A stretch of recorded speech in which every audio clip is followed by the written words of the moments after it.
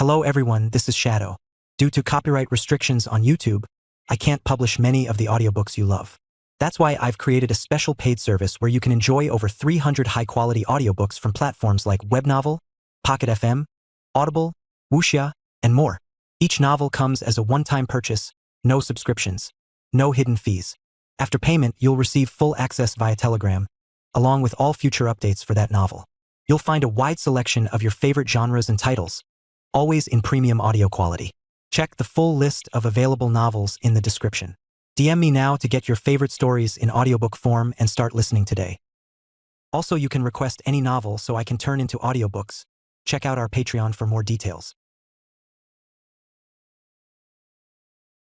61, Chapter 61, A wolf comes home to Winterfell. The wind was sharp that morning, biting at Lyanna's cheeks as the two dire wolves padded side by side through the snow. The beasts moved like shadows, silent and sure, their breath rising in white plumes. Ahead of them, Winterfell stood waiting, grey and immense, its twin outer walls crowned with frost, its towers rising like fingers of stone. When the gates opened, every man on the wall froze. The sight that met them was one that belonged to legends, two riders on dire wolves, cloaked in fur and gold, moving through the snow like ghosts from the old tales. "Gods preserve us," one of the guards whispered. "Dire wolves, two of them."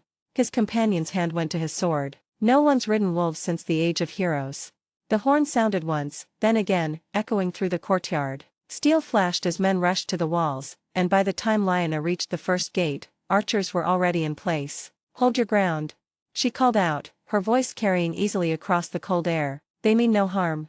The sound of her voice, steady, commanding, unmistakably northern, made the guards falter. No invader spoke like that. The wolves slowed their pace, ears twitching but calm as their riders passed through the first gate, then the second. The bridge over the moat creaked under the direwolves' weight, but they crossed without pause. When Lyanna passed beneath the inner arch, the scent of wood smoke and iron filled her lungs. She hadn't realized how much she'd missed it until her boots touched the familiar ground. The courtyard of Winterfell spread before her, crowded with people who had come running at the sound of the horns. They stood in stunned silence, unsure whether to kneel or flee. And there, at the base of the steps leading to the great keep, stood her family. Lord Rickard Stark was just as she remembered him, though the last few years had laid frost upon his beard and lines upon his face. Yet his eyes, grey and piercing, softened the moment he saw her. Beside him stood Eddard, calm and somber, his expression unreadable but his eyes glistening. He was taller than she remembered, broader, a warrior through and through, while Benyon, still youthful and smiling, could not seem to stop staring. Lyanna slid down from her dire wolf, the cold biting through her boots, and for a long moment, no one moved. Then her father took a step forward. "Lyanna," he said softly, his voice breaking halfway through her name. Her throat tightened. The air left her lungs as the years between them crumbled away. "Father," she whispered. Rickard crossed the courtyard in heavy strides, and before she could take a step toward him, his arms were already around her. The embrace was strong and shaking, a man holding his daughter as if she might vanish if he let go. "Gods," he murmured into her hair. "I thought I'd lost you forever." She laughed through her tears. "You should have known better. Nothing could ever keep a Stark from coming home." Rickard pulled back just enough to look at her face. "You're still the same wild wolf. I heard you are wearing a crown now." She smiled faintly. "I wear it for the world I built, not for the one I left." Behind them, Benyon finally found his voice. "You built a whole kingdom, and didn't even send for your little brother? 7 hells, Lyanna, you could have at least written me a royal invitation." Lyanna laughed and pulled him into a fierce hug. "You'd have turned it into a hunting trip halfway across the world." Eddard's deep voice rumbled behind them. "You've grown sharper with age, sister. Father always said the North made its women strong, but I didn't think it meant strong enough to ride wolves and rule kingdoms." She turned and smiled at him. "You'd be surprised what a woman can do when men stop telling her what she cannot." That made even her father smile. "We've missed you," he said simply. "I've missed all of you," she replied, her eyes glistening once more. "More than I ever knew I could." For a heartbeat, none of them spoke. The only sound was the low growl of the dire wolves and the hiss of the wind over the walls. Then Sirius, still astride his dire wolf, cleared his throat. "Is this where I say something?" Lyanna turned, tears still on her cheeks but laughter in her eyes. "Come here, Sirius." The boy slid down and stood beside her, looking up at the family he'd heard stories about all his life. His green eyes gleamed as he bowed slightly, though his voice was calm and steady when he spoke. "My name is Sirius Gryffindor," he said. "It's an honor to finally meet my mother's pack." Benyon let out a bark of laughter. "He's got your spirit, Lyanna." Rickard's hand came to rest on the boy's shoulder, his expression filled with something between awe and pride. "Then he'll do well in this house," he said. "A wolf by blood." Lyanna looked around her, the walls she had once fled, the family she thought lost to time, and felt her heart ache with warmth and memory. After all the worlds she had crossed, all the crowns she had worn, nothing compared to the feeling of standing here again, snow beneath her feet and the sound of home in the air. Winterfell had never changed, and neither had the wolves who ruled it. The great hall of Winterfell glowed with firelight. The hearth blazed in the center, throwing warmth across the old stones, and banners of gray and white hung from the rafters. The air smelled of roasted meat, oak smoke, and the faint, comforting damp of snow melting at the door. Lyanna entered first, her furs dusted with frost, Sirius at her side. Behind them came the Narnian skin changers, their fine cloaks catching the light and their movements measured, polite but confident. The hall fell quiet when they crossed the threshold. Lord Ricard rose from the high seat. "Bread and salt," he said, his voice carrying easily across the hall. A servant brought forward a silver platter, and Lyanna broke the crust of warm bread and dipped it in salt before taking a bite. Her son did the same, imitating her solemnly. "Guest right is invoked," Ricard said, smiling faintly. "Winterfell welcomes its daughter home." A cheer went up, soft but heartfelt. Lyanna looked around, the faces were older, some lined, some gray, but every one of them was familiar. She saw old servants she'd known since childhood, cooks' boys now grown to men, stable hands who still bowed awkwardly, and Maester Luwin standing by the hearth, his chain glinting in the firelight. "Seven bless us, my lady," Luwin said, tears shining in his eyes. "I never thought I'd see this day." Lyanna's smile trembled. "Neither did I, Maester, but it seems the gods had other plans." An old steward hobbled forward, grinning through his white beard. "Your husband should have come with you, my lady. Let us see the man who stole our wolf from her den." Lyanna laughed softly. "He didn't steal me, I left willingly. And he would have come, but kings have duties that keep them chained to their thrones. Narnia is far, and his people need him." "Aye," the steward said with a wink. "But tell him the North remembers its sons-in-law. He owes us a visit." She smiled at that, her heart full. When the hall began to fill with food and conversation, Lyanna excused herself to visit the one person who had not come to the gates. She walked through the corridors of Winterfell she had known since girlhood, the cold stone walls, the rushes on the floors, the smell of smoke and lavender from the servants' chambers. Sirius trotted beside her, looking about with wide eyes. "Is it really all one castle?" he asked, touching the grey stone. "It feels like a small town." "It is," Lyanna said fondly, "a town for wolves." They stopped before a heavy door, and a maid bowed them inside. The chamber was warm, filled with the soft light of candles. Catelyn Stark sat propped on pillows, her belly round beneath her gown, her auburn hair gleaming in the firelight. "My lady Lyanna," she said, smiling despite her weariness. "Forgive me for not greeting you at the gates." Lyanna hurried to her side and took her hand. "Nonsense. You're about to bring a Stark into the world. I'd have been furious if you'd come out in this cold." Catelyn laughed quietly. "Your brother was the one who fretted. He told me to rest until you arrived. And now I have," Lyanna said warmly. "You're family to me as much as any of my brothers. I'm glad to finally meet you." Catelyn studied her for a moment, curiosity mingling with affection. "You don't look like the songs, you know. They always said you were wild and reckless." Lyanna's mouth quirked. "They weren't wrong. I've just learned to hide it better." Sirius had been hovering near the cradle, where a boy of almost 3 sat playing with a wooden horse. The boy looked up at him with bright gray eyes. "I'm Rob," he announced proudly. "Sirius," the other said, grinning. "Do you want to see something?" Rob nodded eagerly. Sirius reached into his pocket and drew out a small, silver-etched cube. When he pressed one side, it shimmered with blue light and lifted an inch into the air before spinning slowly. Rob gasped. "It flies." "It's magic," Sirius said, lowering his voice conspiratorially. "It can play music too, but Mother says not indoors." Catelyn raised an eyebrow at Lyanna. "Your son is clever." Lyanna smiled, pride glinting in her eyes. "Harry says he's the cleverest Gryffindor he's ever met." Within moments, Rob had taken Sirius by the hand, chattering eagerly about his toys, about the kennels and the yard. "I'll show you the stables. And my little sword. Come on." Catelyn laughed softly as the two boys darted from the room, Sirius's cloak fluttering behind him like a banner. "Your son will lead mine into trouble before long," she said. Lyanna smiled wistfully. "Or into greatness. That's how Starks are made."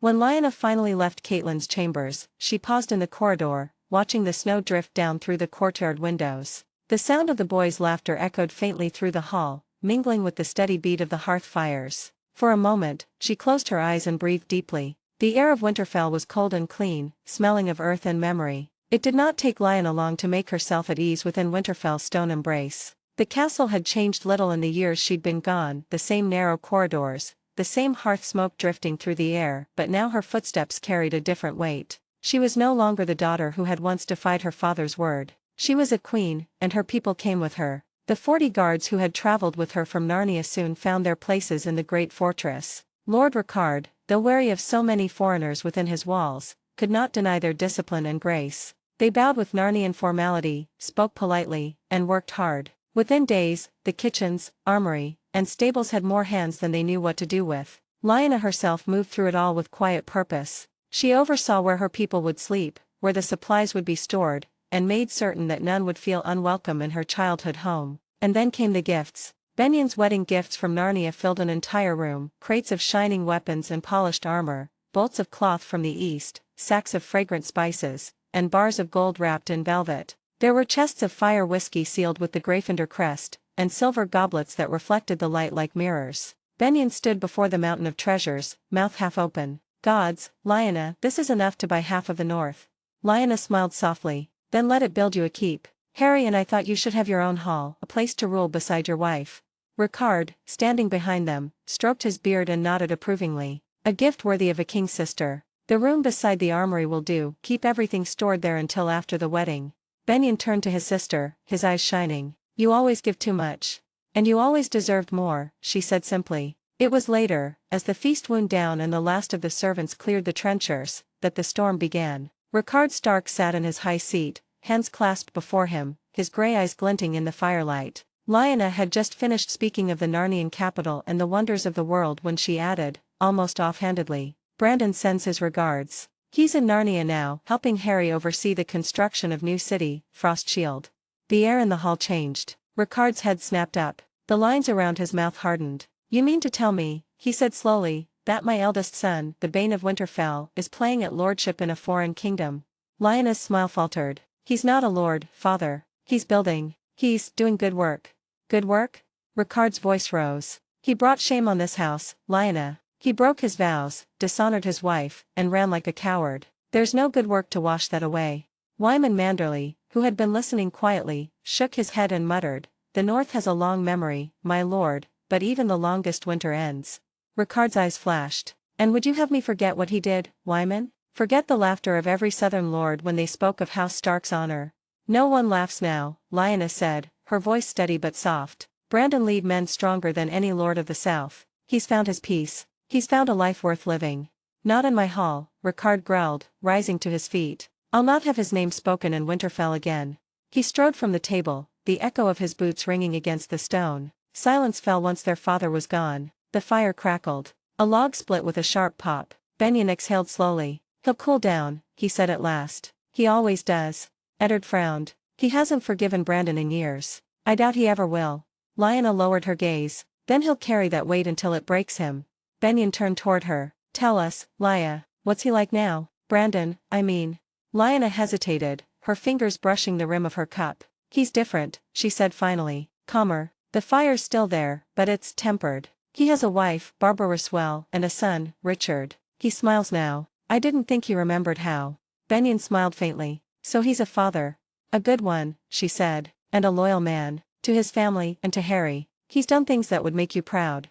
I already am, Benjen said. Eddard nodded, his expression solemn. He's still our brother. Father can bury his name, but he can't change that. From her seat near the hearth, Caitlin stirred, her hands resting over her swollen belly. He was kind and strange. He spoke of the woman Barbara even after he married me. I think he already knew where his heart lay. Lyanna smiled gently. He never forgot her. He never could. Wyman sighed heavily, looking around the hall. If the gods have any mercy, they'll see the day this family sits together again, all of them. Lyanna looked into the fire, watching the embers rise and fall. So will I, she whispered. And for a long while after, the only sound in the great hall was the crackle of flame and the quiet beat of the falling snow beyond the walls of Winterfell. Join me on Patreon if you want to request a novel, link in the description. 62 Chapter 62 A Wedding Watched by the Realm. The wedding of Benjen Stark was not meant to be a grand affair. In truth, by the measure of northern custom, it was to be small and solemn, a quiet joining between the last unwed son of House Stark and D.C. Mormont of Bear Island. There were no tournaments, no singers, no extravagant feasts planned. Benyon was the youngest of Lord Ricard's children, not a political heir, and Winterfell had little interest in empty show. But the rest of the realm did. Word had spread like wildfire across the north and trickled even into the riverlands. The Starks were stirring again. The eldest son had fled his name and vanished across the narrow sea. The only daughter had run off with a foreigner. For the lords and ladies of Westeros, the youngest Stark's wedding was not about love or celebration, it was a test.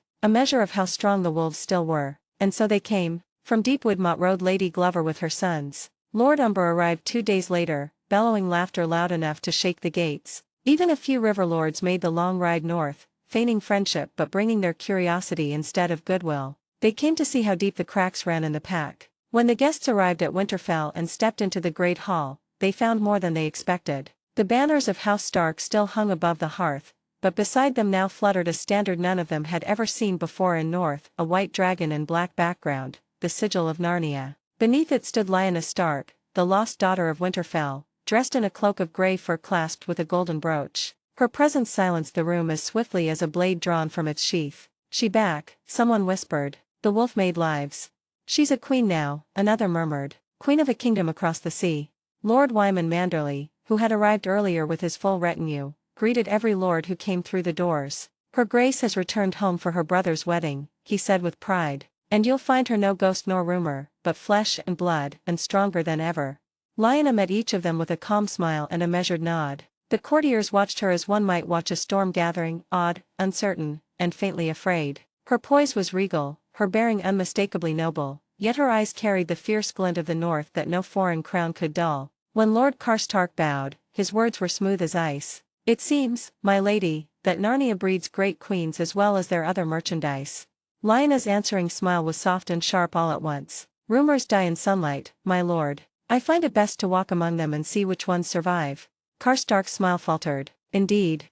Throughout the day, the halls of Winterfell hummed with whispers. The arrival of so many houses brought color and wealth to the grey stone, but beneath the feasts and laughter ran an undercurrent of scrutiny. The lords watched Ricard Stark as much as they celebrated Benyon's wedding. They watched to see if the old wolf still had his teeth. Ricard bore their stares without flinching. His grey eyes were steady, his presence unbent. Yet even he could not deny the subtle shift in power that filled the hall. Lyanna's return had done what no envoy or alliance could, she had restored the house's pride. The sight of her was proof that the Starks were not fading, but rising again, reaching even beyond the known world. The Narnians, too, had left their mark. 40 of them moved through Winterfell with quiet discipline, their armor gleaming with faint enchantments. When they stood at attention, even hardened northern soldiers could not help but glance twice. Their weapons were strange and beautiful, blades that caught the firelight as if swallowing it whole. The guests took note. "Narnia," Lord Glover muttered to his companion, "wherever it lies, has no shortage of steel or gold."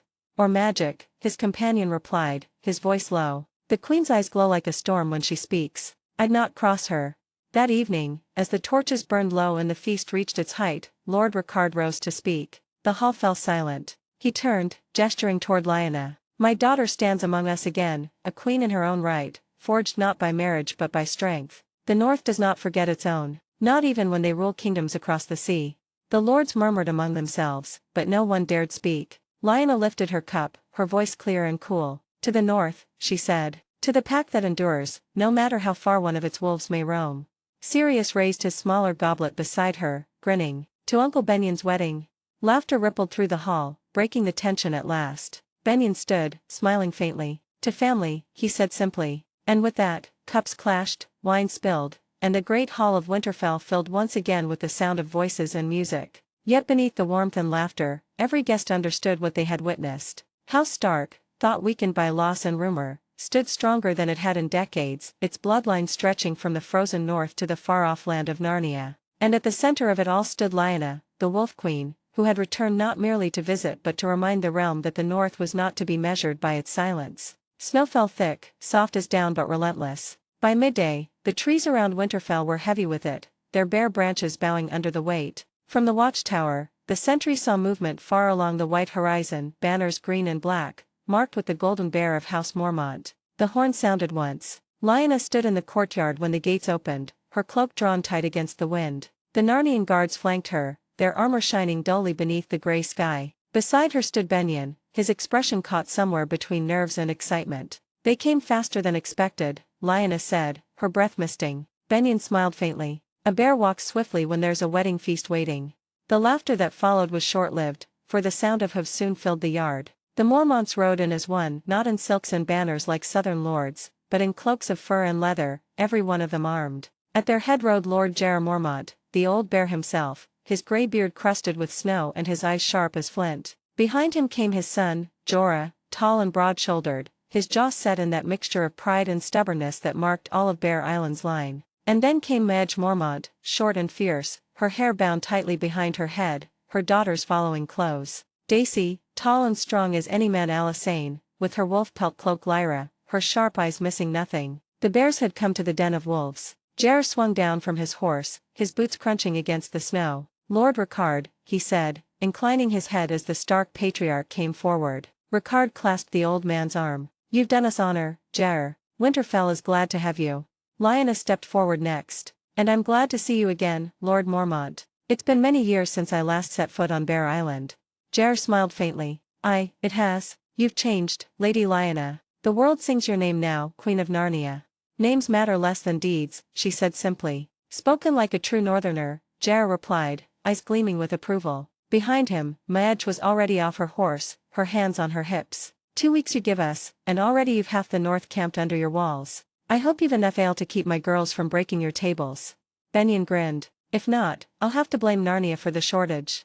That drew laughter from the women. Even Daisy, stoic as ever, cracked a smile. Jorah dismounted last, his eyes sweeping the yard before settling on Lyanna. He bowed low. Your Grace, the tales of your kingdom reach even our shores. It's an honor.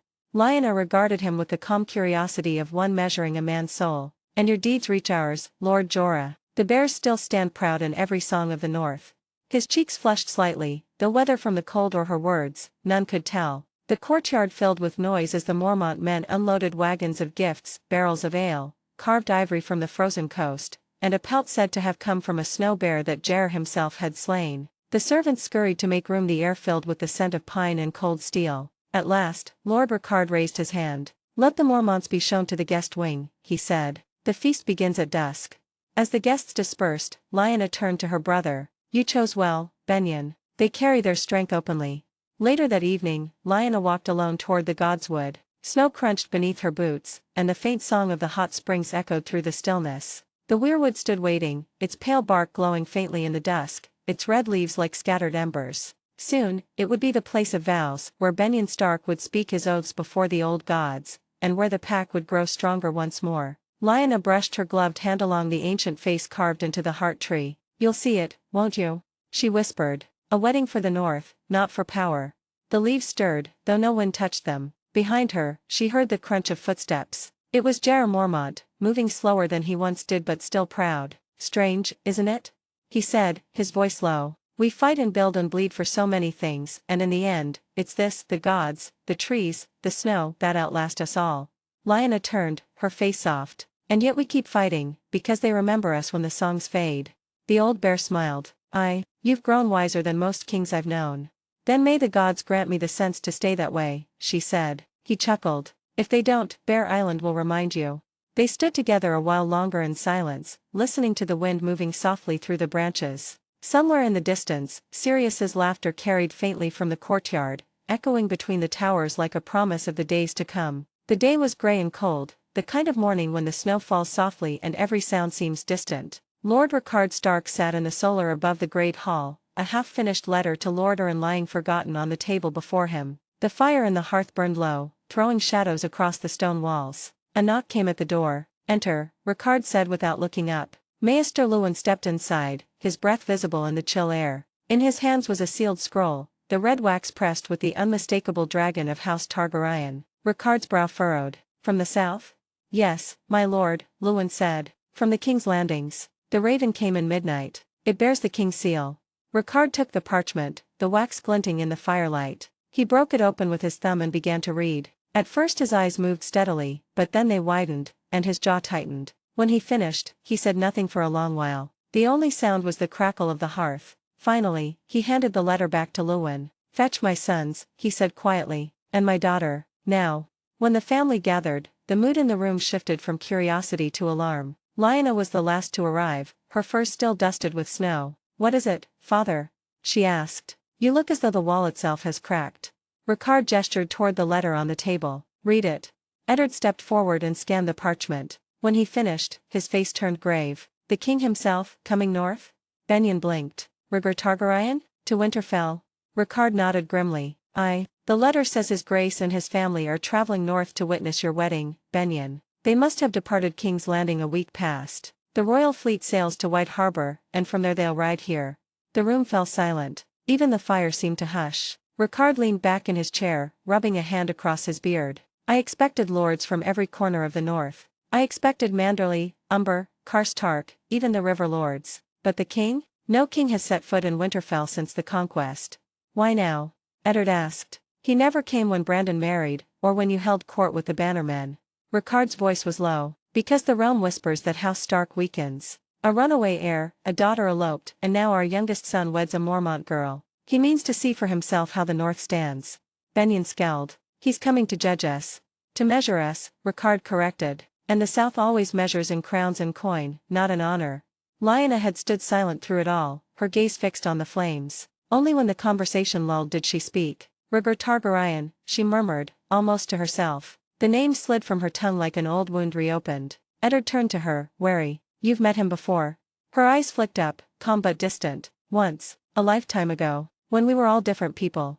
She lied. Ricard's gaze sharpened. If the king comes north, he'll come with his queen and children. You'll greet him as you would any ruler, Lyanna, and nothing more. I'm not a child, father, she said softly. I know my duty. Benyon, ever the peacemaker, tried to smile. Then let him see what kind of wolves the north still breeds. I doubt he expects a daughter of Winterfell who commands an army across the sea.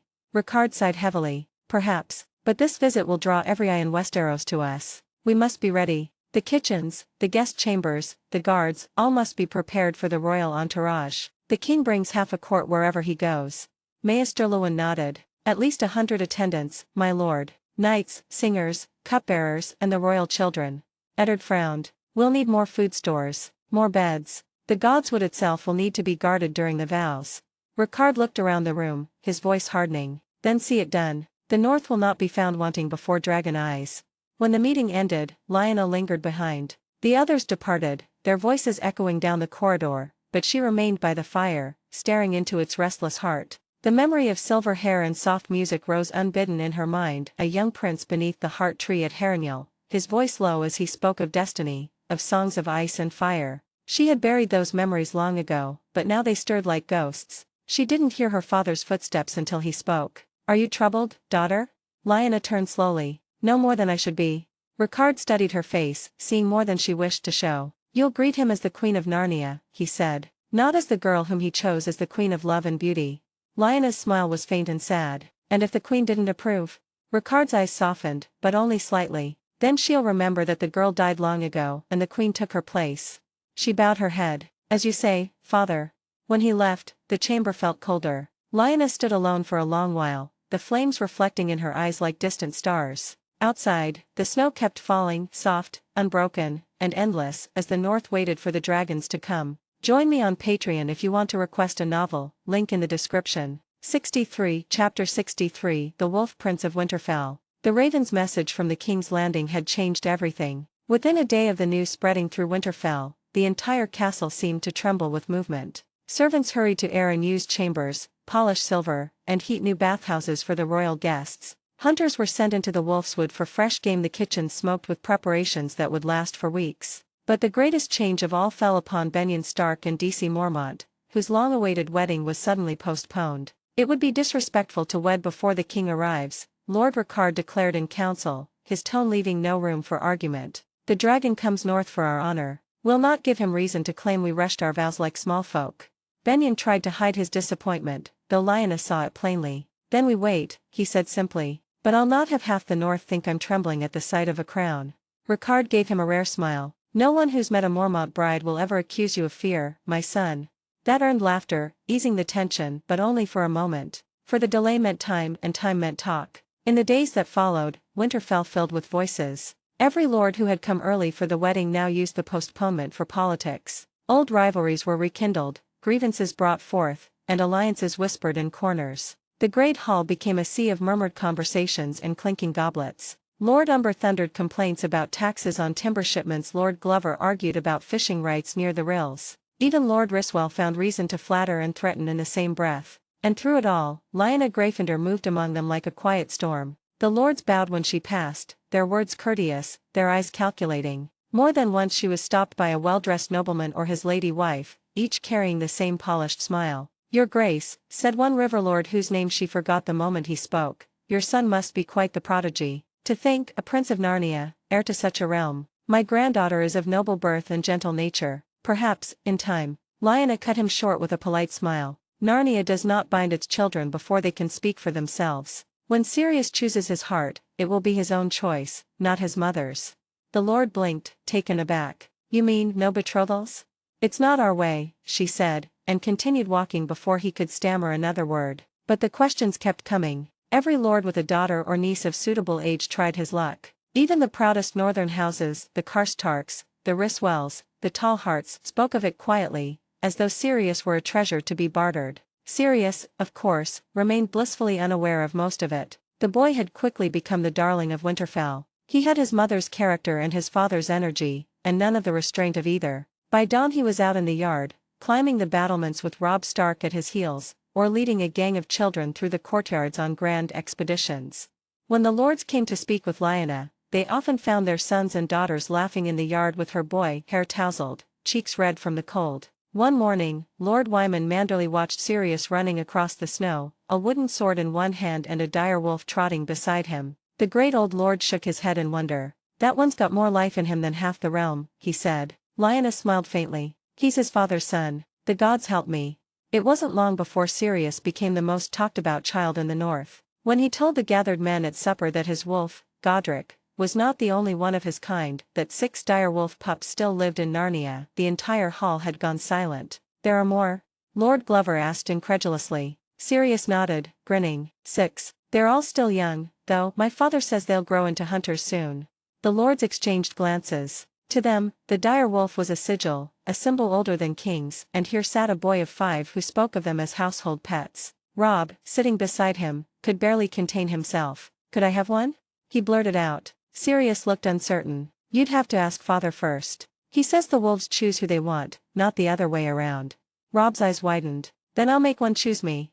Laughter rolled through the room. Even Eddard smiled. Lord Rickard watched the exchange with quiet amusement but also with something deeper, a spark of pride and worry intertwined. The boy was more than his grandson. He was proof that the blood of Winterfell ran through far-off lands, that even across the sea, the wolves endured. As the days passed, Winterfell's courtyards transformed into the domain of the children. Sirius taught them strange Narnian games. The northern children adored him, his confidence and curiosity winning them all over. He was clever, mischievous, and far too bold for his age. Once, when a lord's son boasted that no child could hit the target dummy with a bow, Sirius simply smiled and sent the arrow flying dead center, then shrugged when they stared. "If you want I can hit it again," he said. Lyanna tried to scold him, but she could never quite hide her smile. The days in Winterfell had grown slower now that the wedding was postponed. The great lords spoke politics in warm halls, but Sirius, restless as the wind, preferred the courtyards and the open road. He had explored every tower, every stairway, and every secret passage his sharp eyes could find.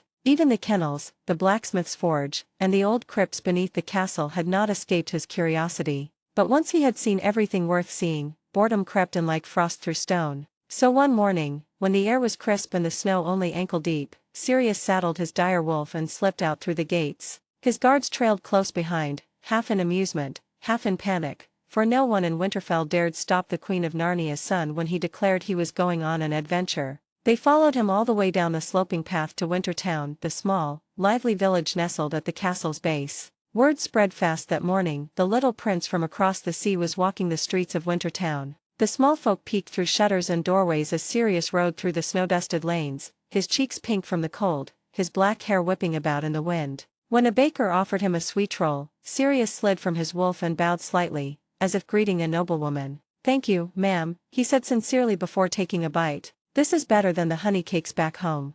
The woman blinked, startled. "Back home?" "In Narnia," he said proudly. The baker only gaped, but her young son tugged at Sirius's cloak. "Are you a prince, sir?"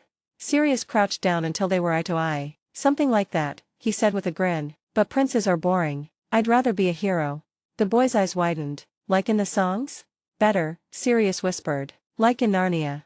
By afternoon, half the children of Wintertown had followed him into the square. Some carried wooden swords, others snowballs. The mothers tried to shoo them home, but even they lingered near the doors, smiling as the foreign prince sat cross-legged on a bench and began to tell stories. He spoke of Thor, the hammer-wielding god who made thunder sound like laughter, and Loki, who turned into a fish just to steal one of Thor's boots, and the children listened as if the sky itself had opened to let them dream. When one boy asked, "Do your gods have faces carved in trees, like ours?" Sirius smiled softly. "I think the old gods here can hear them, if the wind's right." When his guards finally caught up, Sirius was standing in the middle of the square, drawing shapes in the snow with a stick. "This," he declared to the gathered children, "is the greatest game ever played." The others crowded closer as he drew a rough rectangle, then smaller squares inside it. "It's called football. My father made this up. There are 22 people in a team. Some throw the ball, some run with it, and others crash into them to stop them." The children gasped. "Crash?" one girl echoed. "Not real fighting," Sirius assured quickly. "Well, sometimes real fighting, but with rules." He tapped the stick against the snow. "You've got the quarterback, who throws the ball, and the linebackers, who protect him. Then there's the offense trying to run, and the defense trying to stop them. You score when you reach this line here, the end zone." No one truly understood, but they loved how excited he became explaining it. His hands moved wildly, his words tumbled over one another. Even the blacksmith's apprentices leaned from their windows to listen. Then Sirius clapped his hands. "We can't play football here, we need too many people, but I'll teach you another one. This one's called baseball," he said proudly. Within an hour, the snowy street of Wintertown became the first Narnian playing field north of the wall. Sirius split the children into two teams, noble and small folk, though he made sure to balance both sides. "No kings, no servants," he said firmly, "only players." They took turns hitting the ball and running through the snow, laughing, tumbling, and shouting with joy. The ball sometimes vanished into snowdrifts, sometimes smacked against frozen walls, but no one cared. Even the guards ended up playing, one of the older men trying to swing the bat, missing terribly, and falling backward into the snow as the children howled with laughter. From the edge of the square, Lyanna watched quietly. She had come searching for her son, expecting mischief, but what she found made her heart soften. Her boy stood in the center of Wintertown, his laughter mingling with the laughter of peasants and nobles alike. No crown, no rank, just joy. Lord Ricard had once told her that kingship was born from fear and loyalty in equal measure. But watching Sirius now, she thought, perhaps true kingship was born from kindness. By nightfall, when the children were called home and the fires burned low, the people of Wintertown spoke of the queen's son as if he were a blessing sent from the old gods themselves. "He said thank you," the baker told her husband in wonder. "A prince, thanking me for bread." "He played with my girls," said another. "Didn't care we are small folk."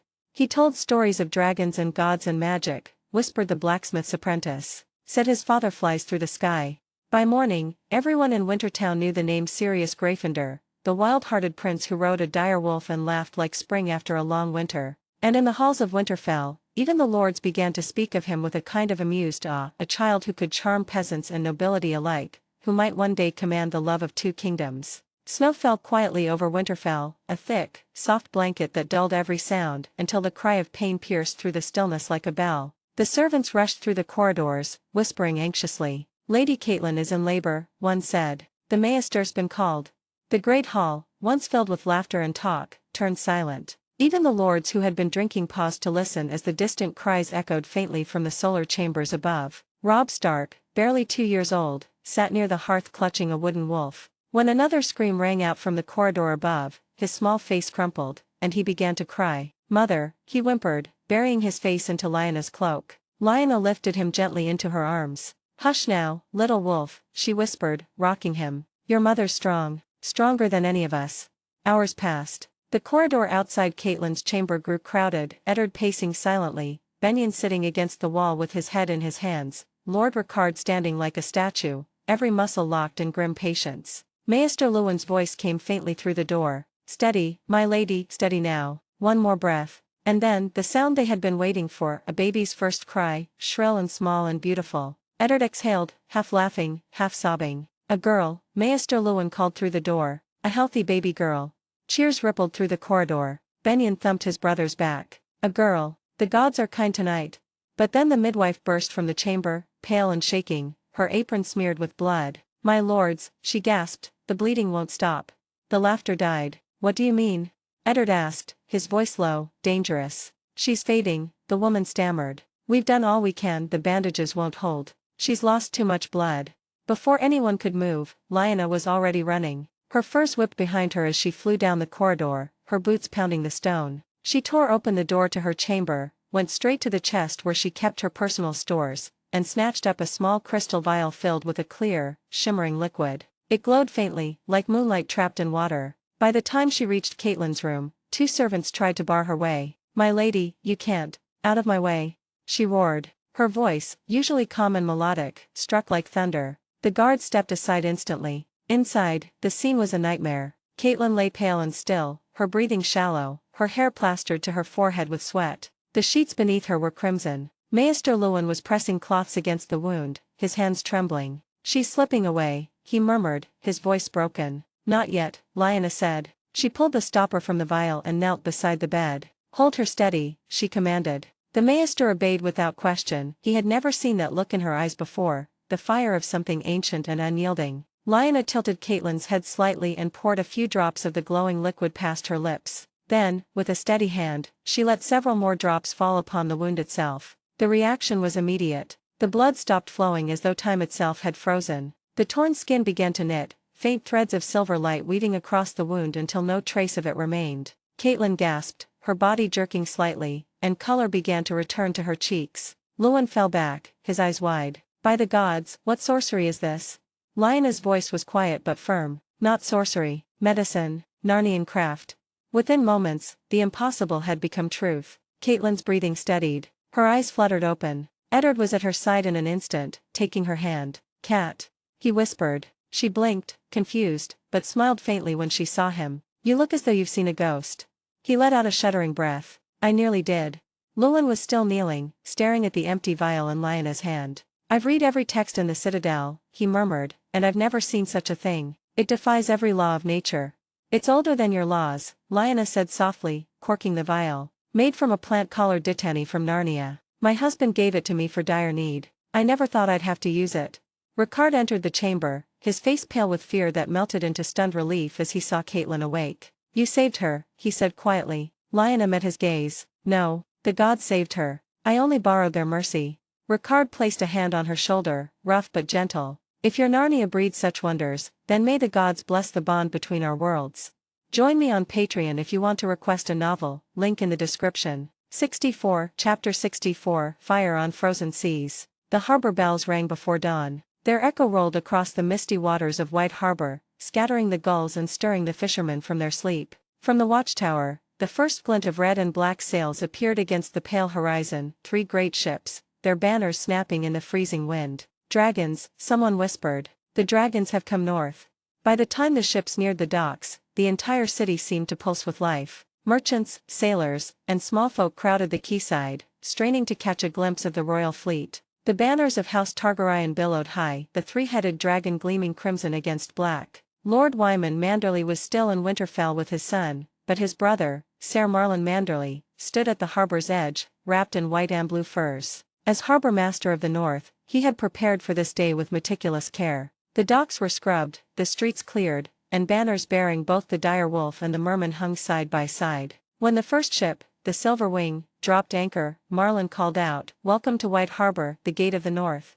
The gangplank lowered with a groan, and the first to step onto northern soil was King Rhaegar Targaryen himself. Even wrapped in heavy furs, his silver hair caught the faint morning light like spun frost. The dragon sigil of his house was stitched in dark red across his cloak, the fabric shimmering faintly with enchantment to ward off the cold. Behind him came Queen Elia Martell, her olive skin pale against the winter air. She held her daughter Princess Rhaenys close, the little girl's fur had pulled tight around her face. Among the royal entourage was also the youngest of the dragon's brood, Princess Daenerys Targaryen, barely 4 years of age. Wrapped in soft white fur lined with silver thread, she peeked from her nurse's arms with wide violet eyes, mesmerized by the falling snow. Prince Aegon, proud and curious, followed just behind his father, while Prince Viserys, pale-haired, bright-eyed, could barely contain his excitement. "Snow!" Viserys exclaimed, crouching to scoop a handful from the ground. "It's cold, but it's beautiful." Arthur Dane, the Sword of the Morning, smiled faintly behind him. "Aye, your grace, until it freezes your fingers off." The boy laughed, breath misting in the air. You sound like Ser Barristan. Arthur chuckled. He says the same to me. Rhaegar turned at the sound, his expression soft. Stay close, Viserys. The North is not gentle to strangers. Behind them, Oberyn Martell, Elia's fiery brother, disembarked, his Dornish cloak thick but defiant in its color, deep crimson lined with gold. He eyed the icy docks with disdain. Seven hells, it's like the world itself died here. Elia sighed. Be kind, brother. These people endure this cold every day. Oberyn smirked. Aye, and they must be half mad because of it. Ser Marlon Manderly stepped forward, bowing low. Your Graces, on behalf of House Manderly and the North, I bid you welcome. Lord Wyman sends his apologies that he cannot receive you himself, but he awaits your arrival in Winterfell. Rhaegar inclined his head. The North's hospitality precedes it. My family is grateful for your service. The honor is ours, your Grace, Marlon replied, straightening. Your chambers are prepared in the merman's court overlooking the harbor. Warm fires, Dornish wine, and venison stew await. You'll find the chill easier to bear once you've broken bread with us. At the mention of food, young Rhaenys perked up. Do they have lemon cakes? Marlon smiled. Aye, princess, and sweetberry pies besides. Aegon glanced up at his father. I told you the North couldn't be all bad. Even Rhaegar's solemn features softened with a trace of amusement. As the royal entourage made its way through the harbor streets, the people of White Harbor bowed and cheered. The children marveled at the sight of knights in polished armor and women wearing jewels that glittered like captured sunlight. But beneath the awe was curiosity and wariness. These were the rulers of a land where dragons once ruled the sky, now walking among wolves and mermen. Queen Elia, wrapped tightly in sable fur, leaned toward her husband as they passed rows of snow-covered stalls. It's strange, she murmured. Even the air feels heavier here. It's older, Rhaegar said quietly. The North remembers what the rest of us have forgotten. Oberyn scoffed. It remembers frostbite and bad wine. Elia shot him a glare. Oberyn. He smirked, unrepentant. What? If the snow doesn't kill me, the politeness might. The small folk laughed at his grumbling, and even a few guards hid their smiles. Behind the royal family came a procession of nearly 200 souls, knights, maids, cooks, scribes, septons, and soldiers. The gold and red of House Targaryen gleamed like fire against the white snow. The royal banners fluttered beside the mermen of House Manderly, the sight both strange and mesmerizing, fire and sea united under frost. Prince Viserys marched proudly beside Ser Arthur Dayne, trying to imitate his knightly stride. Ser Arthur, he said breathlessly, will the Starks have direwolves like in the stories? Without doubt, Arthur replied. Perhaps they'll lend you one for the feast. Viserys' eyes widened. Truly? Arthur smiled. If you ask politely. Further behind, Prince Aegon rode his horse with quiet dignity, the cold reddening his cheeks. His mother leaned out from her litter to call to him. Keep your cloak tight, my son. You're turning blue. I'm fine, mother, he insisted, though his teeth chattered. Rhaenys giggled from within Elia's side. You look like a berry, Aegon. Even Rhaegar couldn't help a chuckle. A dragonberry, perhaps. By midday, the royal family reached the great square where the merman's court stood, a towering marble structure built centuries ago when White Harbor still dreamed of rivaling the free cities. Its walls gleamed white as bone, and blue banners snapped proudly in the wind. Servants had lit hundreds of braziers around the courtyard, filling the air with the scent of burning pine and roasted meat. Warm cloaks were offered, and mulled wine was served in silver cups that steamed in the cold. As Rhaegar and Elia ascended the marble steps, Marlon Manderly bowed again. Rest well, your Graces. The road to Winterfell is long, but my brother's men are already preparing your escort, 100 riders, armed and fed. The North is honored by your coming. Rhaegar placed a hand over his heart. And the crown is honored by the North's welcome. Tell Lord Wyman that I look forward to meeting him. North is like a second home to me.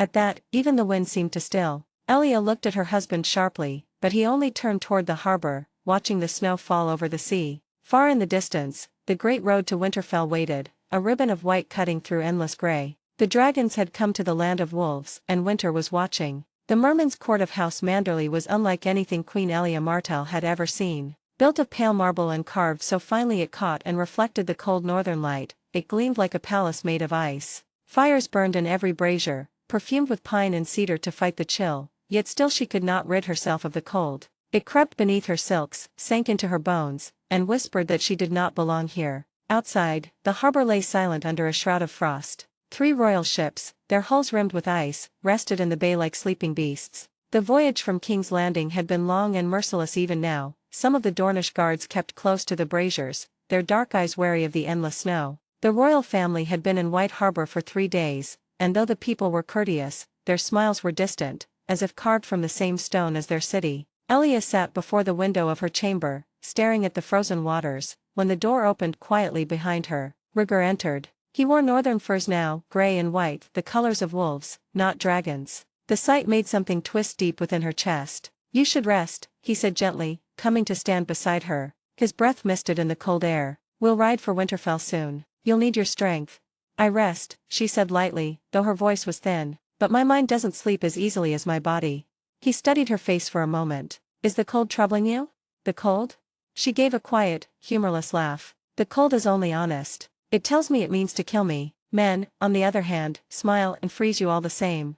Rhaegar frowned faintly, sensing the edge beneath her tone. "Elia." She rose from the chair before he could finish. "You've always spoken of the North," she said, turning to face him. "Even in court, even in council. You've always defended it, their customs, their hardships, their endless winters. You speak of them as though they were your own people." His expression softened, though his eyes darted toward the window, as though the distant snows could hide his thoughts. "They are part of the realm. A king who does not understand the North will never hold the South." "Is that all it is?"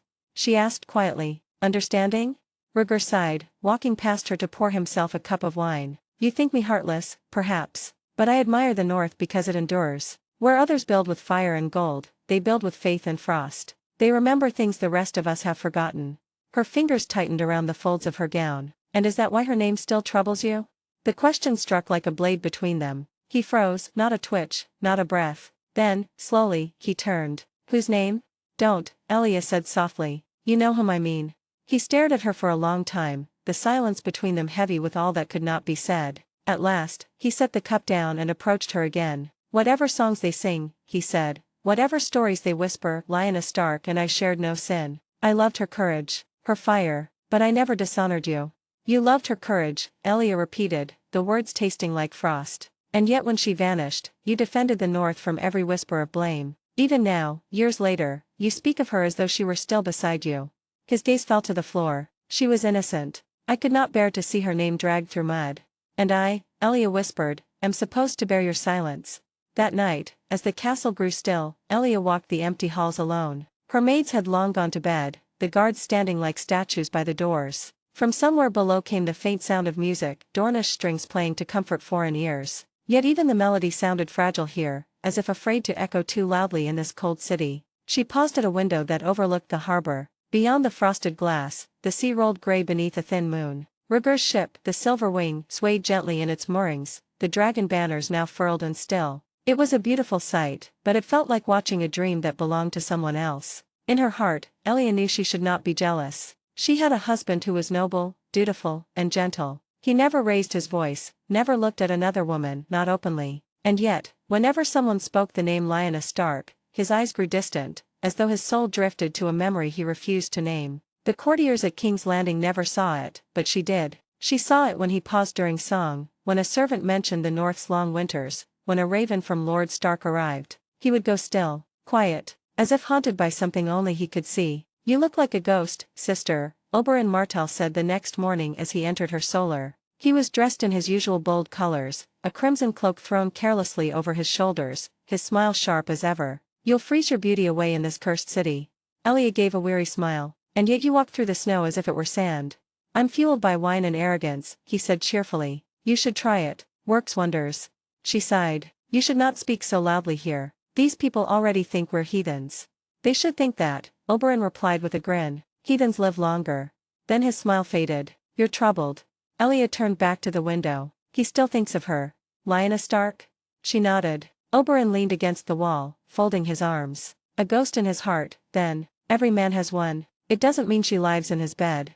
Elia's voice broke. "But she lives in his eyes, Oberyn. And sometimes that's worse." Her brother's face softened. He reached out, taking her hand. "Then remind him what's real. Remind him who stands beside him, not what haunts him. Rhaegar Targaryen may dream of wolves, but he wakes beside a princess of Dorne." Elia laughed softly, though tears glistened in her eyes. "You always make everything sound simple." "It's because I kill the men who make it complicated," Oberyn said lightly, and she couldn't help but smile. 2 days later, the snow fell heavier. The stables of the Merman's court filled with the snorts of restless horses and the voices of soldiers preparing for departure. The banners of dragon and merman flapped side by side in the icy wind. Rhaegar stood at the edge of the harbor, staring north, his breath forming clouds in the air. Elia joined him, her furs drawn tight. "Tomorrow," he murmured, "we ride for Winterfell. And then?" she asked softly. He looked at her, really looked at her, as if seeing her for the first time. "Then we see the past buried, perhaps. Or see it rise again."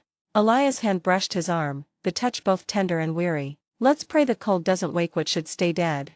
He smiled faintly, but his eyes were distant once more, fixed upon the white horizon. And Elia Martell, Queen of the Seven Kingdoms, felt the same chill she had felt since leaving King's Landing, the cold not of wind or snow, but of something deeper. Something that had never quite died between dragons and wolves. Join me on Patreon if you want to request a novel, link in the description. 65, Chapter 65, A Daughter of Ice and Flame. Winterfell had seen many feasts, but none quite like this. When the cries of a newborn echoed through the halls that morning, the chill of the north seemed to lift. A child had been born, a girl with hair as red as fire and eyes as blue as the sapphire. Lady Catelyn had survived her long, harrowing labor, and the news spread through the keep like sunlight through snow-laden clouds. Before the sun had reached its height, the bells of Winterfell were ringing. From the courtyards to the kitchens, from the rookery to the stables, every man and woman stopped to whisper the same words: "A daughter has been born to Lord Eddard Stark and Lady Catelyn." The joy of the north. Lord Rickard Stark, proud and grey-bearded, stood in the great hall surrounded by his family, his eyes gleaming with joy as he looked upon his newborn granddaughter.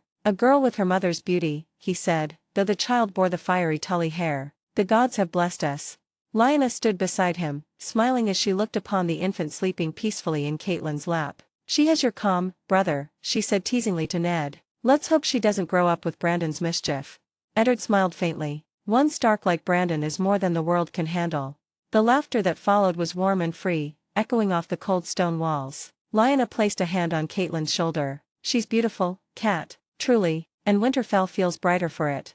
Catelyn, pale and tired but glowing with pride, managed a smile. "You've brought luck with you, Lyanna, you and your boy both." That evening, Lyanna made certain the joy did not remain within the castle walls. "This isn't just the birth of a noble child," she told her father. "It's a blessing to the north. Let Wintertown share in it." Rickard, too pleased to argue, gave his consent. "Then make it a feast to be remembered." And so it was. Under Lyanna's direction, Wintertown came alive. Torches blazed along the streets, and the cold air filled with the scent of spices and roasted meat. For the first time in memory, the food was not simple northern fare. The cooks prepared dishes Lyanna had learned in Narnia: honey-glazed pheasant, spiced goat stew, steaming bread filled with fruit and cream, and a drink called starfire mead that burned warm in the belly. The small folk marveled at every bite. "Never tasted meat like this before," said one old hunter, wiping grease from his chin. "By the gods, is this what they feed their children in Narnia?" Lyanna laughed as she passed among them with Sirius and her guards. "This and more," she said lightly, and the people cheered. Musicians played from dawn till dusk, fiddles, flutes, and drums, while the children danced around the fires. Even some of the lords from within the castle came down to join, for the smell and sound of celebration could not be ignored. Sirius, as always, drew a crowd of children. He stood proudly atop a barrel, his direwolf lying lazily behind him, and began retelling one of his favorite stories. And then, he said, eyes wide with excitement, "The Lion of Narnia roared so loud that the whole mountain broke apart. The evil queen turned to stone and the river ran free again." The children gasped, enthralled. Some begged for another story, others for a game. Sirius laughed, enjoying every moment, while his wolf huffed and wagged its tail lazily. From the distance, Lyanna watched him with a smile, her heart swelling with a mother's pride. A shadow fell across her shoulder, and she turned to see her brother Benyon, grinning. "You've turned Wintertown into a carnival," he said. "Why shouldn't we?" She replied. "Let them remember this day. The North has had too many winters without joy." He nodded. "You've changed since Narnia." "I've learned that happiness shared is twice as strong," Lyanna said softly. Benyon gave her a long, thoughtful look. "Maybe your sorcerer husband taught you that." Lyanna smirked. "No, brother, that lesson was mine alone."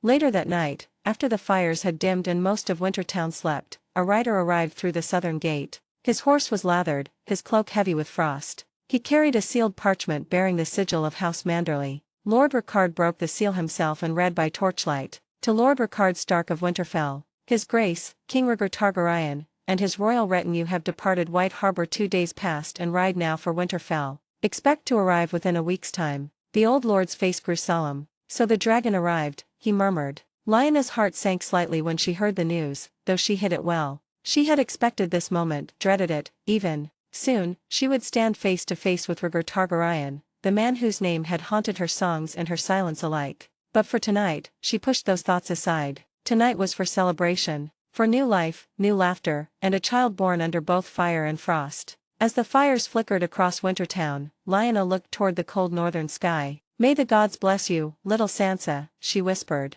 "You've brought warmth to Winterfell and the North will remember this night." Messenger ravens had always been a matter of pride among the maesters of the Citadel. They were disciplined, precise, and trained through years of patience to fly from tower to tower across the Seven Kingdoms. No bird flew those routes by chance until the owls came. At first Maester Luwin thought them a curiosity. One arrived during a council supper, slipping through the open window like a shadow and landing neatly beside Lord Stark. The second came during a snowstorm, wings heavy with frost, but still it found Benjen Stark in the courtyard as if guided by thought itself. The third owl, a snowy creature with eyes the color of moonlight, arrived with a letter addressed to Eddard Stark. No one had seen it come, no one had seen it go. Luwin had trained birds his entire life, and he knew the impossibility of it. So when the miracle of Catelyn Stark's healing followed soon after, the maester's mind refused to rest. The vial Lyanna had used, that clear, glowing liquid that closed wounds and stilled death, was something no Citadel scroll could explain. It was not alchemy, not herbcraft, not any art man had known since the doom of Valyria. It was magic, and for the first time in his long, careful life, Maester Luwin wanted to see it with his own eyes. It was early evening when he came to her solar. A fire crackled in the hearth, and the scent of pine filled the room. Lyanna sat beside the window, Sirius asleep on her lap, a book of Narnian tales open beside her. When she saw the grey-robed Maester at the door, she smiled faintly. "Come in, Maester, I've been expecting you." He blinked in surprise. "Expecting me, my lady?" "The wind told me," she said softly. He wasn't sure whether she jested. She gestured to a chair. "Sit, please. I imagine you have questions that only a fool would ask, or a brave man." He sat slowly, clasping his hands before him. "I've served this house since before your birth, my lady. I've seen strange things, but never what I've seen since you returned." Lyanna's gaze softened. "You mean the healing?" "Yes." His voice trembled slightly. "You saved Lady Catelyn when no leech, no poultice, no prayer could. That vial you used, it burned with light, not fire. It stitched flesh without needle. Tell me truly, my lady, what was it?" Lyanna hesitated only a moment. She had promised Harry she would not spread knowledge of Narnian secrets, but Maester Luwin was no gossip. He was a scholar, a man of quiet devotion, and perhaps, she thought, he deserved to know the truth. "It was magic," she said simply. Luwin's breath caught. "Magic? You mean like in the old tales? Like the children of the forest?" Lyanna nodded. "Older, perhaps. My husband is a sorcerer, one of the most powerful alive. He built Narnia with his own hands and his own will. The rivers that flow there, the mountains that rise, all came from his magic." For a long while, the only sound was the fire. Finally Luwin said, "Forgive me, my lady, but the Citadel teaches that magic is a fading force. That whatever power men once had, it died with the dragons. Even the glass candles of Old Town have been dark for centuries." Lyanna smiled faintly. "Perhaps the Citadel should look beyond its own towers. Magic never died, it only left those who no longer believed in it." He frowned, leaning forward. "And this kingdom of yours, it thrives by magic alone?" "By magic and by heart," she said softly. "Narnia was born out of love and built by courage. The people there live with the aid of magic every day, lights that never fade, tools that move on their own, creatures that speak and think as men do." Luwin's eyes gleamed behind his spectacles. "Creatures that speak?" Lyanna chuckled. "You should visit sometime. You'd never sleep again from wonder." The Maester leaned back in awe. "To think, after all these years of study, that the world beyond our maps holds such things. We believed only dragons carried the last embers of that power." Before he could reply, a loud screech echoed from the courtyard below. Lyanna rose and crossed to the window. "Ah," she said softly, "the skin changers are training again." Luwin followed her gaze. 10 of the Narnian skin changers, the young men and women who had accompanied her, moved in the snow below, their bodies still as statues, eyes glazed with concentration. Around them prowled wolves, foxes, hawks, and even a great brown bear. At first, Luwin had assumed the animals were pets, but now he saw the truth. The creatures moved with them, not beside them, but as extensions of their will. When one boy raised his hand, the wolf mirrored it. When another breathed in sharply, the hawk launched skyward, circling above the battlements. Luwin's breath came in a whisper. "By the seven, they share one mind." Lyanna nodded. "They call it skin changing, a gift given by the old gods, refined by my husband's teaching. He helped them master it, to move between their own skin and that of the beast. In Narnia, we treat it as sacred, not a curse, not witchcraft, but a bond. Llewyn could not look away. I once read of such things in dusty scrolls the citadel keeps locked from common study. They said it was an abomination, an echo of the first men's madness. Then the citadel is wrong, Lioness said gently. You see no madness here, only balance. He nodded slowly, almost reverently. It's beautiful. They stood in silence for a time, watching the snow swirl around the courtyard. Then Llewyn spoke again, his voice quiet, full of the wonder of a child. Tell me, my lady, your husband, this king of Narnia, what kind of man wields such power? Lioness smiled at the question, her eyes distant. A man who fears his own strength more than others fear it. A man who could burn cities but instead builds homes. He calls himself no god, though he could be mistaken for one. And yet, she added softly, he is still human. He bleeds, he doubts, he loves. Llewyn looked at her thoughtfully. And you love him? She met his eyes. With all that I am. The maester inclined his head, the gesture half bow, half benediction. Then I envy you both. For in all my years of service, I've studied truth written in ink, but you, my lady, have lived it written in fire. When he left her chambers, the old scholar walked through the torchlit corridors of Winterfell in a daze. The words magic is gone echoed in his memory like a lie finally unmasked. He passed a window and paused. The courtyard below glimmered under the moonlight. A fox ran across the snow, and for the briefest moment, Llewyn could have sworn he saw the shadow of the boy who had controlled it flicker over the wall beside it, human and beast moving as one. He whispered to himself, almost in prayer, if the North remembers, then so too must the world. And somewhere far away, an owl hooted, the soft, knowing sound of a messenger that needed no road, no map, and no maester to find its way. The raven's tower was colder than any place in Winterfell. Snow drifted in through the narrow windows, and the air smelled of feathers, parchment, and lamp oil. Maester Llewyn sat hunched over his desk, his quill scratching softly against parchment. His candle had burned low, the wax spilling over the iron stand, but he paid it no mind. The words were more important. The words had to be perfect. He began for the third time that night. To the archmaesters of the citadel, in Old Town, I write to you not as a man seeking approval, but as a servant of truth. What I have witnessed in Winterfell since the return of Lady Lioness Stark, now Queen of Narnia, defies every teaching we have long held about the death of magic. He paused, dipping the quill again. His fingers trembled slightly, not with fear, but with awe. The art of healing through pure sorcery exists. I have seen mortal wounds closed without knife or suture, flesh restored with light alone. I have seen beasts who move in perfect union with their masters' minds, not as trained creatures, but as living extensions of the soul. The lady herself speaks of a land built upon enchantment, ruled by her husband, a sorcerer who shaped valleys, rivers, and mountains through will alone. Llewyn leaned back, rubbing his eyes. The firelight caught the glint of his maester's chain, links of lead, iron, and copper, dull with age. Each link represented knowledge, yet for the first time in his life, he realized how little knowledge truly meant when faced with something that lived beyond understanding. A soft flutter of wings drew his gaze. One of Lioness' owls had landed on the sill, its great golden eyes fixed upon him. It cocked its head, as if curious what secrets he dared to write. He smiled faintly. You've come to spy on me, haven't you? Or perhaps to remind me that some truths shouldn't be caged in ink. The owl blinked slowly, its gaze ancient and knowing. He sighed. But the citadel must know. Someone there, perhaps some forgotten scholar, still believes that the world holds more than iron and logic. He turned back to his letter. I know well that the citadel distrusts all things arcane. Many believe magic died when Valeria fell, that even the glass candle's light was extinguished forever. But if knowledge is our calling, then to deny what we cannot measure is the greatest sin of all. I urge you, send a scholar who dares to see what I have seen. The north has changed, and the winds now carry whispers of Narnia, a realm of miracles, untouched by maesters. He hesitated, his quill hovering above the parchment. He knew what would come of this. The archmaesters would sneer. They would call him a fool seduced by wild tales, perhaps even strip his chain for spreading heresy. And yet he wrote on. I write not for recognition, but for truth. Magic is not gone. It lives, and it remembers. Your loyal servant, Maester Llewyn of Winterfell. He set the quill down and sealed the letter with wax, pressing the silver wolf sigil of Winterfell into the hot pool. When he finished, he stared at it for a long while, the red wax glistening in the candlelight. A rational man would have destroyed it. A cautious man would have buried it in silence. But Maester Llewyn was neither that night. He tied the letter to the leg of one of the trained ravens, stroked its feathers gently, and whispered, to Old Town.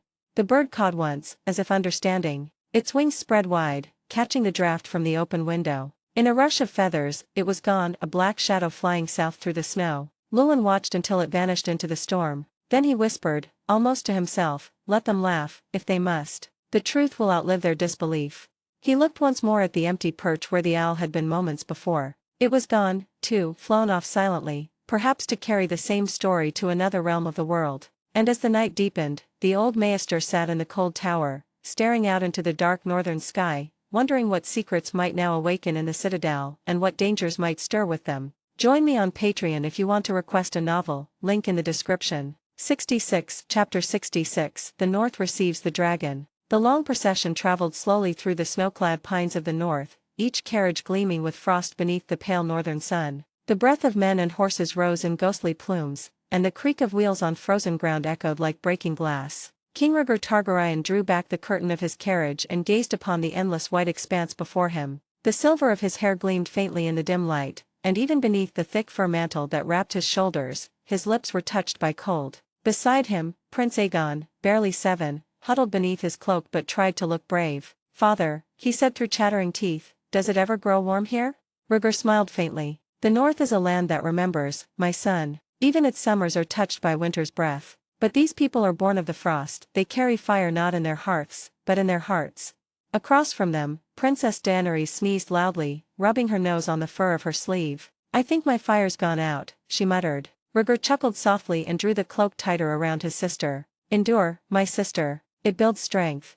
In the next carriage, Prince Oberyn Martell sat glowering, wrapped in layer after layer of fur that made him look more bear than man. His nose was red, his teeth chattered uncontrollably, and the glint of his famous confidence was long gone. 7 hells, he muttered, his breath fogging the air. Who in their right mind chooses to live in such a place? Even the wine freezes before it touches your lips. Across from him, Elia Martell, serene despite the cold, smirked behind her wool scarf. I warned you, brother. You should have brought thicker cloaks rather than your Dornish silks. Oberyn shot her a glare. My silks have faced sun and sandstorms. He waved his gloved hand at the window, where snow whipped violently against the glass. This is unnatural. Elia laughed softly, her dark eyes glimmering. You mock the north too freely. Look around, Oberyn, it bends to no one, not even to dragons. That is why the Targaryens respected it. Respected? He scoffed. They conquered it. No, came a quiet voice. It was Rhaenys, curled up beside her mother, clutching a small wolf-carved doll given to her by a northern merchant. Father says the north was never conquered. The dragons only asked for their loyalty. Oberyn raised an eyebrow. Then these Starks are prouder than I thought. They are, Elia said softly. And one of them, if you recall, made quite the impression on your king. At that, Oberyn grinned through his frostbitten misery. Ah, the wolf-maid Lyanna. The songs of her beauty even reached Sun's pair. Elia's smile faltered. He leaned back, smirk fading as he rubbed his hands near a small brazier set into the carriage wall. A jest, nothing more. But I would still trade every bit of this cursed snow for one Dornish sunrise. Outside, the royal escort trudged on, knights of the Kingsguard in heavy white cloaks, now dulled grey by frost. Ser Arthur Dayne, the Sword of the Morning, rode at the front, his breath forming clouds as he scanned the horizon. Beside him, Ser Oswell and Ser Gerald Hightower rode in silence, their armor hidden beneath layers of wool and fur. Arthur turned slightly, calling to a squire riding behind him. Viserys, keep your cloak fastened or the cold will kill you before I can train you into a proper knight. Viserys puffed indignantly. I am wearing it properly. Arthur's laugh echoed through the cold air. If you say so, little prince. As the hours passed, Rhaegar's thoughts turned inward. His fingers traced the sigil on his cloak, a 3-headed dragon, crimson against black. Lyanna Stark. Her name had been little more than a ghost these last years, yet it clung to him like a melody unfinished. He had denied all rumors before his wife, denied them even to himself, but the sight of Winterfell's towers rising faintly on the horizon made his pulse quicken. Was she truly there, as they said? The wolf-maid who had once laughed beneath the weirwood trees and vanished from history's grasp? Aegon's voice broke through his reverie. You're quiet, father. He looked up, simply thinking. Of what? The north, he said quickly. Its endurance. Its strength. Behind the royal carriage, young Aegon peeked out the window, eyes wide as he saw the massive wooden gates open slowly, creaking under their own weight. He turned to Arthur Dayne, who rode alongside. Ser Arthur, do you think the wolves will like us? Arthur smiled. The wolves of the north respect those who carry honor, my prince. Be brave, and they will remember you kindly. Aegon grinned, then pressed his gloved hand to the window as the first flakes of new snow fell upon his palm. Far behind, Oberyn Martell groaned as his carriage jolted over a frozen rut. If I survive this God's forsaken land, he muttered, I'll build a tavern called the Frozen Viper and never leave it again." Elia only laughed softly, gazing out at the approaching fortress. "And yet, brother, I think this land will leave a mark on us all, whether we wish it or not." Sir Gerald Hightower, the White Bull of the King's Guard, had faced battlefields drenched in blood, the heat of dragon fire, and the burning sands of Dorne, yet nothing in all his years had prepared him for the merciless bite of northern cold. The wind howled like a living beast, clawing through his armor and furs until his very bones ached. Snow crusted his white cloak, turning it to iron, and the frost clung to his beard as if determined to claim it for the north itself. "Seven hells," Gerald muttered through chattering teeth, his breath fogging before his visor. "If I ever see a snowflake again after this, I'll strike it down with my sword." Riding beside him, Sir Arthur Dane gave a soft laugh, the sound muffled beneath his scarf. "You wanted to see the north, Sir Gerald. Consider your wish granted." "I," Hightower grumbled, "and I curse my own foolishness for it. When I said I'd never been to Winterfell, I didn't mean I wanted to freeze to death in its shadow." Arthur's smile lingered in his voice. "The cold teaches patience, my friend. The Northerners endure worse each day of their lives." Gerald glared through the veil of falling snow. "Patience? I've had patience since the King Ares started talking to his own flames. I should have stayed in King's Landing, guarding the Queen Mother, where the only chill comes from her tongue." Arthur's horse snorted as if in laughter. "Did you truly trade duties with Ser Barristan Selmy?" Arthur asked, shaking his cloak free of snow. Gerald groaned. "Aye, and may the gods forgive me for that decision." He tugged his reins tighter as the path dipped, and the hooves of his steed crunched over frozen earth. "Barristan was against it, of course. Said the king's safety comes before all else, and that he would not have me riding into the cold while he sat idle in the Red Keep." Arthur's voice carried a hint of amusement. "He nearly worships his duty. I imagine convincing him was no easy task." "Easy?" Gerald snorted. "I had to go to his grace himself. The king gave a direct command that Barristan remain behind, to protect Queen Motherilla. Otherwise, the old knight would have followed the royal carriage all the way into the snowdrifts." Arthur smiled faintly. "And now you regret it?" "Regret?" Hightower's teeth clattered as he spoke. "I'd rather face 10 Dornish spears than one more northern wind." Ahead, the line of riders began to slow as the trees grew thinner. The faint orange glow of torches shimmered through the falling snow. The air smelled of pine smoke and roasted meat. Arthur drew his horse to a halt beside Rhaegar's carriage and raised his hand. "Your Grace," he called, his voice steady against the wind, "we're nearing Wintertown. 2 miles, perhaps 3, no more. The town's inns and halls are large enough to shelter the party should you wish to rest before the final approach." The curtain of the carriage stirred, and Prince Aegon's pale face appeared, framed by the silver of his hair. "You've been here before, Sir Arthur?" "I have, my prince," Arthur replied. "Years ago, I escorted Prince Lewin Martell when he journeyed north to speak with Lord Rickard Stark. The town lies at the base of Winterfell's hill, small, but proud." A murmur rippled through the knights nearby. None had known Arthur had ever come this far north. "Then your counsel will be heeded," King Rhaegar spoke. "We'll rest there before climbing to the castle." As the carriages rolled on, Gerald rode alongside Arthur once more, shaking snow from his gauntlets. "I don't recall hearing that tale, Dane. You're a man of surprises." Arthur's lips curved slightly beneath his hood. "There was little to tell. I met Lord Rickard and his children. The young ones were bold, especially Lyanna." Gerald gave a low grunt. "Ah, the wolf maid, the one who stole half the realm's songs." Arthur did not answer. His violet eyes drifted toward the horizon, where faint towers rose against the gray sky. Gerald followed his gaze and sighed. "You knew, didn't you? You knew what awaited us here." Arthur's tone softened. "I knew only that the North remembers, Sir Gerald, and that memory may prove colder than the wind." The wind shifted as they descended the slope, carrying the distant sound of hammers and bells. Men cheered faintly at the sight. Even Oberyn Martell's voice rose from one of the carriages. "At last. Civilization, or at least the northern version of it." Gerald Hightower let out a breath that turned to mist. "A roof, a fire, and a cup of hot wine. Gods be good, I'll never mock the North again, at least until we leave it." Arthur smirked. "Hold to that promise, Sir Gerald. Winter hears all insults." The air in Wintertown was thick with mist and would smoke when the peace was suddenly shattered by the sound of a sharp thud. The royal carriage jolted to a halt. Horses neighed and reared, guards drew swords with the hiss of steel, and shouts rang out through the chill. "Protect the king!" cried Sir Gerald Hightower, his voice booming over the clamor as he spurred his horse forward. Shields around the carriage, archers to the left flank. Within seconds, the king's guards surrounded the gilded wagon where King Rhaegar Targaryen sat with Prince Aegon and Princess Daenerys. The driver froze mid-breath, eyes darting to the strange object lying in the snow ahead. Arthur Dane, his hand resting lightly on the pommel of Dawn, swung down from his horse. His silver cloak brushed against the frost as he bent to pick up what had struck the royal carriage. It wasn't a stone or a weapon. It was a perfectly round sphere of tan leather, worn smooth and stitched tightly by skilled hands. Arthur turned it over curiously, his brow furrowed. "What in the seven hells is this?" muttered Ser Oswell, peering over his shoulder. Arthur rolled the object in his gloved palms. "It's soft, weighted, and hollow. No weapon I've ever seen."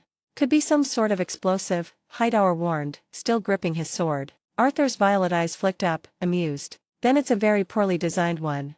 The royal carriage door creaked open. King Rhaegar Targaryen stepped down into the snow, his cloak gleaming white beneath his fur mantle. His silver hair caught the dim light as he approached Arthur. Aegon and Daenerys followed close behind, the boy prince clinging to his father's arm while little Daenerys peeked curiously from beneath her hood. "What happened?" Rhaegar asked quietly. "Are we under attack?" Arthur knelt and offered the ball to him. "No, your grace." A boy came sprinting through the snow, boots kicking up powder, his cheeks flushed red from the cold. He couldn't have been more than 5 or 6, though he carried himself with the confidence of someone twice his age. His cloak trailed behind him like a banner, and his eyes, brilliant green, full of mischief and energy, shone like polished jade. He skidded to a halt before the ring of armored knights and blinked at the sight of so many drawn swords. "Oh," he said innocently, "did I hit something?" Join me on Patreon if you want to request a novel, link in the description. 67, Chapter 67, Not All Men Are Born to Kneel. The royal procession had come to a halt, the snow crunching under hooves and boots, the air turning colder with every passing second. The guards were still alert after the strange object struck the king's carriage. It was then that the small boy had run toward them, the same one who now stood calmly before the king himself, speaking like the winter wind was the only thing that mattered. Among the party was Loras Tyrell, a 12-year-old squire to Ser Gerald Hightower. Even though he was young, his ambition was taller than any tower of King's Landing. He dreamed of wearing the white cloak one day to become a Kingsguard whose name would echo through song and history. And everyone who trained with him in the yard already knew how skilled he was. No one in his age could match his hand with sword or lance. But today, standing beside his knightly master in the middle of a snow-covered northern road, Loras had never felt this insulted. The boy, with his wild black hair and bright green eyes, stood before the king of the Seven Kingdoms like he was staring at a market vendor. No fear, no awe, no respect. And what was worse, none of the great knights said a word. Ser Arthur Dayne just stood there with that calm smile of his. Ser Gerald looked tired of the cold. Even the king seemed amused instead of angry. Loras clenched his fists. His young pride burned hotter than the frost could cool. Someone needed to teach the brat his place. He took a bold step forward through the snow, lifted his chin, and spoke in a voice that cracked only once. "You stand in the presence of King Rhaegar Targaryen, first of his name, Lord Protector of the Realm, and Defender of the Faith." The boy blinked at him, confused, then looked back at the king. "Oh," he said simply, "nice to meet you." Loras's mouth dropped open. For a moment, he couldn't believe what he had just heard. The other knights exchanged glances, trying not to laugh. Ser Arthur even hid a smile. Loras turned red from ear to ear. He couldn't let that stand. He raised his voice. "When you're before a king, you kneel." The boy tilted his head slightly, still not afraid. "My father told me," he said slowly, as if explaining something to a child, "that you only kneel before the gods. No one else." The field fell silent. The words struck like a hammer. Even the wind seemed to stop for a heartbeat. Loras stared at him, stunned. You can't just say that in front of the king." He stammered. "That's treason. The king rules because the gods chose him." Rhaegar Targaryen stepped forward then, his long silver hair shimmering like frost, his face unreadable. The knights moved aside at once, and even the wind seemed to calm as he approached the boy. "What is your name, child?" the king asked, his voice quiet but strong. The boy looked up. "Sirius Gryffindor." Loras blinked. Gryffindor? That name meant nothing to him, yet the way the boy said it, proud, certain, fearless, made it sound like the name of a house greater than any lord's. "Your father sounds like a bold man," the king said softly. Sirius smiled brightly. He is the best." Rhaegar Targaryen, still half bent toward the small boy, examined the leather object in Ser Arthur Dayne's hand. "What were you doing with this?" the king asked, his voice calm and curious rather than commanding. Sirius grinned, brushing snow from his sleeve. That's just a ball. We were playing baseball." Arthur tilted his head. "Baseball?" Before anyone else could ask, a young voice piped up from behind the king. "What is baseball?" asked Prince Viserys Targaryen, his breath fogging in the cold. The boy turned toward him cheerfully, eyes gleaming with excitement. "It's a game. It'll take forever to explain, but if you want, you can come and watch we play."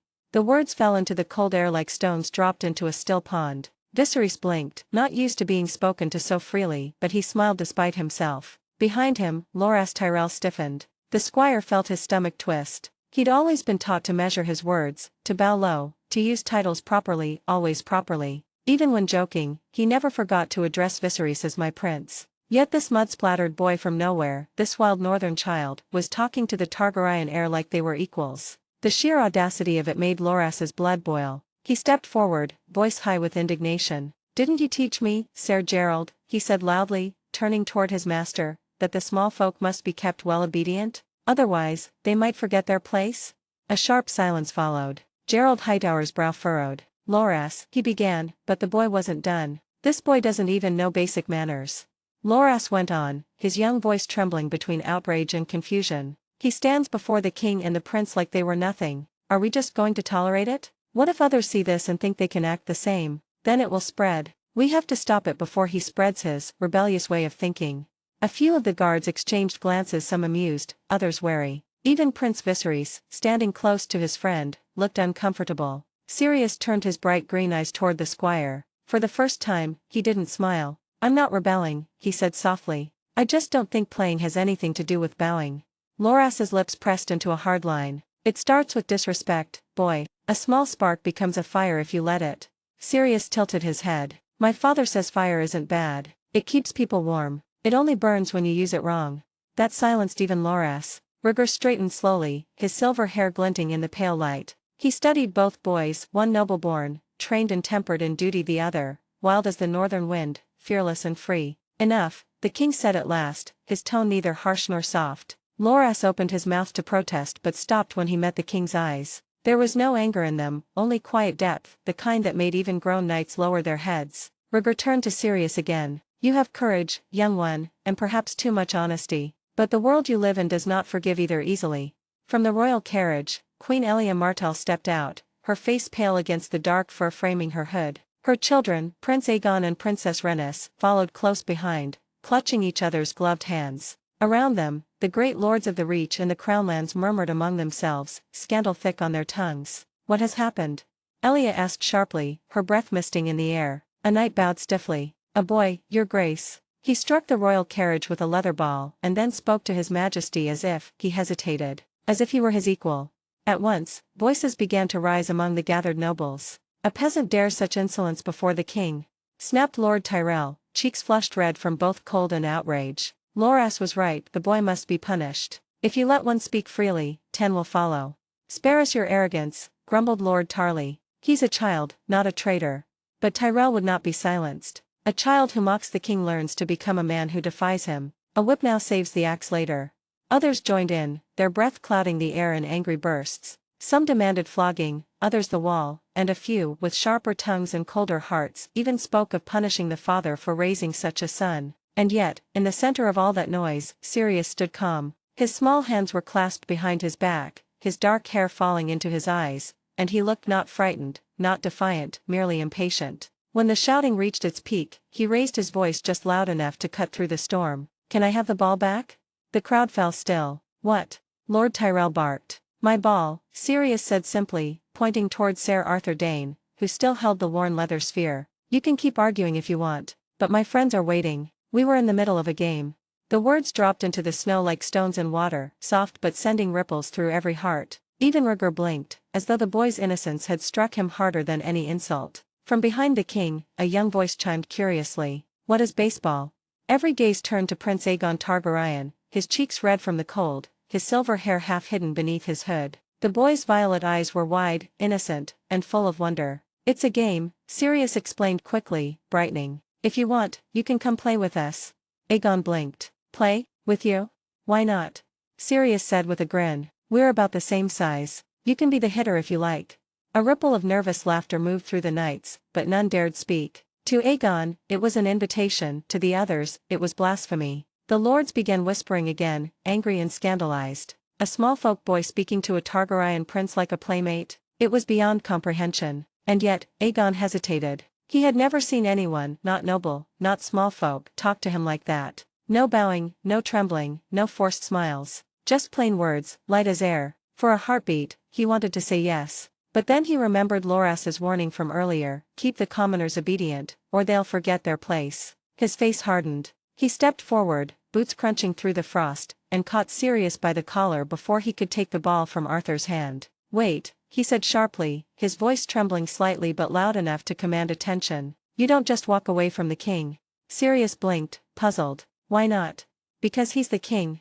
Aegon snapped, cheeks flushing. You don't talk to him like your equals. You don't turn your back on him. The boy looked up at the prince with a faint frown. I'm not turning my back. I'm just going back to my game.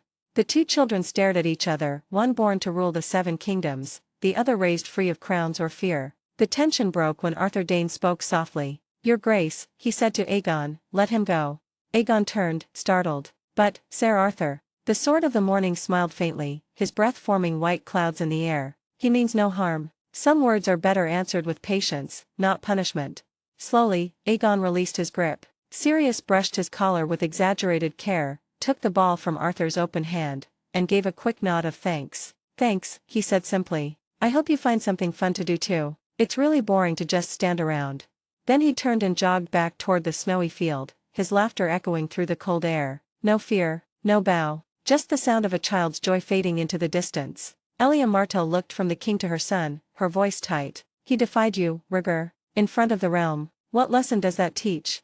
Rhaegar did not answer immediately. His gaze lingered on the small shape vanishing into the snow. Perhaps, he said quietly, it teaches that not all men are born to kneel. Elia frowned, pulling her cloak tighter. You sound almost impressed. The king's lips curved faintly, though his eyes were distant. I am reminded, he murmured, that courage can come in the smallest of forms. And though none heard him, his next words were whispered to the wind, a name, old and haunting, Lyanna. The snow fell harder then, covering the boy's footprints, leaving only silence behind. Snow drifted in soft spirals as the royal convoy pressed on through the narrow road leading to Winterfell. The wind bit sharper the farther north they rode, and even the Targaryen banners, crimson dragons against black silk, hung heavy under the frost. Within his carriage, King Rhaegar Targaryen sat in silence, his fingers resting on the cold glass as he watched the pale fields pass by. Beside him, Prince Aegon stared out through the small window, his violet eyes following a group of distant children laughing and playing on the snow-packed hills. The laughter carried faintly across the wind, mingling with the rhythm of hooves and the rattle of wagon wheels. For a moment, Aegon smiled. But then, from somewhere beyond the tree line, a low, haunting howl rose through the air, long and deep, like the echo of a ghost. The laughter stopped. The guards tightened their reins. And in the carriage behind, a small gasp broke the quiet. Princess Daenerys, barely 4, clutched Elia's sleeve. What was that? She whispered, her silver hair tumbling across her fur-lined hood. A wolf, said Elia Martell, pulling the little girl close. Her voice was steady, though her eyes flickered toward the woods. A northern song, my love. They say the Starks hear them in their dreams. Daenerys pressed her face into her mother's cloak. I don't like it, she murmured, trembling. The king's voice came softly from the carriage ahead. Do not fear it, my daughter. The wolves are the heart of this land. They do not sing without reason. Even as he spoke, the wind carried another howl, this one closer, clearer. It lingered, fading only as the great grey walls of Winterfell rose from the mist ahead, vast and ancient, carved from stone and shadow. The gates of Winterfell stood wide open. The smell of pine and heathfire filled the air. They know we're near, Sir Arthur Dane said, pulling back his hood. They've been watching from the walls. Rhaegar nodded faintly. Lord Rickard has always been a man of readiness. The carriages slowed as they passed through the first gate, then the second, moving deeper into the fortress. The clang of chains and creak of wheels echoed off the ancient stone as the royal party entered the great courtyard. Servants hurried to clear snow from the path, and the sound of horns welcomed the dragons to the domain of wolves. Winterfell, murmured Oberyn Martell, stepping out of his carriage and looking up at the towering walls. His breath hung in the cold air. I always thought the tales exaggerated. I was wrong. Beside him, Queen Elia Martell lifted her niece down gently, wrapping her in furs. A kingdom built of ice, she whispered. And yet, the people live. Barely, Oberyn said dryly, rubbing his hands together. Even the air bites here. From another carriage emerged the king himself, cloaked in black and white fur, his silver hair shimmering under the grey light. Prince Aegon followed, their cheeks flushed from the cold. Behind them, Prince Viserys descended, pale and shivering, but trying to appear regal. At once, the royal guards formed a half-circle, Arthur Dane, Gerald Hightower, and the rest of the king's guard standing firm as the lords of the north came forward. At the forefront was Lord Rickard Stark, tall, broad-shouldered, his grey beard touched with white. Beside him stood his sons, Eddard, quiet and solemn, and Benyon, his eyes sharp with youth. Behind them were the northern lords, Wyman Manderley, Jair Mormont, and others, their breaths misting in reverence. And then, between them, standing slightly apart, was a woman. She wore no crown, no jewels. Only a long fur-lined cloak of deep blue and a simple silver clasp shaped like a direwolf's head. Her dark hair fell freely to her shoulders, and her eyes, grey and cold as the northern sky, met the king's across the courtyard. Lyanna Stark. Rhaegar's breath caught. For years, he had imagined this moment, perhaps feared it. And yet, no memory, no dream, no song could have prepared him for the sight of her standing there, calm and radiant against the frost. The great lords of the north bent the knee one by one. Lord Ricard knelt first, his voice deep and steady. "Your Grace," he said, bowing his head low, "Winterfell welcomes the king in his house." Eddard followed, silent and solemn. Benyon bowed as well, his eyes flickering toward the royal children. Around them, every man and woman knelt. Everyone, except Lyanna. She remained standing, tall, still, her gaze locked on Rhaegar's. A hush fell over the courtyard. Even the wind seemed to stop. For a heartbeat, all the world narrowed to that single moment, the dragon and the wolf, meeting once more under the pale sky of the north. Elia Martell froze where she stood, her hand tightened around Daenerys's. "Rhaegar," she whispered, disbelief and anger flickering in her tone. "She's here?" Oberyn's dark eyes widened. "So the ghost returns," he murmured. "The wolf made of songs."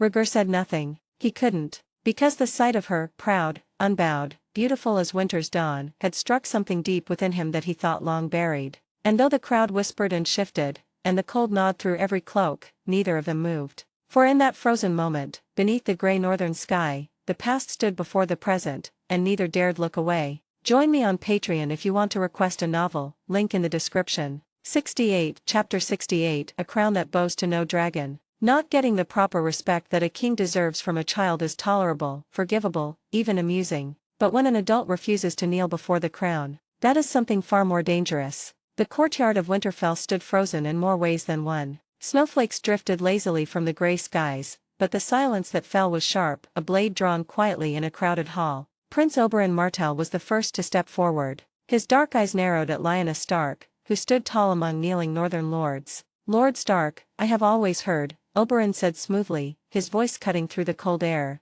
"that Lady Lyanna was a rather wild wolf. But I did not expect her to forget even common manners." He let his gaze slide deliberately toward the king, to bend the knee before the rightful ruler of the Seven Kingdoms.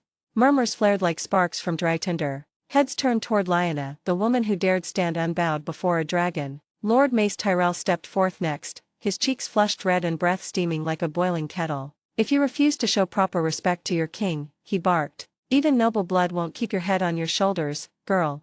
A ripple of shock passed through the northerners, swords shifted subtly, hands brushed hilts. Lord Ricard Stark's jaw tightened, but he held his tongue for now. The tension snapped when a voice boomed from behind the Stark line. "You won't even get to move a muscle before we cut down your king and all of you." Gasps shot through the courtyard as one of the Narnians stepped forward, a towering warrior with a drawn blade. His wolf growled beside him, teeth bared, eyes burning like coals in the snow. Swords whipped free all around, Kingsguard and Northern Guards clashing toward one another like iron waves ready to collide. Lyanna's voice, sharp as the north wind, cut through everything. "Wilgo, stand down." The warrior, Wilgo of Narnia, froze mid-step. His nostrils flared, his fury trembling in his grip, but when she spoke again, quieter yet firmer, "Go back." He obeyed. Slowly, reluctantly, he sheathed his sword and retreated, though his eyes never left Lord Tyrell, hatred smoldering beneath the surface. Princess Elia clutched Daenerys closer. The king's breath quickened, not in fear, but memory. Lyanna finally moved, stepping forward, and her cloak of white wolf fur swept the snow like a banner of winter itself. Her voice rang clear. "A queen never bends the knee to another king." A collective gasp burst from the king's party. Even Rhaegar inhaled sharply. Lyanna raised her chin. "I am Queen Lyanna of Narnia." The words struck the courtyard like thunder. Narnia, that mysterious land spoken of in SSC markets, whose gold-filled Bravesie vaults and whose ships frightened pirates from the stepstones, was hers. Elia stared wide-eyed. "Queen?" she breathed. Oberyn's eyes widened, intrigue replacing scorn. "Well," he said softly, "the wolf maid did not just survive, she found a throne." Lord Tyrell's mouth hung half open, fury and shock warring in his face. And Rhaegar, the king who once sang memory into music, looked as if the wind had stolen his voice. He could only whisper, "Lyanna." Her eyes flicked to him, cold, steady, unflinching. "It's been a while, King Rhaegar." The title hit harder than any sword, formal, emotionless. A wall of ice where once there had been wildflowers and promises. All around them, breath frosted and temper smoldered. But no one dared speak over the chill of that moment. A wolf queen standing unbowed before a dragon king. The gates of Winterfell closed behind the king's procession with a groaning echo of ice against iron. The north continued about its business, soldiers back to their training, servants back to their chores, as if a royal visit were no more remarkable than another gust of snow. But within the party of dragons and sun-dwellers, chaos simmered beneath fur cloaks and stiff manners. Lyanna Stark, Queen Lyanna of Narnia, had walked away without a bow, without a word to the king she once danced with beneath Harrenhal's vaulting rafters. The north barely blinked. It was the south that trembled. Queen Elia Martell's gloved fingers tightened around her daughter's small hand. Her voice cracked despite the winter in her lungs. She is a queen. The words tasted bitter. Prince Oberyn's eyes gleamed with intrigue. A queen of a nation no one in Westeros commands or understands, he murmured. He gave a low, appreciative whistle. Your husband's lost lady has done rather well for herself. Elia shot him a warning look. Do not provoke me. My apologies, sister, Oberyn replied dryly, but I admire her courage. And that woman is powerful. He glanced to the Narnian guards standing like statues in the courtyard, each with an animal shadowing their every move. I underestimated her, Oberyn admitted softly. Lord Tyrell was pacing like a caged boar, cloak whipping behind him. This is an outrage. He hissed to the other Reach lords. She refuses to bend the knee, refuses to acknowledge the king. And the North does not seem to care, another lord muttered. Tyrell turned redder. And House Stark has cut the Reach from trade. Wheat shipments have halted. They have other suppliers now. His voice faltered. Everyone knew he meant Narnia. And that means, a Florent lord whispered, paling, they can choose their alliances freely. Tyrell swallowed hard. No one warned us she was a queen. No one in the south bothered to ask what happened to her. Oberyn's voice cut in lazily. Perhaps you all assumed she died in disgrace. Tyrell ignored him, though the hit landed. Ser Gerald Hightower's white cloak fluttered as he approached Ser Arthur Dayne, his brow furrowed. This smells of danger, Hightower growled. Skin changers, magic, wolves trained to kill on command. A queen who bows to no man. If hostility breaks, he muttered, our numbers will not matter. Arthur stood calm as moonlight. His eyes followed Lyanna's retreating form with wordless respect. She did not threaten us, he said. Not with words, Hightower countered. Arthur inclined his head in acknowledgement. She is a ruler. Treat her as one. Inside her furs, Elia's heart hammered. What is Narnia truly? A city? A country? An empire? She asked, voice trembling. Oberyn answered without hesitation. A kingdom that trades with Essos through hidden ports. A kingdom whose coin and inventions have already begun reshaping the world. He nodded toward the Narnian guards. And they have men who speak to beasts as one mind. Elia shuddered. And she expects us to accept her as equal. Oberyn took a slow breath. She expects nothing. He smiled faintly. And that is what makes her dangerous. Rhaegar Targaryen said nothing. He stood apart, silver hair stirring in the northern wind. His face was unreadable, as though carved from the same cold stone that built the castle around them. But Arthur, who knew him better than any man, noticed the faint tremor in his gloved hands. Regret had come north with him. Queen Elia Martell sat beside the hearth in the chambers Winterfell had granted her. Despite the fire roaring hot enough to roast an aurochs, she shivered, not from cold, but from the memory of Lyanna Stark's arrival. Lyanna's presence lingered like frostbite, dangerous, beautiful, and difficult to ignore. Too beautiful. Her hair, wild and dark like the northern forests. Her eyes, sharp as a wolf's. Her grace, unpolished but undeniably regal. Elia's fingers coiled into the fur blanket around her shoulders, knuckles whitening. She is lovelier than the songs, she whispered. Prince Oberyn Martell, lounging on a carved oak chair, raised a brow. I have seduced maidens who would shame the sun, he said lightly. Yet even I must admit, the Wolf Queen is striking. Elia grimaced. Do not remind me. For years, she had lived with the quiet dread that her husband's heart did not belong entirely to her. Rhaegar spoke of destiny, of prophecy, of chosen ones. He did not speak of love. But when Lyanna's name escaped his lips, a softness appeared that Elia wished she could break and mend into her own shape. She has a child, Elia said quietly, and a king of her own. She should not still haunt him. Oberyn leaned forward, studying his sister's face, voice lowering to something far less playful. You fear she will try to reclaim what might once have been? Elia swallowed. Her pride tasted like iron. I fear Rhaegar may want her to. The admission trembled out of her. For a heartbeat, the Prince of Dorne was silent. Then Elia's eyes glimmered with a fragile, desperate hope. Oberyn, you are a charming man, skilled in persuasion, in flattery. She hesitated. Could you speak with her? Learn her intentions? Perhaps sway them? A smug smirk tugged at his lips, then faded as he saw the fear behind her request. Elia, he said softly, I do not think seducing her will be so simple. You have never failed before, she insisted, clinging to the thought like a prayer. He sighed, tapping a finger thoughtfully on the arm of his chair. If I approach her, the king must never know. Rhaegar would take it as an insult, perhaps even a betrayal. Elia nodded quickly. Yes, in secret, of course. Oberyn's gaze drifted toward the frosted window, where moonlight gleamed on the courtyard below. She is a wolf, he murmured, and wolves do not fall for pretty words from desert princes. But, his dark eyes sparked with mischief and challenge. I will speak to her. I will watch her. I will discover whether she still yearns toward the dragon. Relief washed through Elia, but it was laced with guilt. I do not wish her harm, she whispered. Of course not, Oberyn said gently, rising to press a kiss to her brow. You only wish to protect what is yours. Elia closed her eyes. My husband, my children, my crown. Yes, she breathed. What is mine? Oberyn slipped his spear from where it rested against the wall and slung his cloak over his shoulder. I will go, he said, moving toward the door, and I will return with truth.